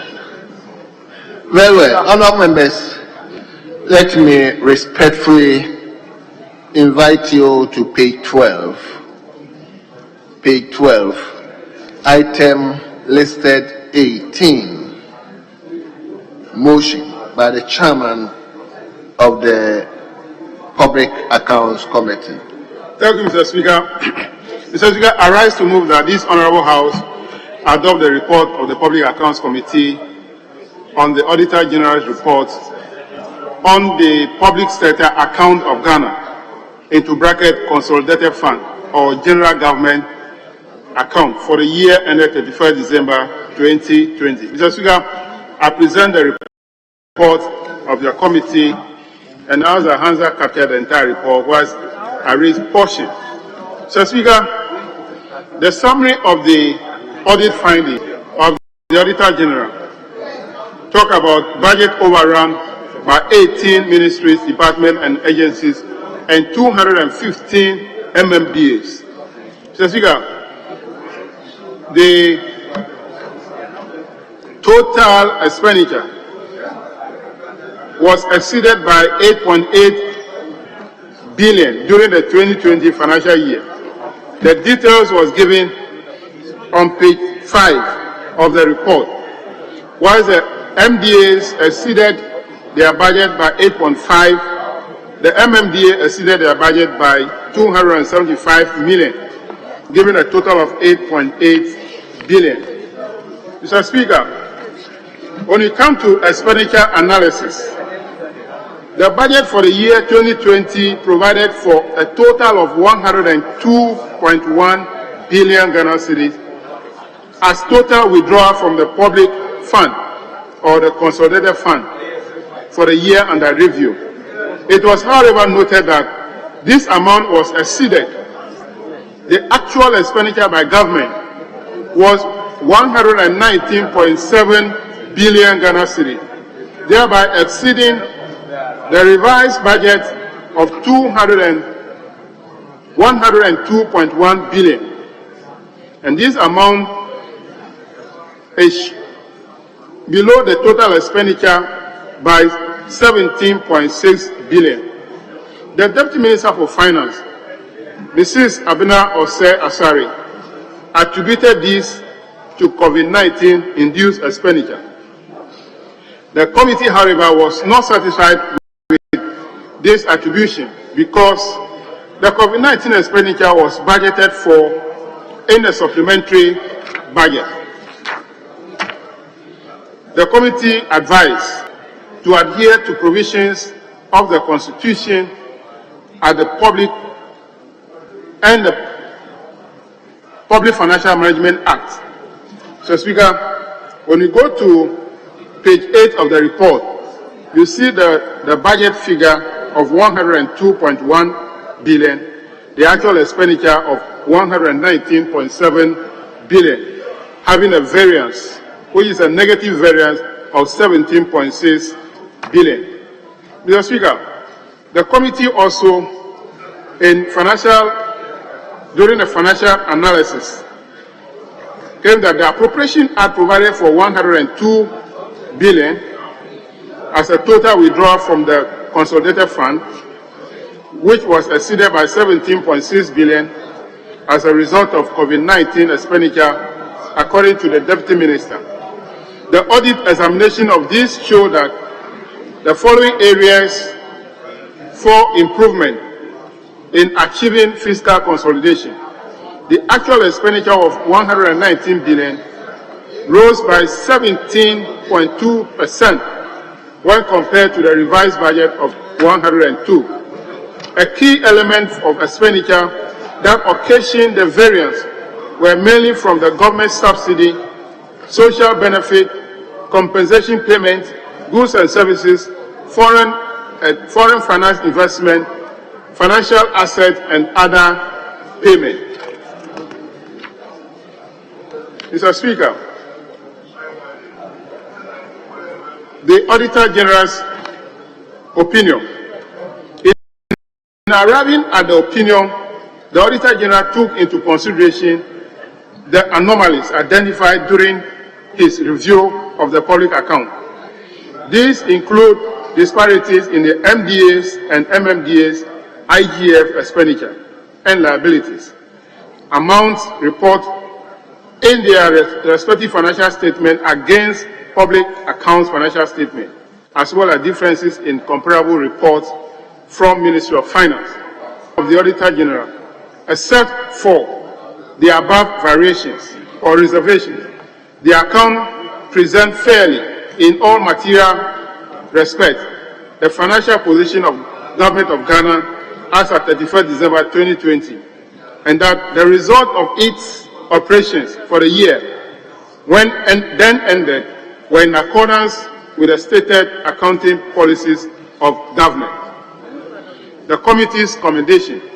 The committee noted that Ghana is one of the few governments that prepares full consolidated account for the country, covering central government, local government, and state-owned enterprises.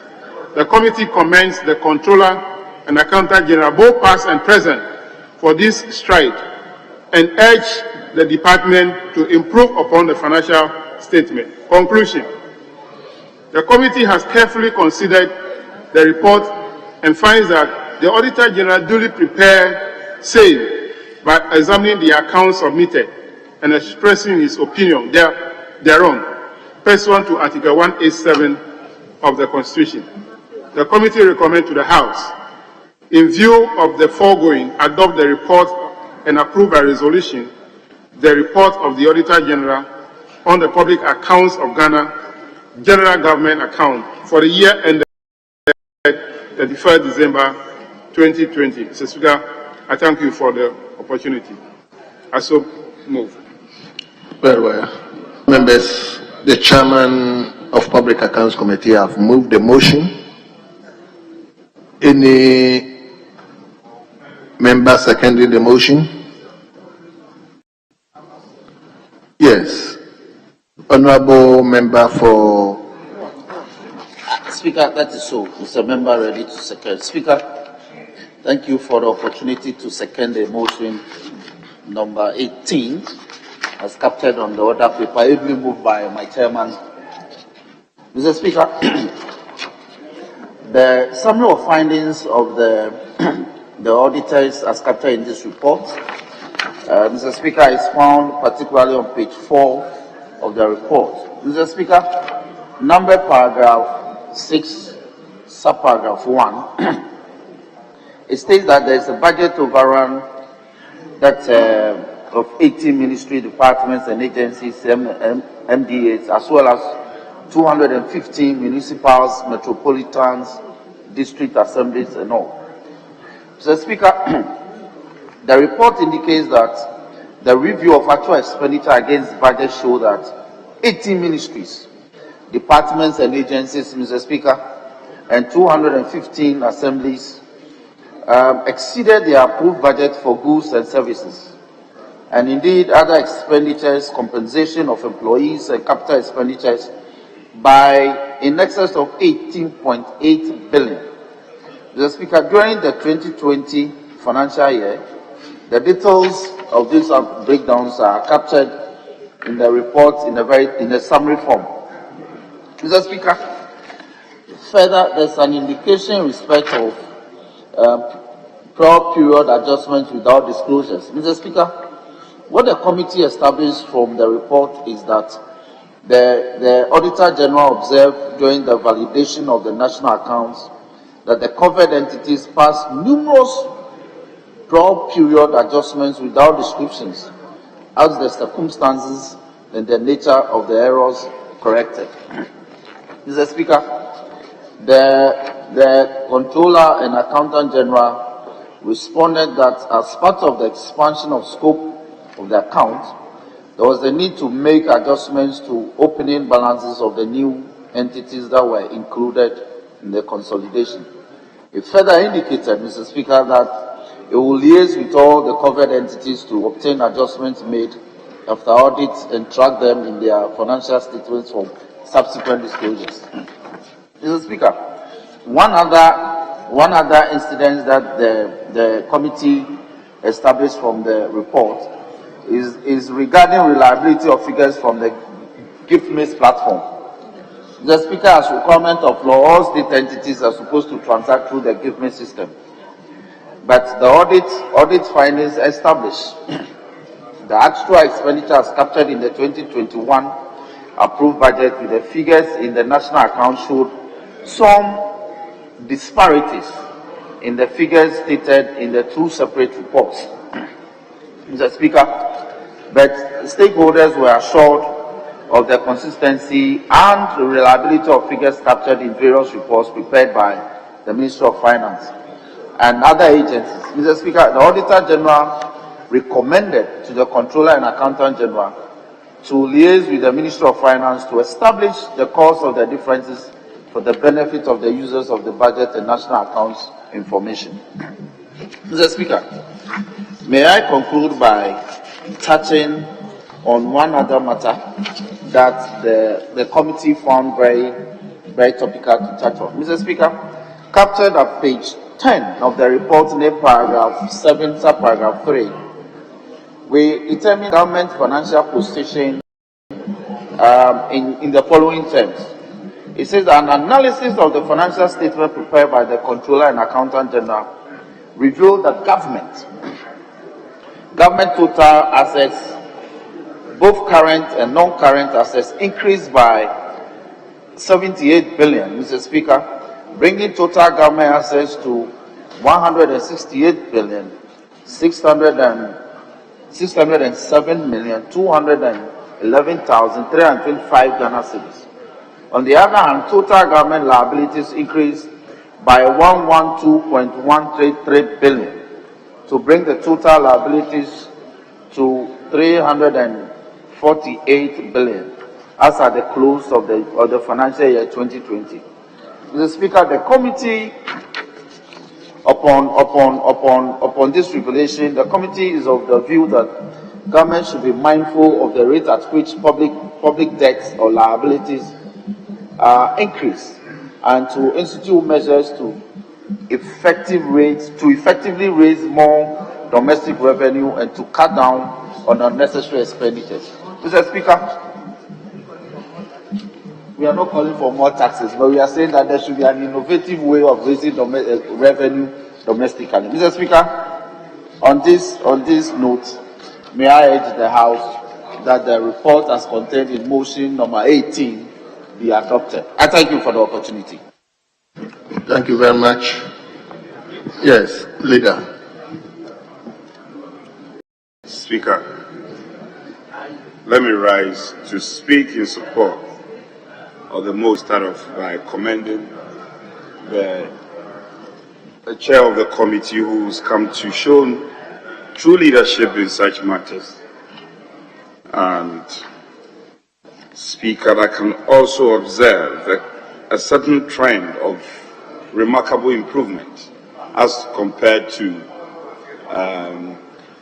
earlier reports that have been presented in terms of public sector account. Safe to say that concerns about variance in expenditure was mainly traced to COVID-19, as was presented by the Deputy Minister of Finance, and that's also because of government intervention in the area of subsidy provision and I think social benefits and payment of compensation.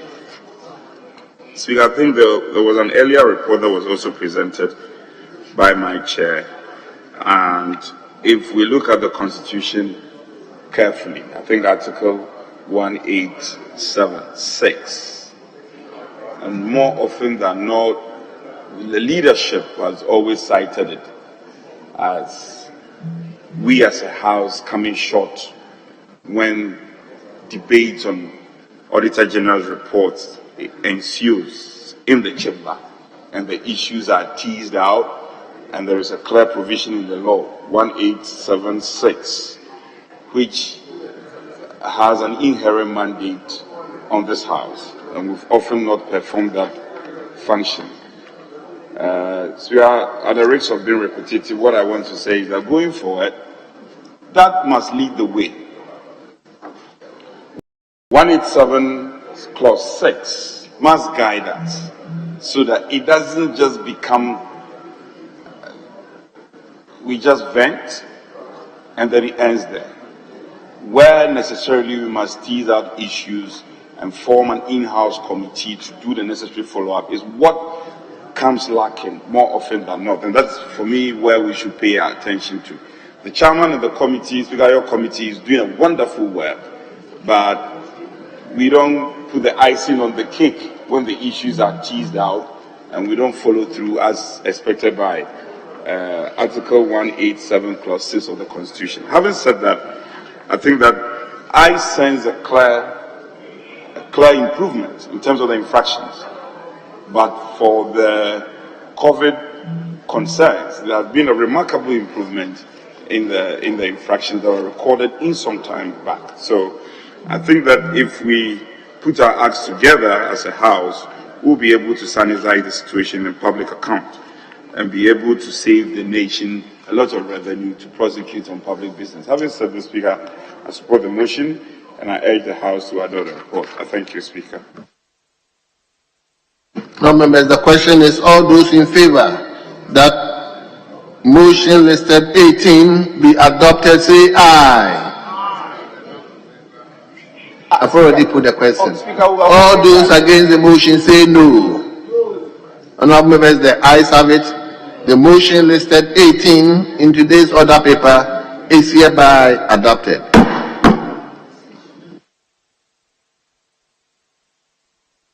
You don't come to worry me, eh? Yes, leadership, let me come to you.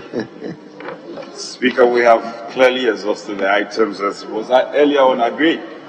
And having regard to the time, we are squarely in your hands, Speaker. But the items have been all dispensed of, duly dispensed of, as was earlier agreed. And Speaker, let me commend the fortitude and the patience for us to go through, and particularly my colleagues on the other side who have supported, especially on the two bills, the contract amendment bill, and then of course the wildlife bill.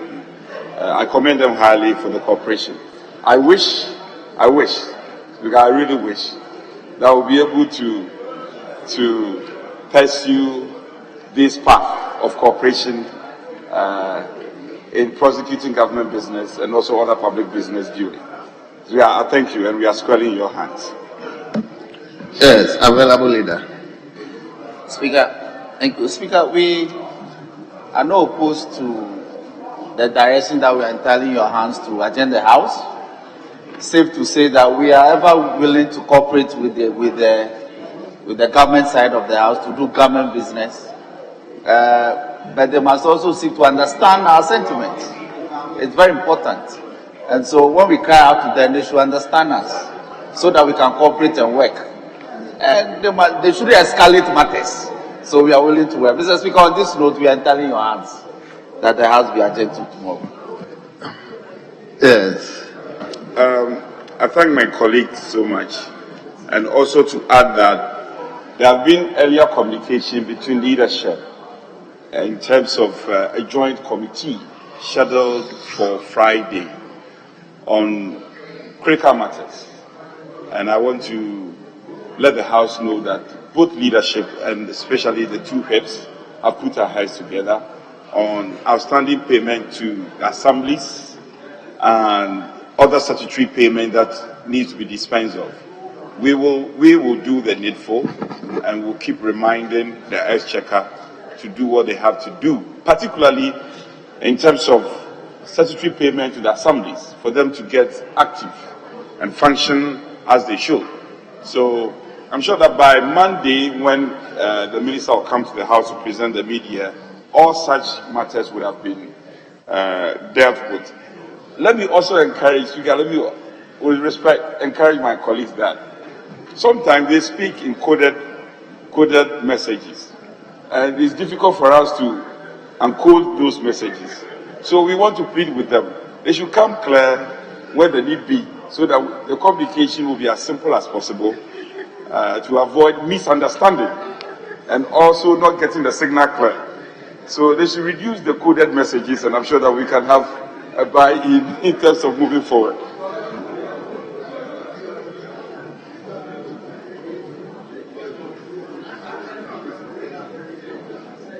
Mr. Speaker, let me decode one of the messages. You must make provision for extended sitting. Your members, including me, you are the chief welfare officer of the House. So, Mr. Speaker, I have decoded one of the messages. I thank you. Honourable members, let me thank you whilst we bring proceedings.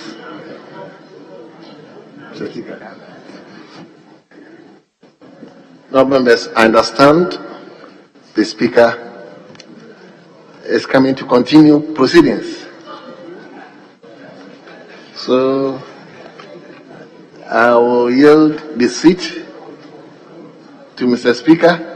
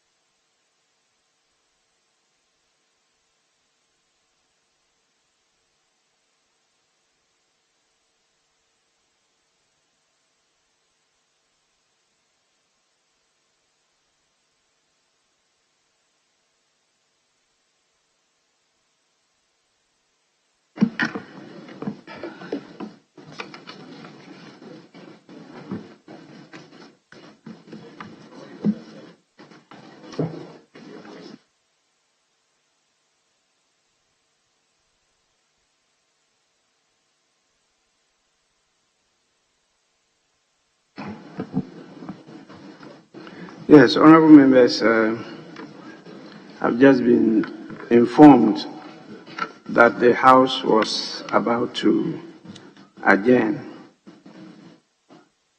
But I did indicate when I was giving the chair to the first Deputy Speaker that I will be back,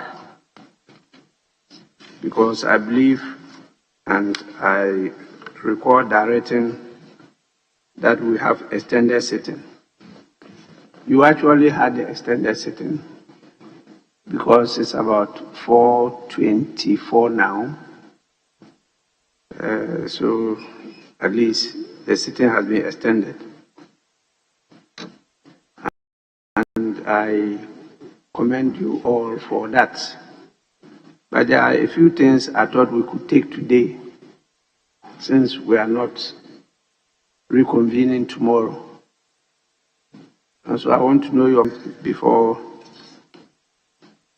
I commit you to handling them today. They are quite easy and simple bills,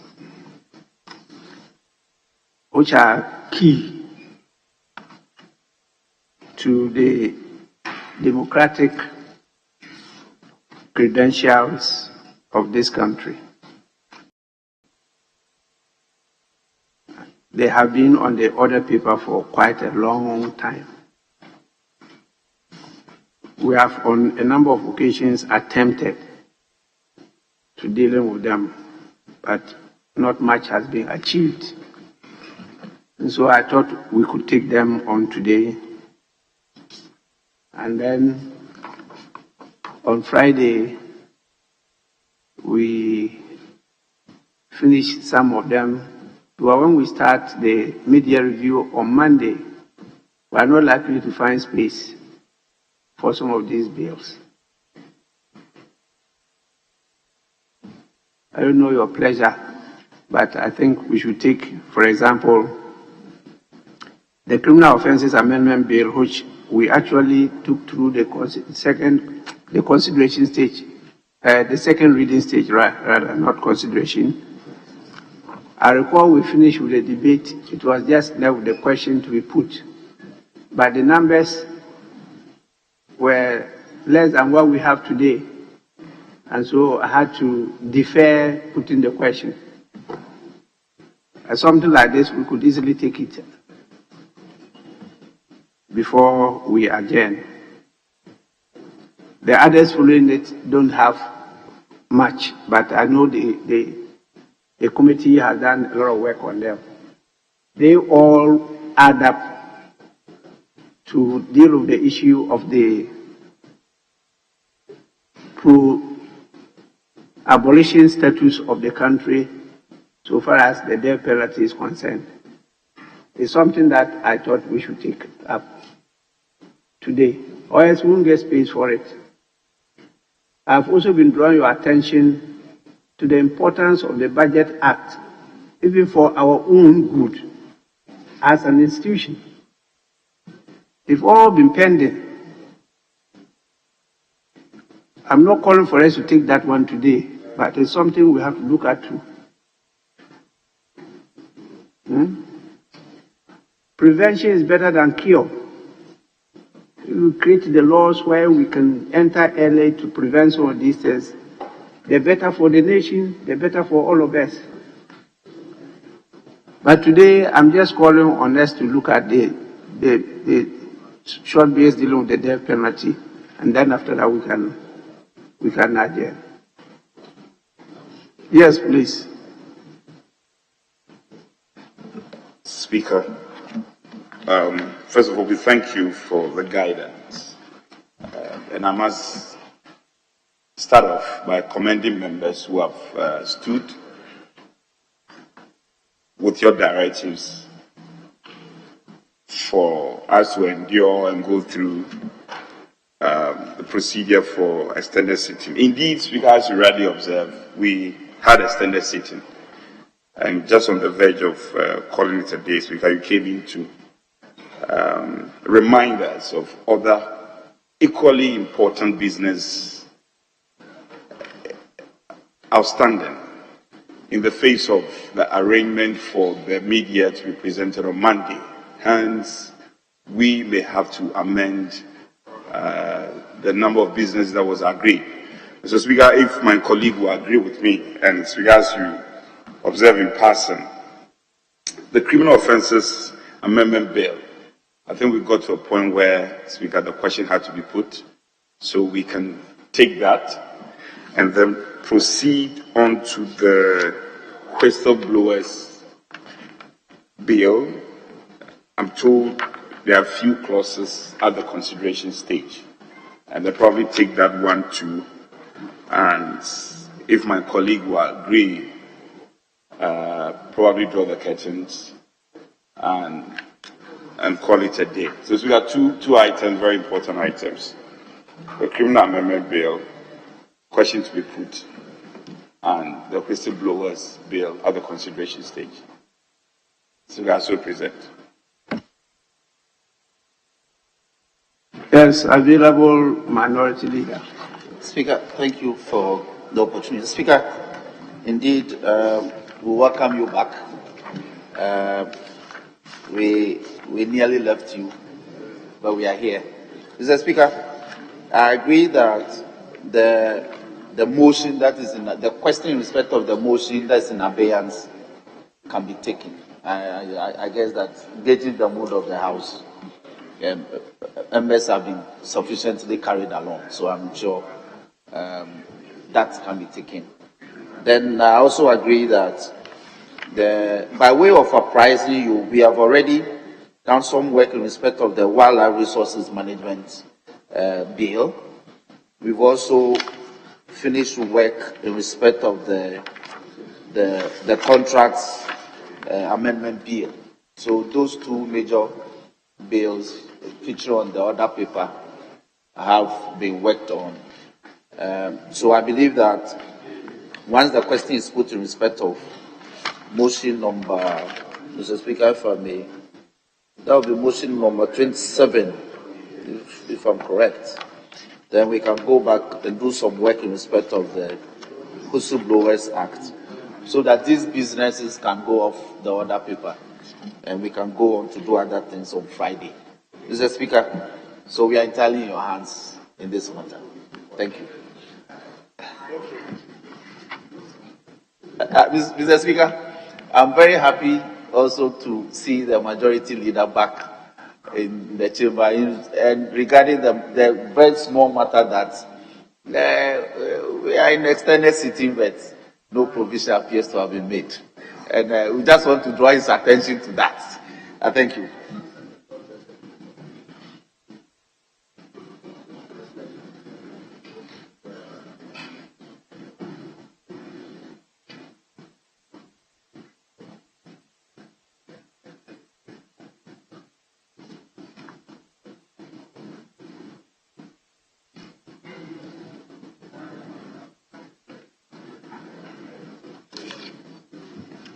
So, honorable members,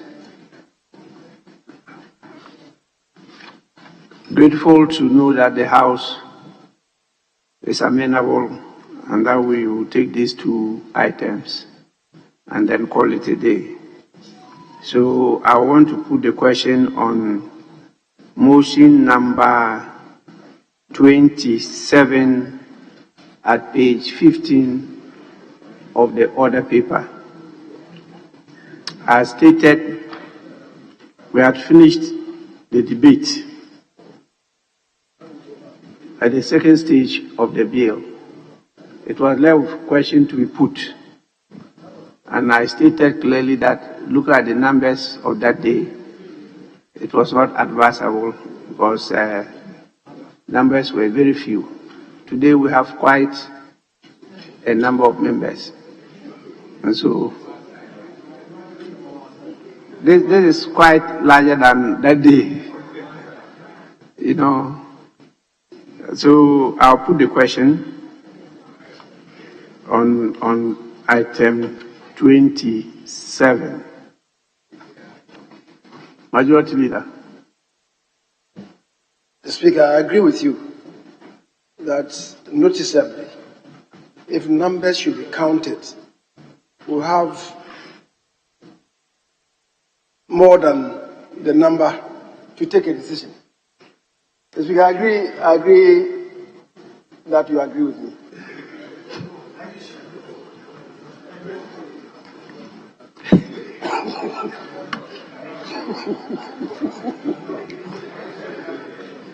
Honorable members, this question doesn't arise.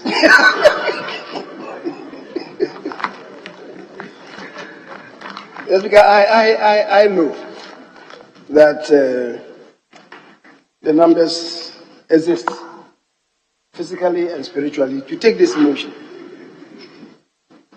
I'm saying, and I'm pleading that you put the question on motion listed as item 27. And I enjoin you so to do, knowing that we have sufficient numbers to take the decision. Honorable members, I put the question. In favor of motion number 27, say aye. Aye. Those against, say no.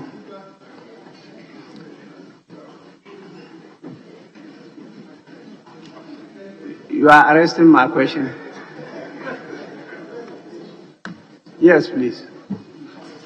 Right, Honorable Speaker, when you look at page 15, motion number 27, the concluding portion of that states, debate to continue, which is, I don't know whether it's an error, but what is there is debate to continue. That's just what I want to draw your attention to.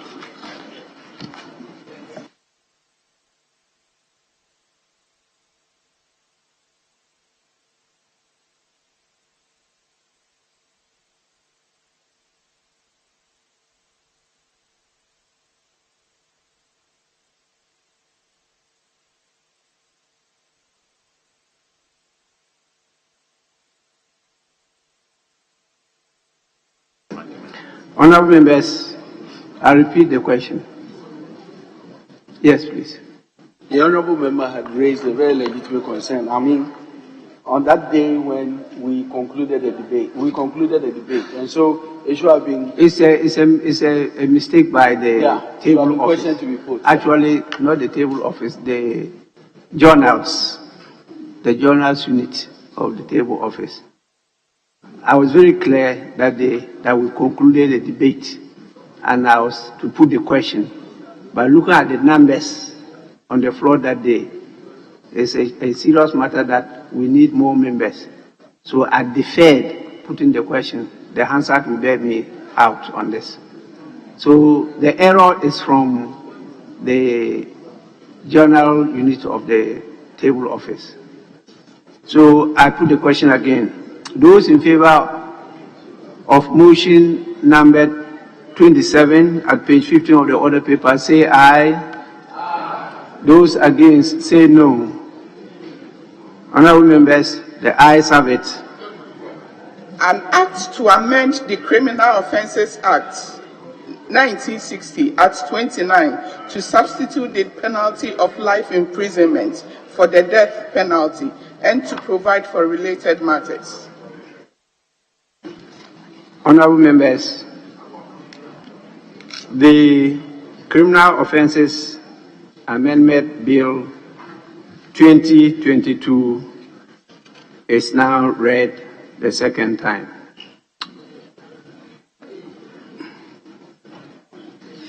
We'll move to the wildlife.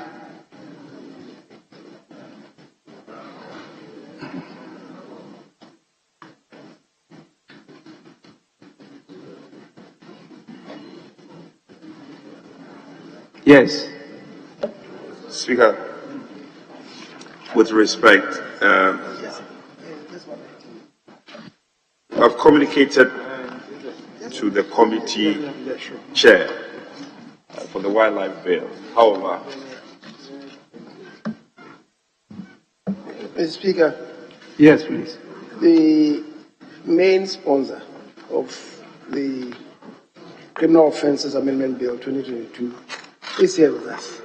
And since it relates to just one item, maybe we could take it through the entire processes and move to item number 28.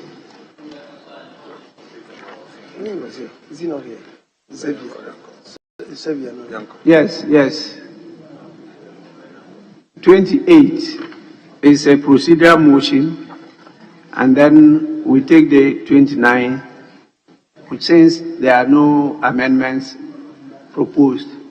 So we finish with the one dealing with the death penalty, then leave the rest for another day.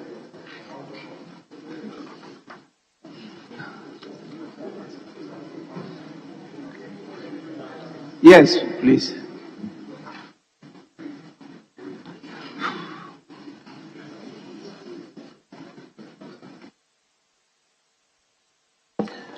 Mr. Speaker, I move that motion number 28 be now taken. Item 28 on item 28 on page 15 to be now taken. Honorable members, any seconder?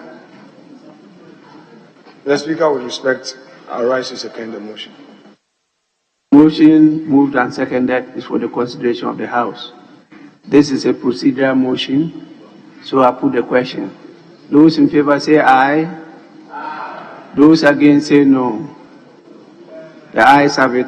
The motion is carried. We take item 29, page 16 of the order paper. Criminal Offences Amendment Bill 2022 at the consideration stage.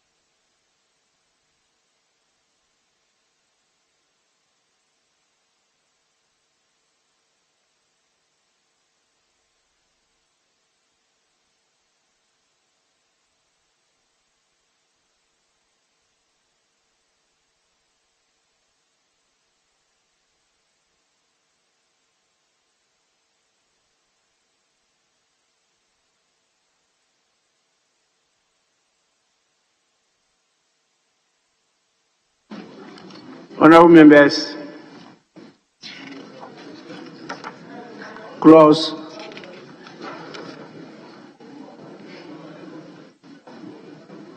Clause 1.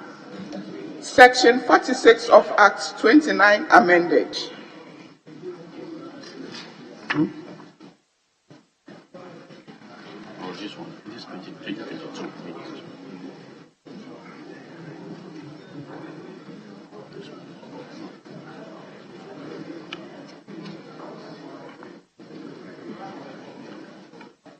Honorable members, Clause 2.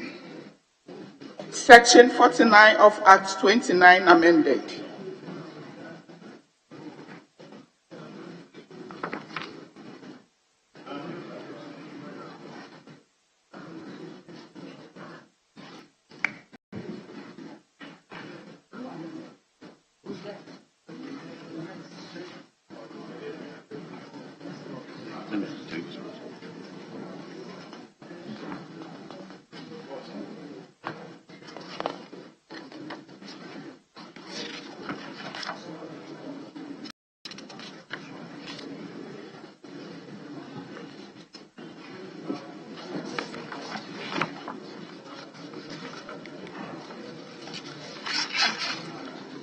Clause 3.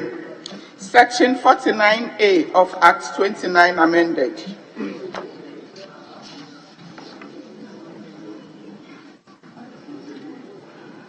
Clause 4. Section 194 of Act 29 amended.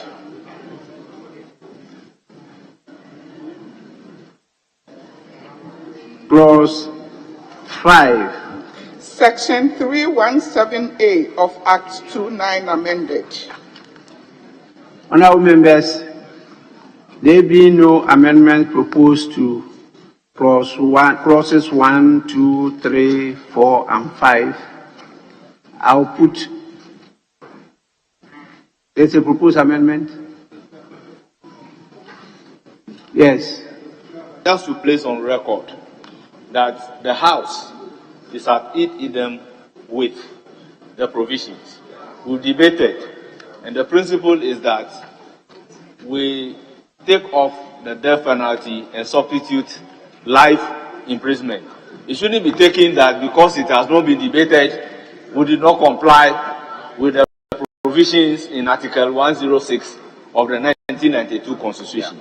We are doing this particular exercise because debating the principle at the second reading, we all agreed that we should substitute life imprisonment for death penalty. And that is what exactly we are doing. That is why we seem not to be debating issue as how we usually do when it comes to clause by clause debate. And there is also no advertised amendments. Mr. Speaker, with your leave, may I proceed to add on to what my honorable colleague just said. Mr. Speaker, I would like to believe that the real burden in the submission of my colleague was in respect of what the Supreme Court recently said. Mr. Speaker, the truth of the matter is, even the Supreme Court itself did not speak with one voice. One panel member had to switch positions when the matter came under review. But as a house, we have our own jurisprudence. So it is not about, Mr. Speaker, going by the dictates of necessarily, even if we are adding them, we have to debate. With the greatest respect, I disagree with them. And that should not create a new jurisprudence in this house. They themselves, Mr. Speaker, it means that even if we go again, or somebody applies for any review, if there is any such procedure, it is likely that a member will change his mind. Because within weeks, a panel member who was in minority changes to become a part of the majority. So anyway, that notwithstanding, Mr. Speaker, I would want to rest my case and then perhaps you put the question.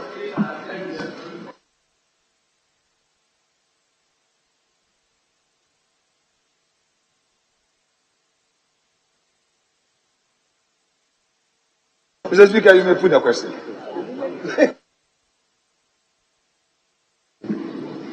Well, you want to be heard? Mr. Speaker, my leader wants to gag me in this matter. Mr. Speaker, just to propose that I stand to be corrected, but for the sake of some clarity, may I propose that we take the provisions one after the other? That's what I did. Oh, very well. That's what I did. Very well, Mr. Speaker. Yes. I'm guided. Mr. Speaker, thank you. Honourable members, I put the question again.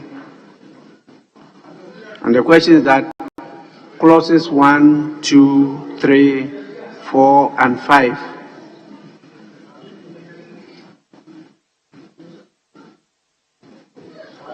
Yes, please. Thank you, Mr. Speaker. Mr. Speaker, sorry, I was following the proceeding from the office, and I realized that you wanted to carry out this bill. Mr. Speaker, I was hoping to have a further amendment to 1, if you permit me. Even though I couldn't get it advertised, I know at consideration stage the rules are a bit relaxed. And if you permit me, I'll be grateful to take an amendment, a further amendment to, oh sorry, Mr. Speaker, maybe I have to get what we're doing. The proposed amendment is at 46. Is it the one that we are taking or we are? Yes, so Mr. Speaker, the one on 46, I was hoping to take a further amendment there. To what? If you permit. There is no proposed amendment to it. If you are proposing an amendment, say so, but there is no proposed amendment, so that you say further amendment. Oh yeah, Mr. Speaker, I want to propose an amendment to the 46. That is section 46 of Act 29.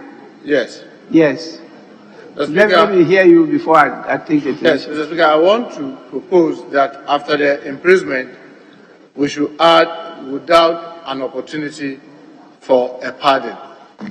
Mr. Speaker, the reason why I'm saying this is that murder is such a very serious thing. And, Mr. Speaker, the only reason why I'm been supporting this is simply because sometimes in our part of the world, the investigators don't do their investigation very well. And therefore, there's a tendency for an innocent person to be incarcerated.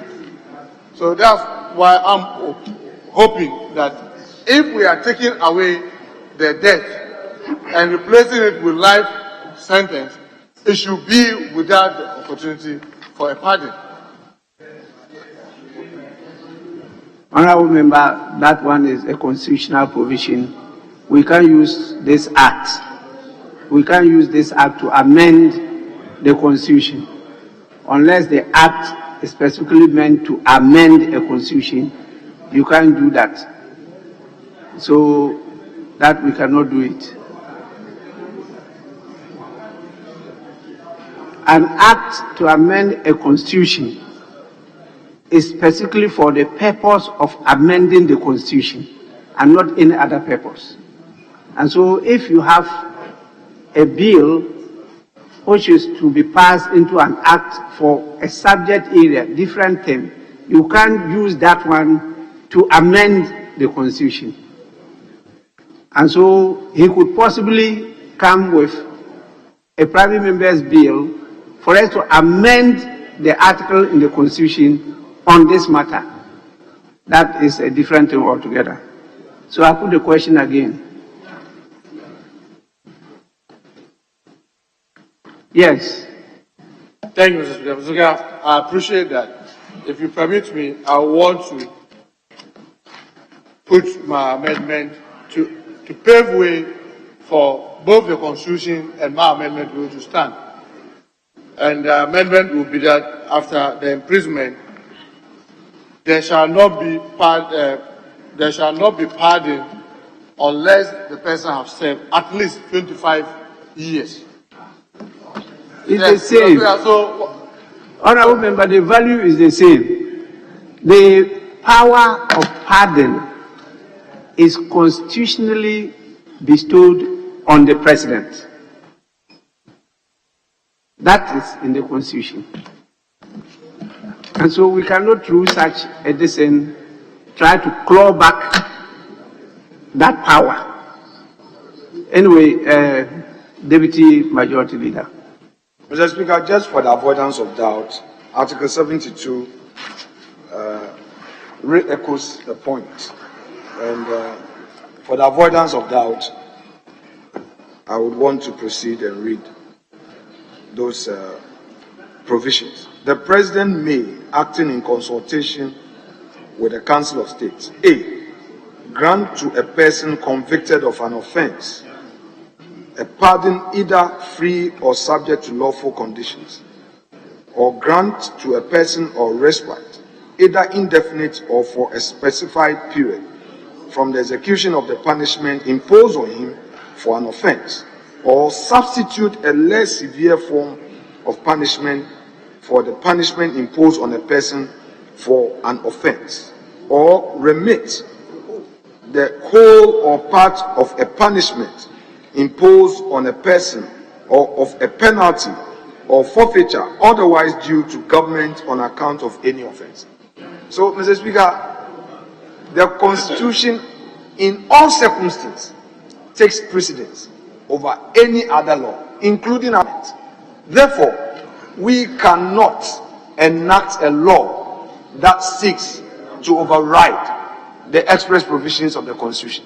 So, what you are trying to say, I can understand your sentiment, is that, well, somebody who, out of better word to use, for want of a better word, willfully killing somebody has committed murder, and it's a serious offense. Murder is a serious offense.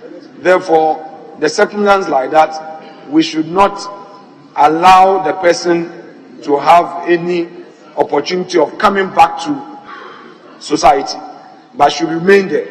Yes, that sentiment may be well placed, but the Constitution has injuncted that sentiment of yours by giving powers to the head of state to exercise some discretion to even free him or her. So that sentiment cannot have its way. That is all the point. I thank you, sir, Mr. Speaker.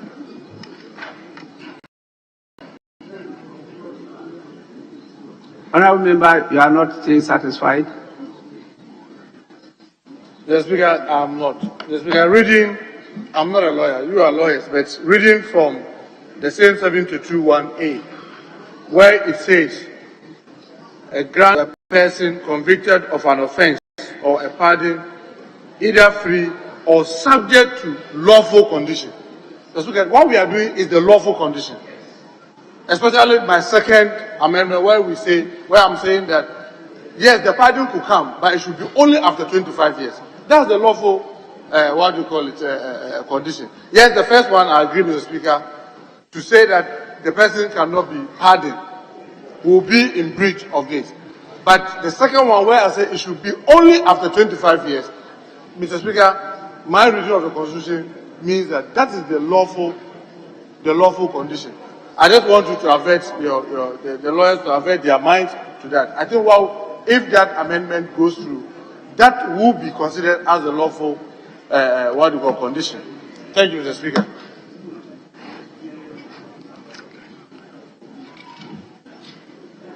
Let's listen to the non-lawyers first, then the lawyers can respond. Thank you, Mr. Speaker. Mr. Speaker,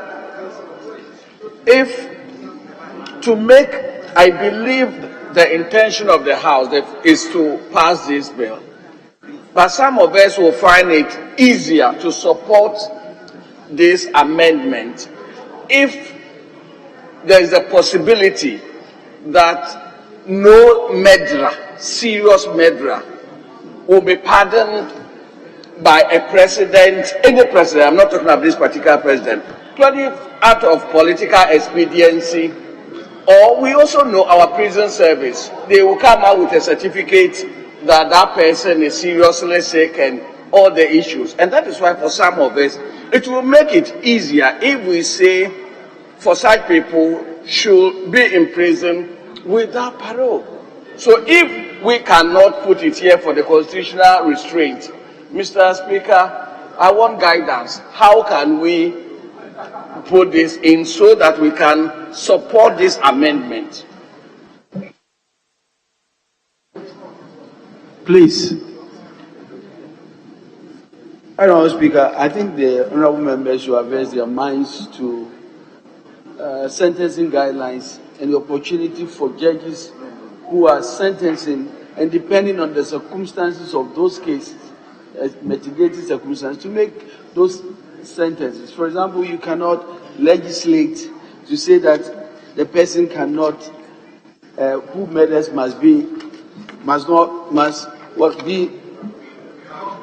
cannot be pardoned. It depends on the circumstances, and I believe that is why, for example, in sentencing, somebody will be sentenced for life without the possibility of parole, and somebody will be sentenced for life and he has the chance for parole. So I don't believe that those can be legislated. Yes, please. Mr. Speaker, the article that has been read to us, Article 72,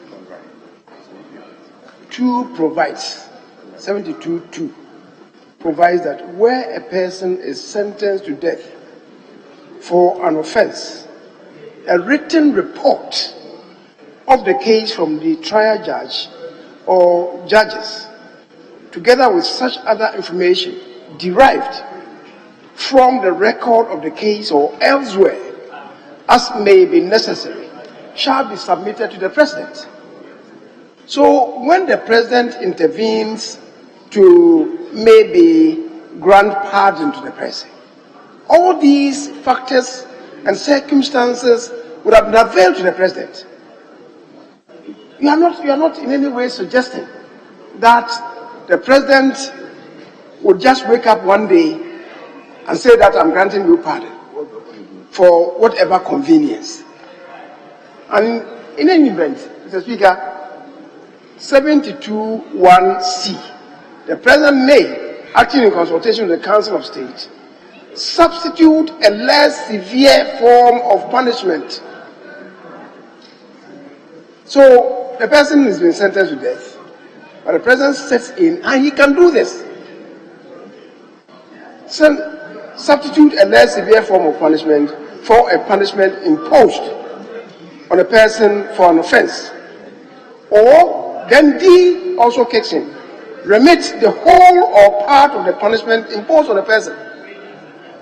Now you are saying to us that by what you are saying, then the provision contained in 72(1)(c) and D cannot be operated by the President. Then you are seeking to amend the constitution by the back door, which, Mr. Speaker, should not be accepted by this House. And I think that we are veering into, by this suggestion by my colleague, the member for Asawase, we'll be veering into some form of constitutional amendment through the back door, and it should not be entertained. The Speaker, so that is the point that I wanted to make.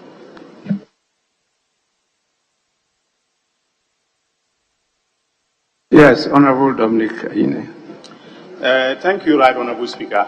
It appears to me that a position is being taken to the effect that the constitutional power of the President to exercise the mercy is totally unfettered. But I disagree with that view. I disagree with that view. Is totally what? Unfettered. In other words, there is no fetter on the exercise of the power of the President. Yes, yes, yes. You know, relating to the prerogative of mercy. But, Mr. Speaker, I'm saying that I disagree. First of all, is because the constitutional grant of power is discretionary. So, first of all, when the President is exercising that power, it must be subject to Article 296 of the Constitution. So, there's a constitutional fetter internally with respect to the exercise of the power. He cannot do it in an arbitrary way. He cannot do it in a way, in a way that is prejudicial and so on and so forth. Secondly, Mr. Speaker, if you look at 72(1)(a), it says that the President may grant to a person convicted of an offense a pardon either free or subject to lawful conditions. Now, Mr. Speaker, where do those lawful conditions emanate from? The lawful conditions emanate from this House. This is the only House that can enact law relating to punishment, either in terms of the amendment to existing legislation such as Act 30, that is the Criminal and Other Offences Procedure Act, or some other statute in respect of which we have imposed penalties. So I support the position taken by the Honourable Member for that it should be possible for us to say that the pardon should be subject to lawful conditions, and that a person is not entitled to the pardon until he has done at least 25 years in jail. Okay, because the fact that we are taking the death penalty off issues of murder does not necessarily mean that, okay, we are granting freedom to the President, to grant pardon to such persons. So, Mr. Speaker, I support the amendment proposed by the Honourable Member for Asawase. Honourable Dominic Aine, as a seasoned lawyer, a former Deputy Attorney General, Minister for Justice, that by so doing, you'll be amending the Constitution. And there's a procedure for amending the Constitution. That's why I agree with him, and I said that the only way you can do what you are trying to do is to come specifically with a bill to amend the Constitution. But you cannot use just a bill on another subject, not meant to amend the Constitution, to amend the Constitution. The second thing is that there's vast difference, Honourable Dominic Aine, there's vast difference between lawful conditions and lawful provisions. Lawful conditions, lawful conditions. So there's vast difference. He has a point which he wants to put across, and he has a number of people sympathizing with him. But how to do it is not through the bill. Yes, Honourable Bernard Ahefo. Mr. Speaker, looking at the provision carefully, Mr. Speaker, it says, the President may, acting in consultation with the Council of State, A, grant a person convicted of an offense a pardon, either free or subject to a lawful condition. Mr. Speaker, the proposal being made is to the effect that after 25 years, the President doesn't have the right to exercise this particular constitutional power to grant pardon. Yes, that is why I'm saying that not before 25 years. That is, the President can only exercise the power after 25 years. And that clearly will be in contravention with Article 72 of the 1992 Constitution. The lawful condition that the Constitution is mentioning is a condition that will go with the grant of the pardon by the President. Therefore, if you interpret the lawful condition to mean a condition precedent to the pardon, then you will be wrong in interpreting the Constitution. The condition must go with the grant of the pardon. I am granting you the pardon on this condition. But to say that the President does not have the right to grant the pardon until you have spent 25 years in prison, clearly, if you make that particular law, it will be in contravention with the Constitution of the Republic of Ghana. And the Constitution is the supreme law of the land. Any law found to be inconsistent with the Constitution, to the extent of the inconsistency, would be void. Therefore, we cannot carry out the amendment in the former creed. Mr. Speaker, I so submit. Exactly why we say the proposal will be amending the Constitution.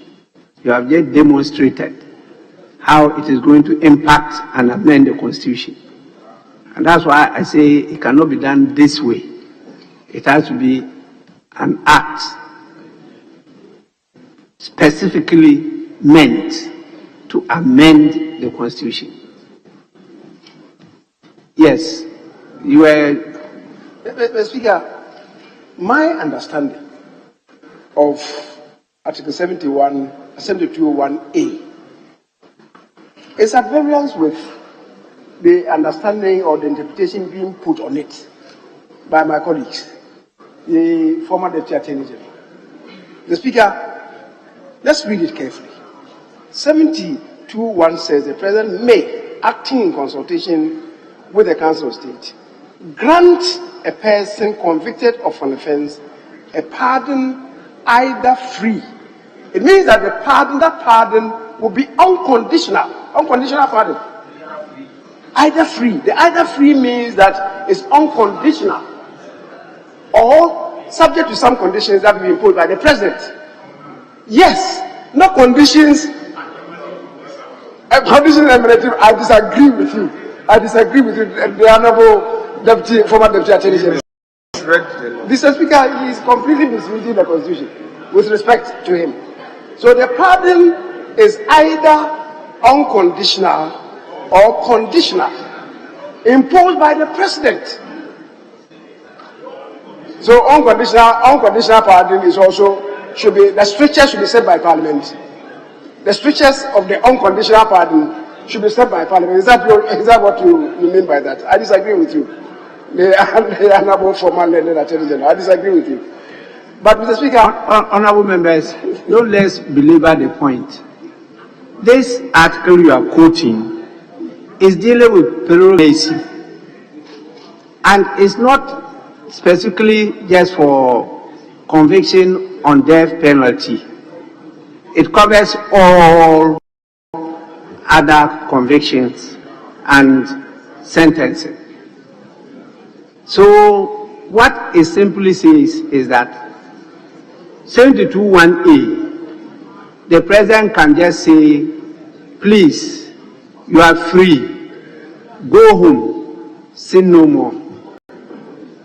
Or the President can say, I will grant you pardon, but subject to you entering even a bond to be of good behavior.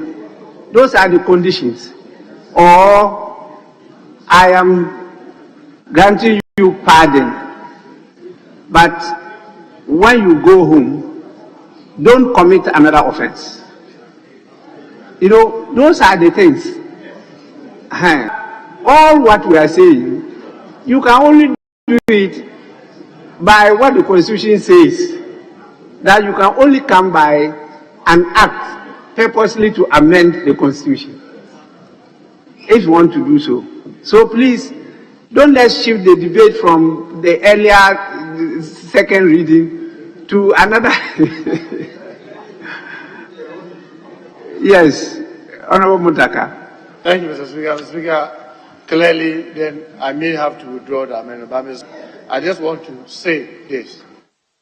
If we cannot do some limitation, I want to draw this House attention that we are going to do a very dangerous thing by taking away the death matter, the death sentence.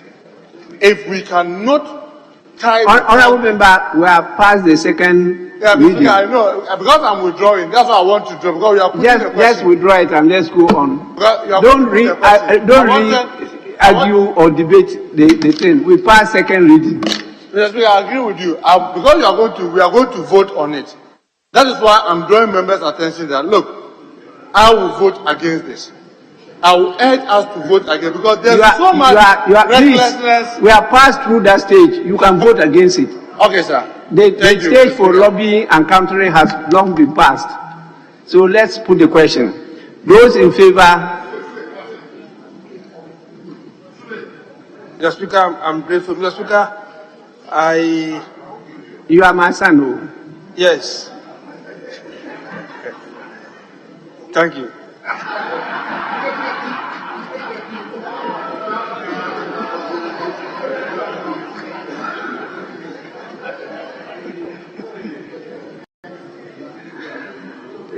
Actually, if you had gone further, the Paramount Chief would have dealt with him.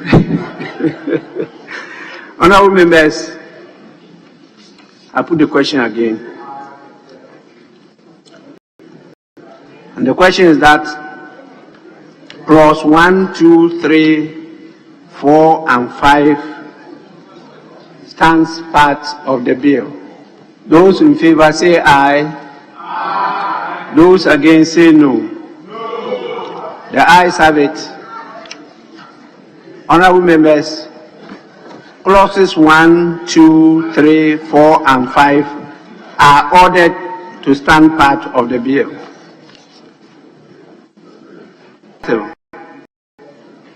An act to amend the Criminal Offences Act 1960, Act 29, to substitute the penalty of life imprisonment for the death penalty and to provide for related matters. Honorable members, the question is that the long title stands part of the bill. Those in favor say aye. Those against say no. The ayes have it. The long title is ordered to stand part of the bill. Honorable members, we finished the consideration stage of the Criminal Offences Amendment Act 2022.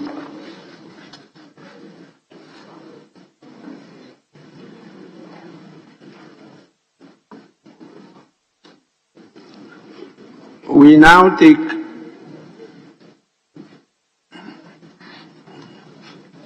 item 30.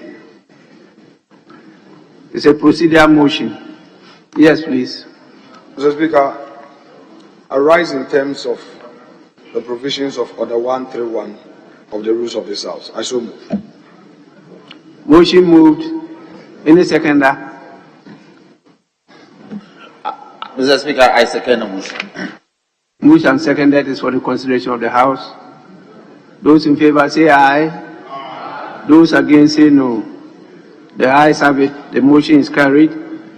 We move to item 31. Motion that the Criminal Offences Amendment be now read the third time. Yes, please. Any seconder? Mr. Speaker, I beg to second the motion. Honourable members, I put the question. And the question is that the Criminal Offences Amendment Bill 2022 be now read the second time. Those in favor say aye. Those against say no. The ayes have it. Honourable members, the Criminal Offences Amendment Bill 2022 is duly read the third time and passed. An act to amend the Criminal Offences Act 1960, Act 29, to substitute the penalty of life imprisonment for the death penalty and to provide for related matters. The Criminal Offences Amendment Bill 2022 is read the third time and passed.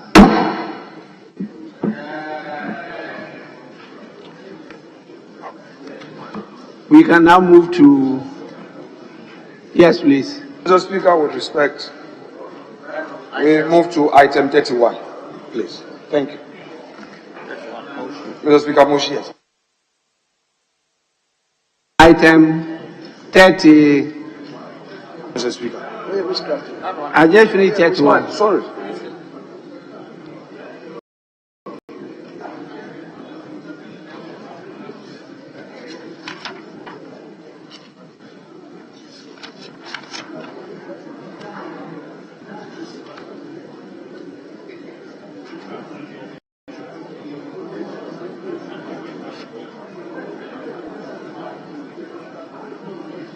No, whistleblower.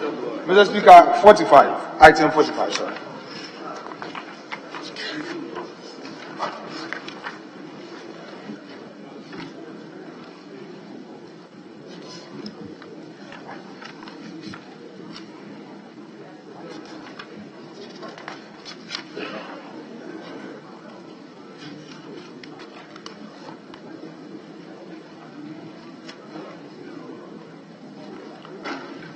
Honourable members, item 45, page 30 of the order paper, Whistleblower Amendment Bill at the consideration stage.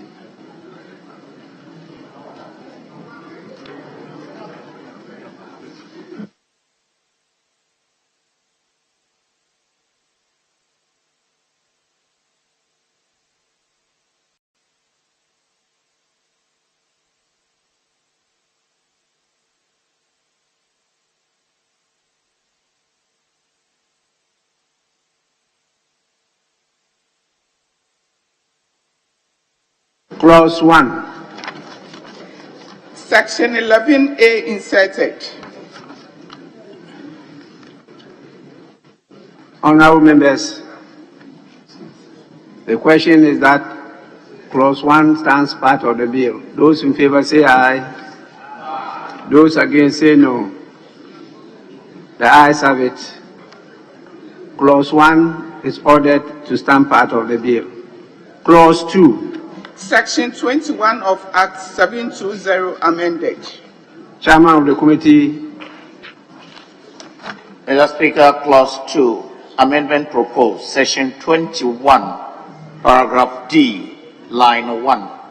Delete other monies that may be and insert monies. As so moved, Mr. Speaker. Yes. Speaker, thank you. Speaker, the chairman should justify the present amendment. Thank you.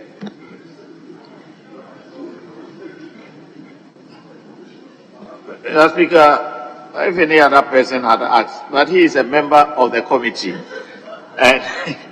and we all agreed to do it that way. Mr. Speaker, this is to bring clarity, and another way of going about it is to delete the whole clause and insert this: monies allocated by Parliament to the fund. That is the rendition, the new rendition, and that is more clearer. So to bring clarity. Thank you. Honorable members, those in favor of the proposed amendment say aye. Those against say no. The ayes have it. The amendment is carried. I put the question on the whole of clause 2. And the question is that, yes, Majority Leader. Mr. Speaker, I would rather want to suggest that they look at the chronology of the sources of monies for the funds and rearrange. It cannot begin with voluntary contributions. It should be Parliament first, B should be B, and C should be C, and A now E. Not this other way of arranging it.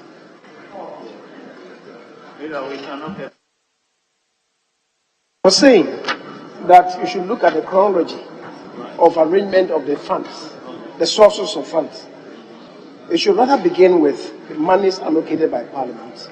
You cannot say that the sources of money should be voluntary contributions. You cannot begin with voluntary contributions. Honorable members, I direct that the draft person rearrange the order of the sub clauses as is normally done in earlier bills. I put the question again, and the question is that clause 2 as amended stands part of the bill. Those in favor say aye. Those against say no. The ayes have it. Clause 2 as amended is ordered to stand part of the bill. And I reiterate the directive to the draft person to rearrange the sub-clauses A, B, C, and D according to the order that is captured by the earlier bills we passed. Clause 3. Section 24 of Act 720 amended. The Honorable Haruna Idrisi is not around. Yes? The Speaker, I oppose that amendment. And Mr. Speaker, the reason is simple. Sorry? Oh, I have to. There is no amendment before us yet. Mr. Speaker. Yes. Speaker, I have the authority of the Honorable Haruna Idrisi to move his present amendment. Yes. Mr. Speaker, amendment proposed, section 24, subsection 2, delete and insert the following. Where a whistleblower makes a disclosure of an impropriety that results in a successful outcome but does not lead to direct recovery of money, the whistleblower shall be rewarded with an amount of money determined by a 3-member committee consisting of representatives each of the Ministries of Finance, Justice, and Attorney General's office, and the fund to be paid out of the fund within 30 days after the successful outcome of the disclosure. I so move, Mr. Speaker.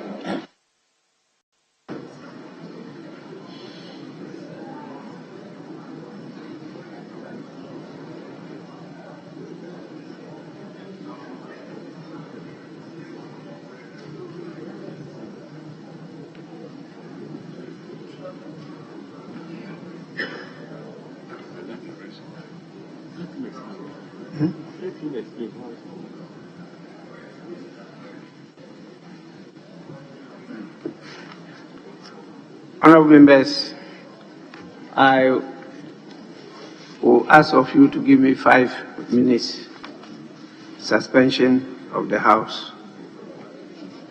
Suspension of sitting of the House. I will be back soon.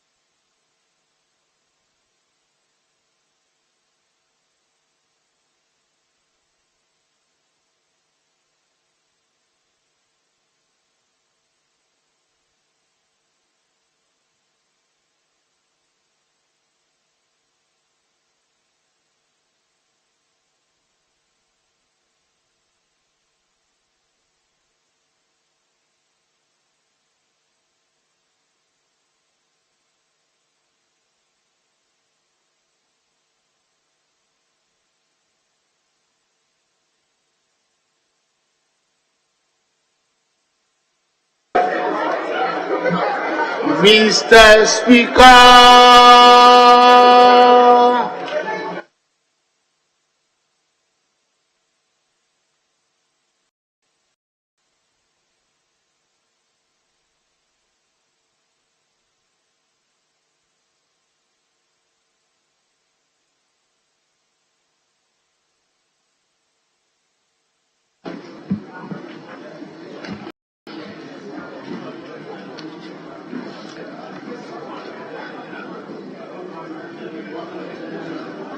Honorable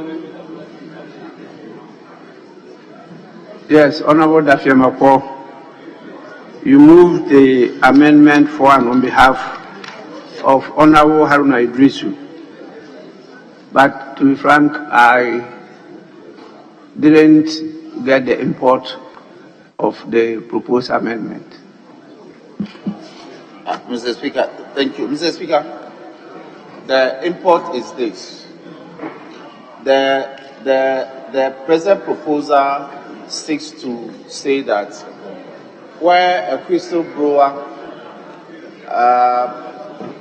makes some disclosures regarding a commission of an impropriety or a wrongdoing, and which results in the fact that that person has been discovered for committing that wrongdoing, he is of the opinion that even though that wrongdoing may not have resulted in recovery of money to the state, the fact that the whistleblower's information led to the discovery of that impropriety within the system, the person deserves some compensation. And this compensation, in the opinion of the Honorable Haruna Idrisu, should come from a fund that should be established but managed by this three-member committee drawn from Ministry of Justice and Attorney General's office. Can you distinguish that and 24.2? 24.2, where there is no direct yes, recovery of money. Exactly, that's what the present amendment seeks to do. Yeah, it's in 24.2. Yes, 24.2. No, there's a reason for that. Let me explain it. Because the 24.2 goes beyond what you are proposing. What you are proposing is specific. You see, it does not lead to direct recovery of money. But this one goes beyond that to talk about collaboration. There's a reason for that. And I think the argument is that there's a long history of the Attorney General not basically compensating whistleblowers. And so the attempt is to make sure that this fund, supervised by this Ministry of Finance, Attorney General, is able to ensure that it's specific for whistleblowers. Yes.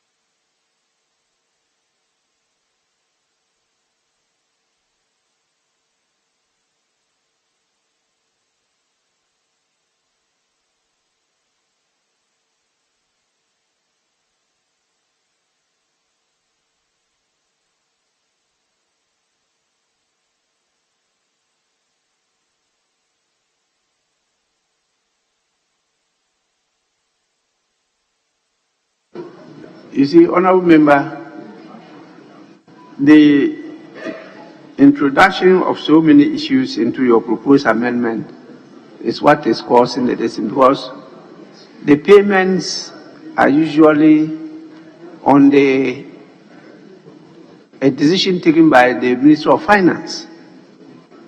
Now, what we are introducing is that there now have to be a committee, there have to be a committee in place made up of the Ministry of Finance, Justice and Attorney General's office to discuss as to how much should be paid. I don't know why AG is being brought into it, because the fund is under the purview of the Ministry of Finance. The first one, clearly, 10%. The second one led to the discretion of the minister. Now you are bringing Attorney General inside. But Attorney General is not the law, and it's not the Constitution. The Constitution has given us as to how you exercise discretionary power. If you are not satisfied, you come under it. Mr. Speaker, my instructions are that he wouldn't mind this going to a vote. He wants the answer to bear him out. But he has very strong views. Okay. Yes. All right. Any seconder?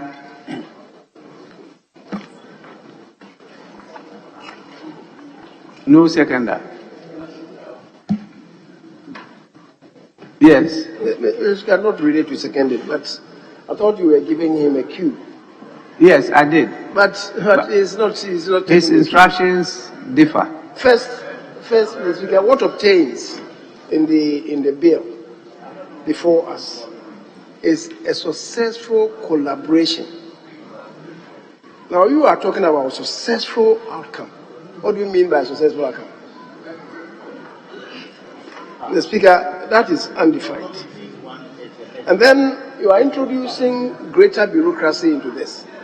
When you say that the representative each of the ministries of finance, justice and attorney general's office, and the fund, 3 personalities instead of the original 2 proposed.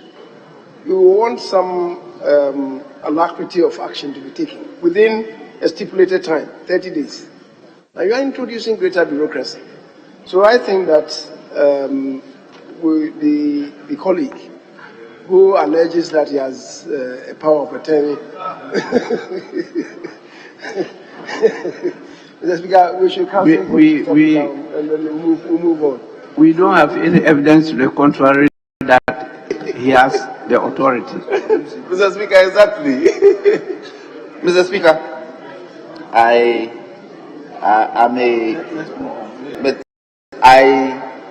you see, he explained it to me, and I understood him.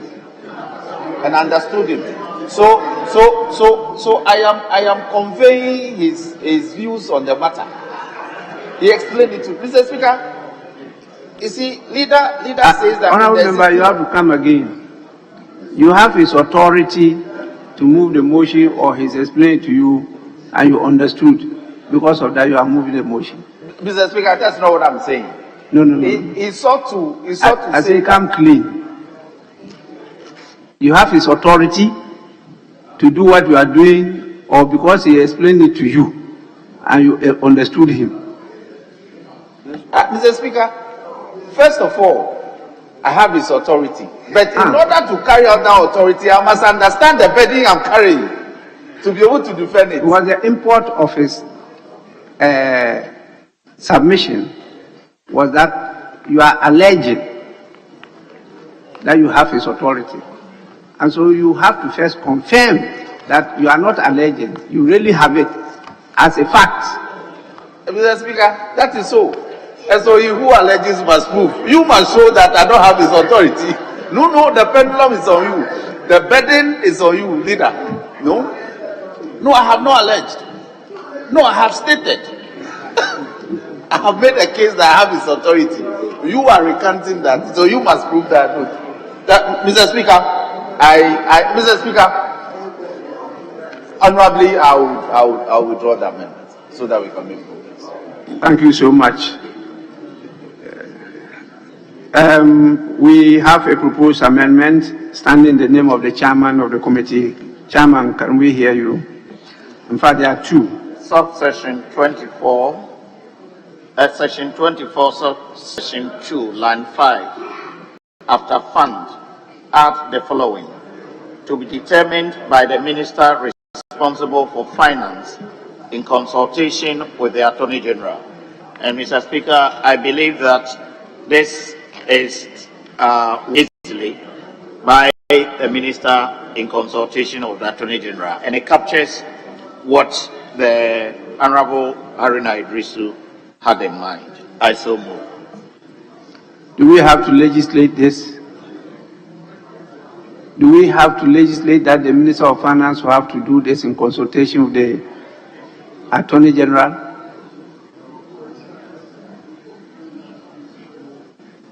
Mr. Speaker, I think the leader has a better rendition, so I will listen to him. He has a good submission. Yes, Majority Mr. Leader. Speaker, I was just drawing his attention that the way he's captured this, it says that it should be rewarded with an amount of money that is paid out of the fund to be determined by the minister responsible for finance in consultation with the Attorney General. It's made to appear as if now we're going to have a fund that is going to be determined by the minister responsible. So I was suggesting to him that there should be a better rendition of the intent that he wants to carry. Is the amount that should be determined, is the amount that is going to be determined by the Minister of Finance in consultation with the Attorney General, not the fund, to be determined. So I was saying that it should have a better way of capturing it. Maybe you can leave that to the drafters if he appreciates the point I've made. I think that he got lost along the way because of this proposed amendment by Honorable Haruna Idrisu. Because this one proposing doesn't come in at all. It doesn't.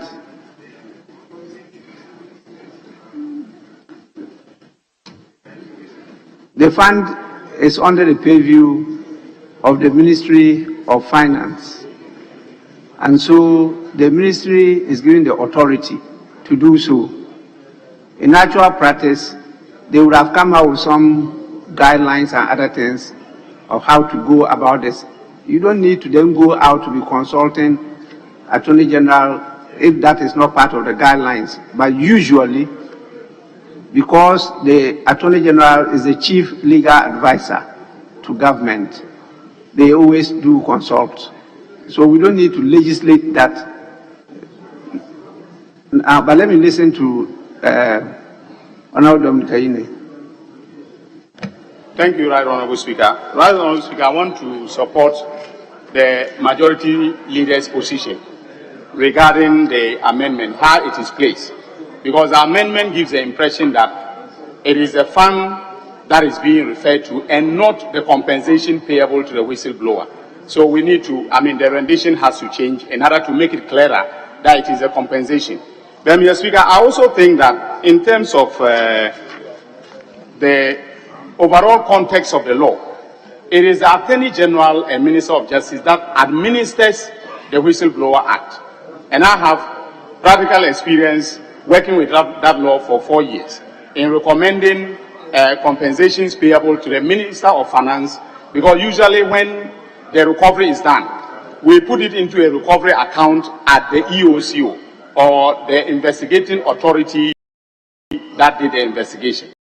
And then you make a recommendation to the Minister of Finance for the money to be paid, because he has the authority to, from public funds generally. But Mr. Speaker, the work that is done, the assessment of the work that is done, and the compensation payable is within the remit of the Minister of Justice.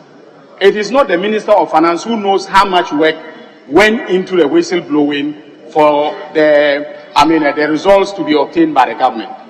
So I think that in this particular amendment, we should be rather placing the onus on the Minister of Finance, the Attorney General, making the recommendation regarding the amount of money payable and not the Minister of Finance. But that is why I say, is it necessary for us to even legislate this way? Yes, First Deputy Speaker. I thank you, Mr. Speaker. Mr. Speaker, in respect of where to play the fund, such as not to compromise who is administering the fund, I agree with the suggestion by the majority leader that we should leave it to the draft persons to rearrange that.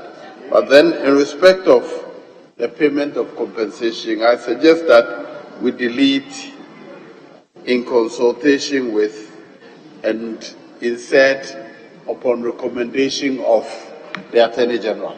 In that case, it takes care of it. Thank you.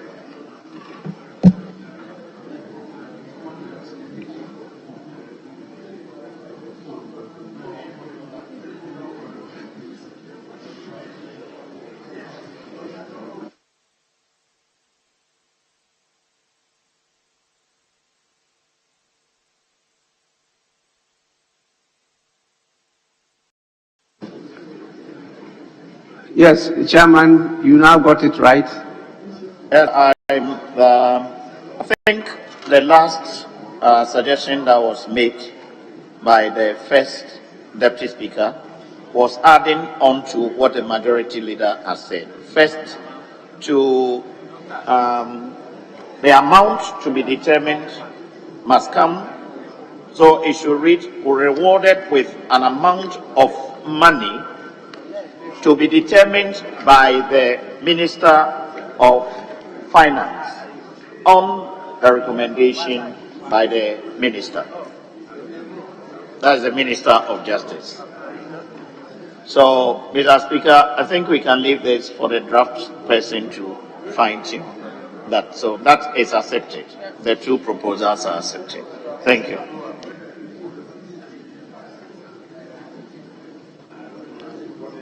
When you leave such matters to the draft person, what is the decision of the House? We must get the decision clear. Then the draft person can convey that decision in the modern drafting language. So are you saying that Section 24, subsection 2 should read, where a whistleblower makes a disclosure and the disclosure results in the successful collaboration other than a direct recovery of money, the whistleblower shall,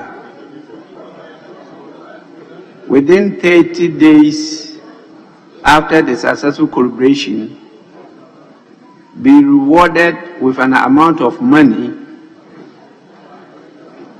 to be determined by the Minister for Finance on the recommendation of the Attorney General. Speaker, you are Daniel. Those in favor of that proposed amendment say aye. Those against say no. The ayes have it. The amendment is carried. Chairman, we have your proposed amendment to clause 3.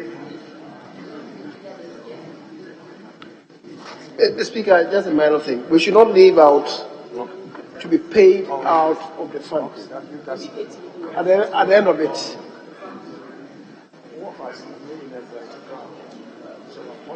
It's determined by the Minister. That is paid out of the fund. Yes, upon the To recommendation. be determined by the Minister responsible for Finance on the recommendation of the Attorney General. To be paid. Yes. To be paid out. That follows after the fund.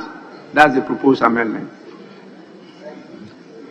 Yes, your second proposed amendment. Clause 3, amendment proposed, section 24, add the following subsection, that is subsection 4. Subject to the State Proceedings Act 1998, Act 555, a whistleblower who is not paid contrary to subsections 1 and 2 shall make an application to the court for the necessary orders. I so move, Mr. Speaker. You have taken from me to shall, may make an application to the court for the necessary orders. Any seconder? Yes, please.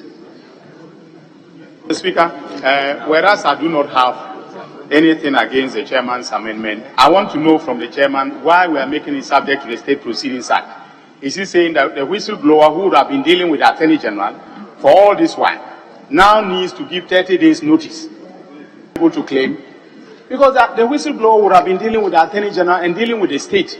And the State Proceedings Act provides for this 30 days notice just so that you will be able to prepare and be able to defend a suit. So after having dealt with you all this while, you still want him to wait 30 days to get his money? Mr. Chairman, please come again.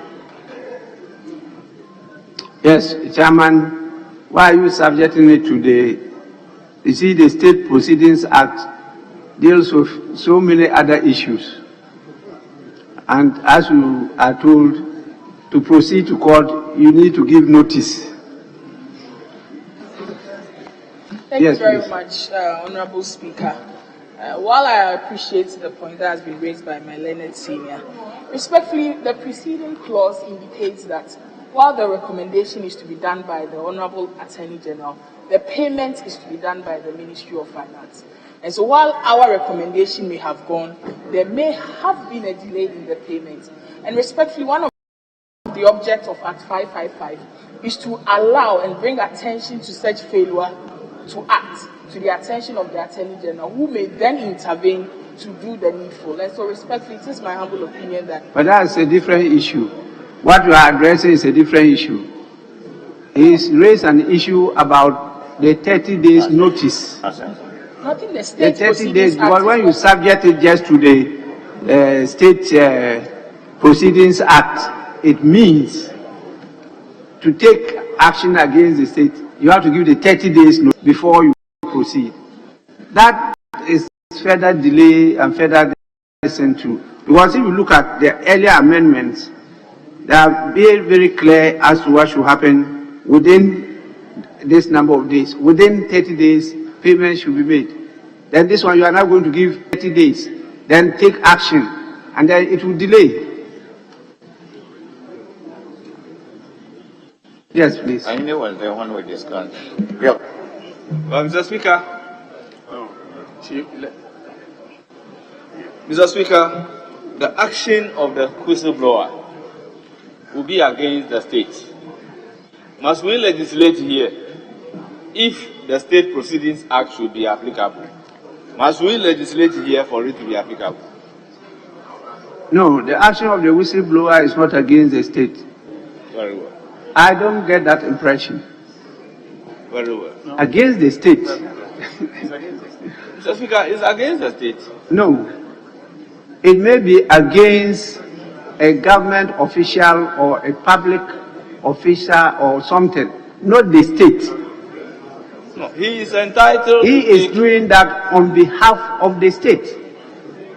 He is taking the interest of the state and fighting for that interest. Yes. He cannot be doing that against the interest of the state. Yes, but the whistleblower will then institute an action to be giving what he is supposed to be giving. And definitely that action would be an action against the state. If the whistleblower is supposed to be paid 10%, and the whistleblower has worked, he is supposed to be given within a specified period. Are you equating the Minister of Finance to the state? No, the action will Because be the action, against, but to recover that amount of money From the state. to recover that amount of money from the state coffers by taking action against the Attorney General. Attorney General is sued for and on behalf of the state because based on Article 88.3, he is supposed to be sued. So we need not legislate for the State Proceedings Act to even become applicable. my honorable member, the only thing you can say is that he will be taking the action against government, not the state. Because the fight is for the interest of the state. Yes, so you are now saying that because he's going to take action against the government, that's where the State Proceedings Act comes in. Yes, that one will be right. Yes, and we must not legislate this before the act can be applicable. So for me, the amendment proposed here is... It comes without saying. Yes. That's the position he's taking. Yes, Mr. Speaker, I think Honorable Aine and the ranking member seem to be saying the same thing, except that my ranking member suggests that subjecting it to the State Proceedings Act is not necessary, even though it is the suit involves the state proceedings. And I think for the avoidance of doubt, this will serve as a notice to any whistleblower that intends to come in. So, and Honorable Dominica Ine has an in-depth Honorable Chairman, what about if we say a whistleblower who is not paid contrary to subsection 1 and 2 may make an application under the State Proceedings Act 1998 at 555 for the necessary orders? You can make an application under that act. Mr. Speaker, I think that is better. Yes. But this... Because you say subject to, you know. Are we okay? No, subject to is not the same as I stated. Yes, I'm coming under it, not subject to it. No. It's a legal phraseology. When you say subject to, you see, you are talking about other things. Pursuant is different from subject to. Yes, please. Thank you very much, Honorable Speaker. Just to emphasize that the purpose... Thank you very much, Right Honorable Speaker. Yes. Go ahead. Realize that the purpose of this provision is not to issue the usual rates. A party has to come by way of originating motion, which is that it may apply. And so to remove any doubt as to giving that proper notification to the Office of the Attorney General, that is why this provision must be subjected to Act 555. I thank you. Oh, okay. Deputy Attorney General. Right Honorable Speaker. I disagree with you. Try to convince me. Only supporting the amendments, the final form in which you wish the clause to be given. And also to underscore that I believe that subject to Act 555 has to be there, because in this provision, the person who wishes to come to court for remedy is not coming by the issuance of the usual writ of summons, but by an originating motion by saying that he may apply, and usually by originating application of this act. And so to remove any doubt as to complying with the requirements of Act 555, that is why this amendment is proposed respectfully. Thank you.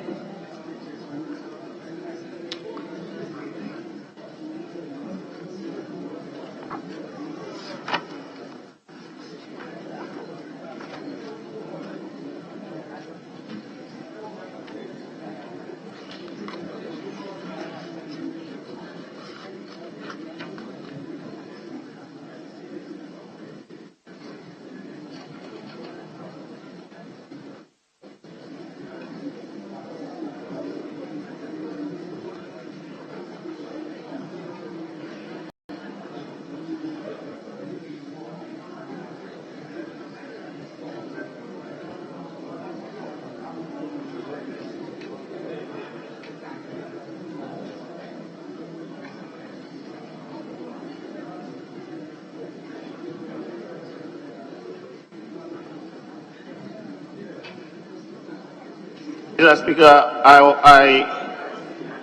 we've come The discussion had led us to come to a conclusion that the effect is the same.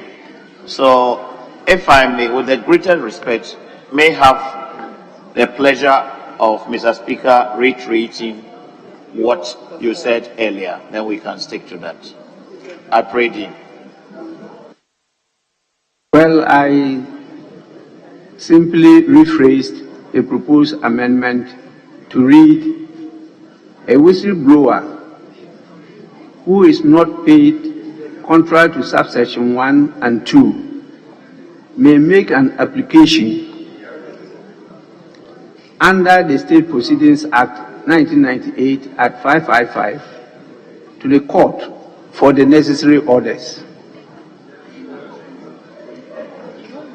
Mr. Speaker, I think this is acceptable, except to find out from my other colleagues. And we are grateful. So I put the question. Those in favor of the new rendition as read by me, that is a further amendment to the amendment proposed by the chairman of the committee, say aye. Those against say no. The ayes have it. The amendment is carried. I put the question on the whole of clause 3. And the question is that clause 3 as variously amended stands part of the bill. Those in favor say aye. Those against say no. The ayes have it. Order 3 as variously amended is ordered to stand part of the bill.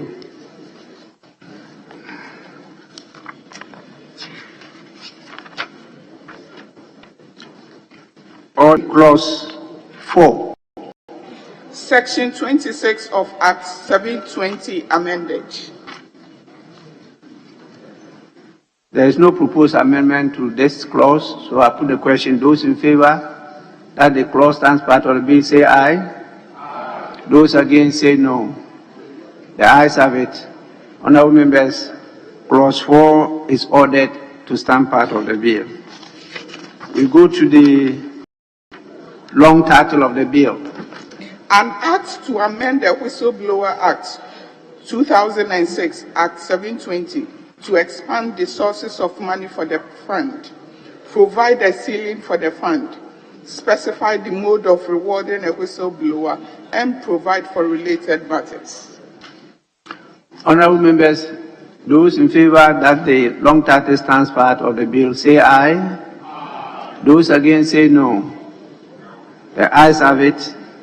Honorable members, the long title is ordered to stand part of the bill.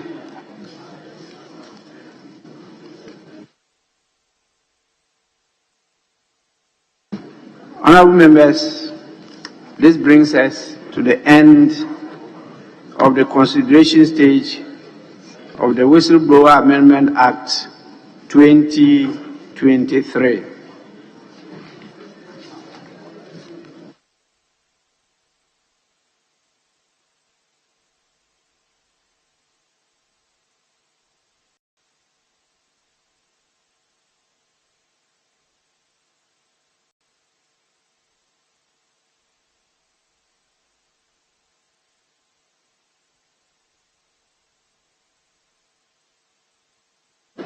Honorable members, we'll do the third reading on Thursday. It's not on the order paper. I've just been served a communication from His Excellency the President, and it arrived this evening. I have to read it. It's dated 25th July 2023. It reads, Mr. Speaker, absence from Ghana. In accordance with Article 59 of the Constitution, I write to inform you that I'll be traveling outside the country today, Tuesday, 25th July 2023, to Monrovia, Liberia, at the invitation of the President of the Republic of Liberia, His Excellency George Manewia, to be the guest of honor at the 175th Independence Anniversary of the Republic of Liberia, scheduled to be held on the 26th of July 2023 in Monrovia. It is my understanding that during the ceremony, President Weah intends to bestow on me one of Liberia's highest distinctions of honor. I will return to Ghana in the afternoon of Wednesday, 26 July 2023. During my absence, the Vice President, Dr. Mahamudu Bawumia, shall, in accordance with Article 68 of the Constitution, act in my stead. Sincerely, yours sincerely, Nana Addo Dankwa Akufo-Addo, signed.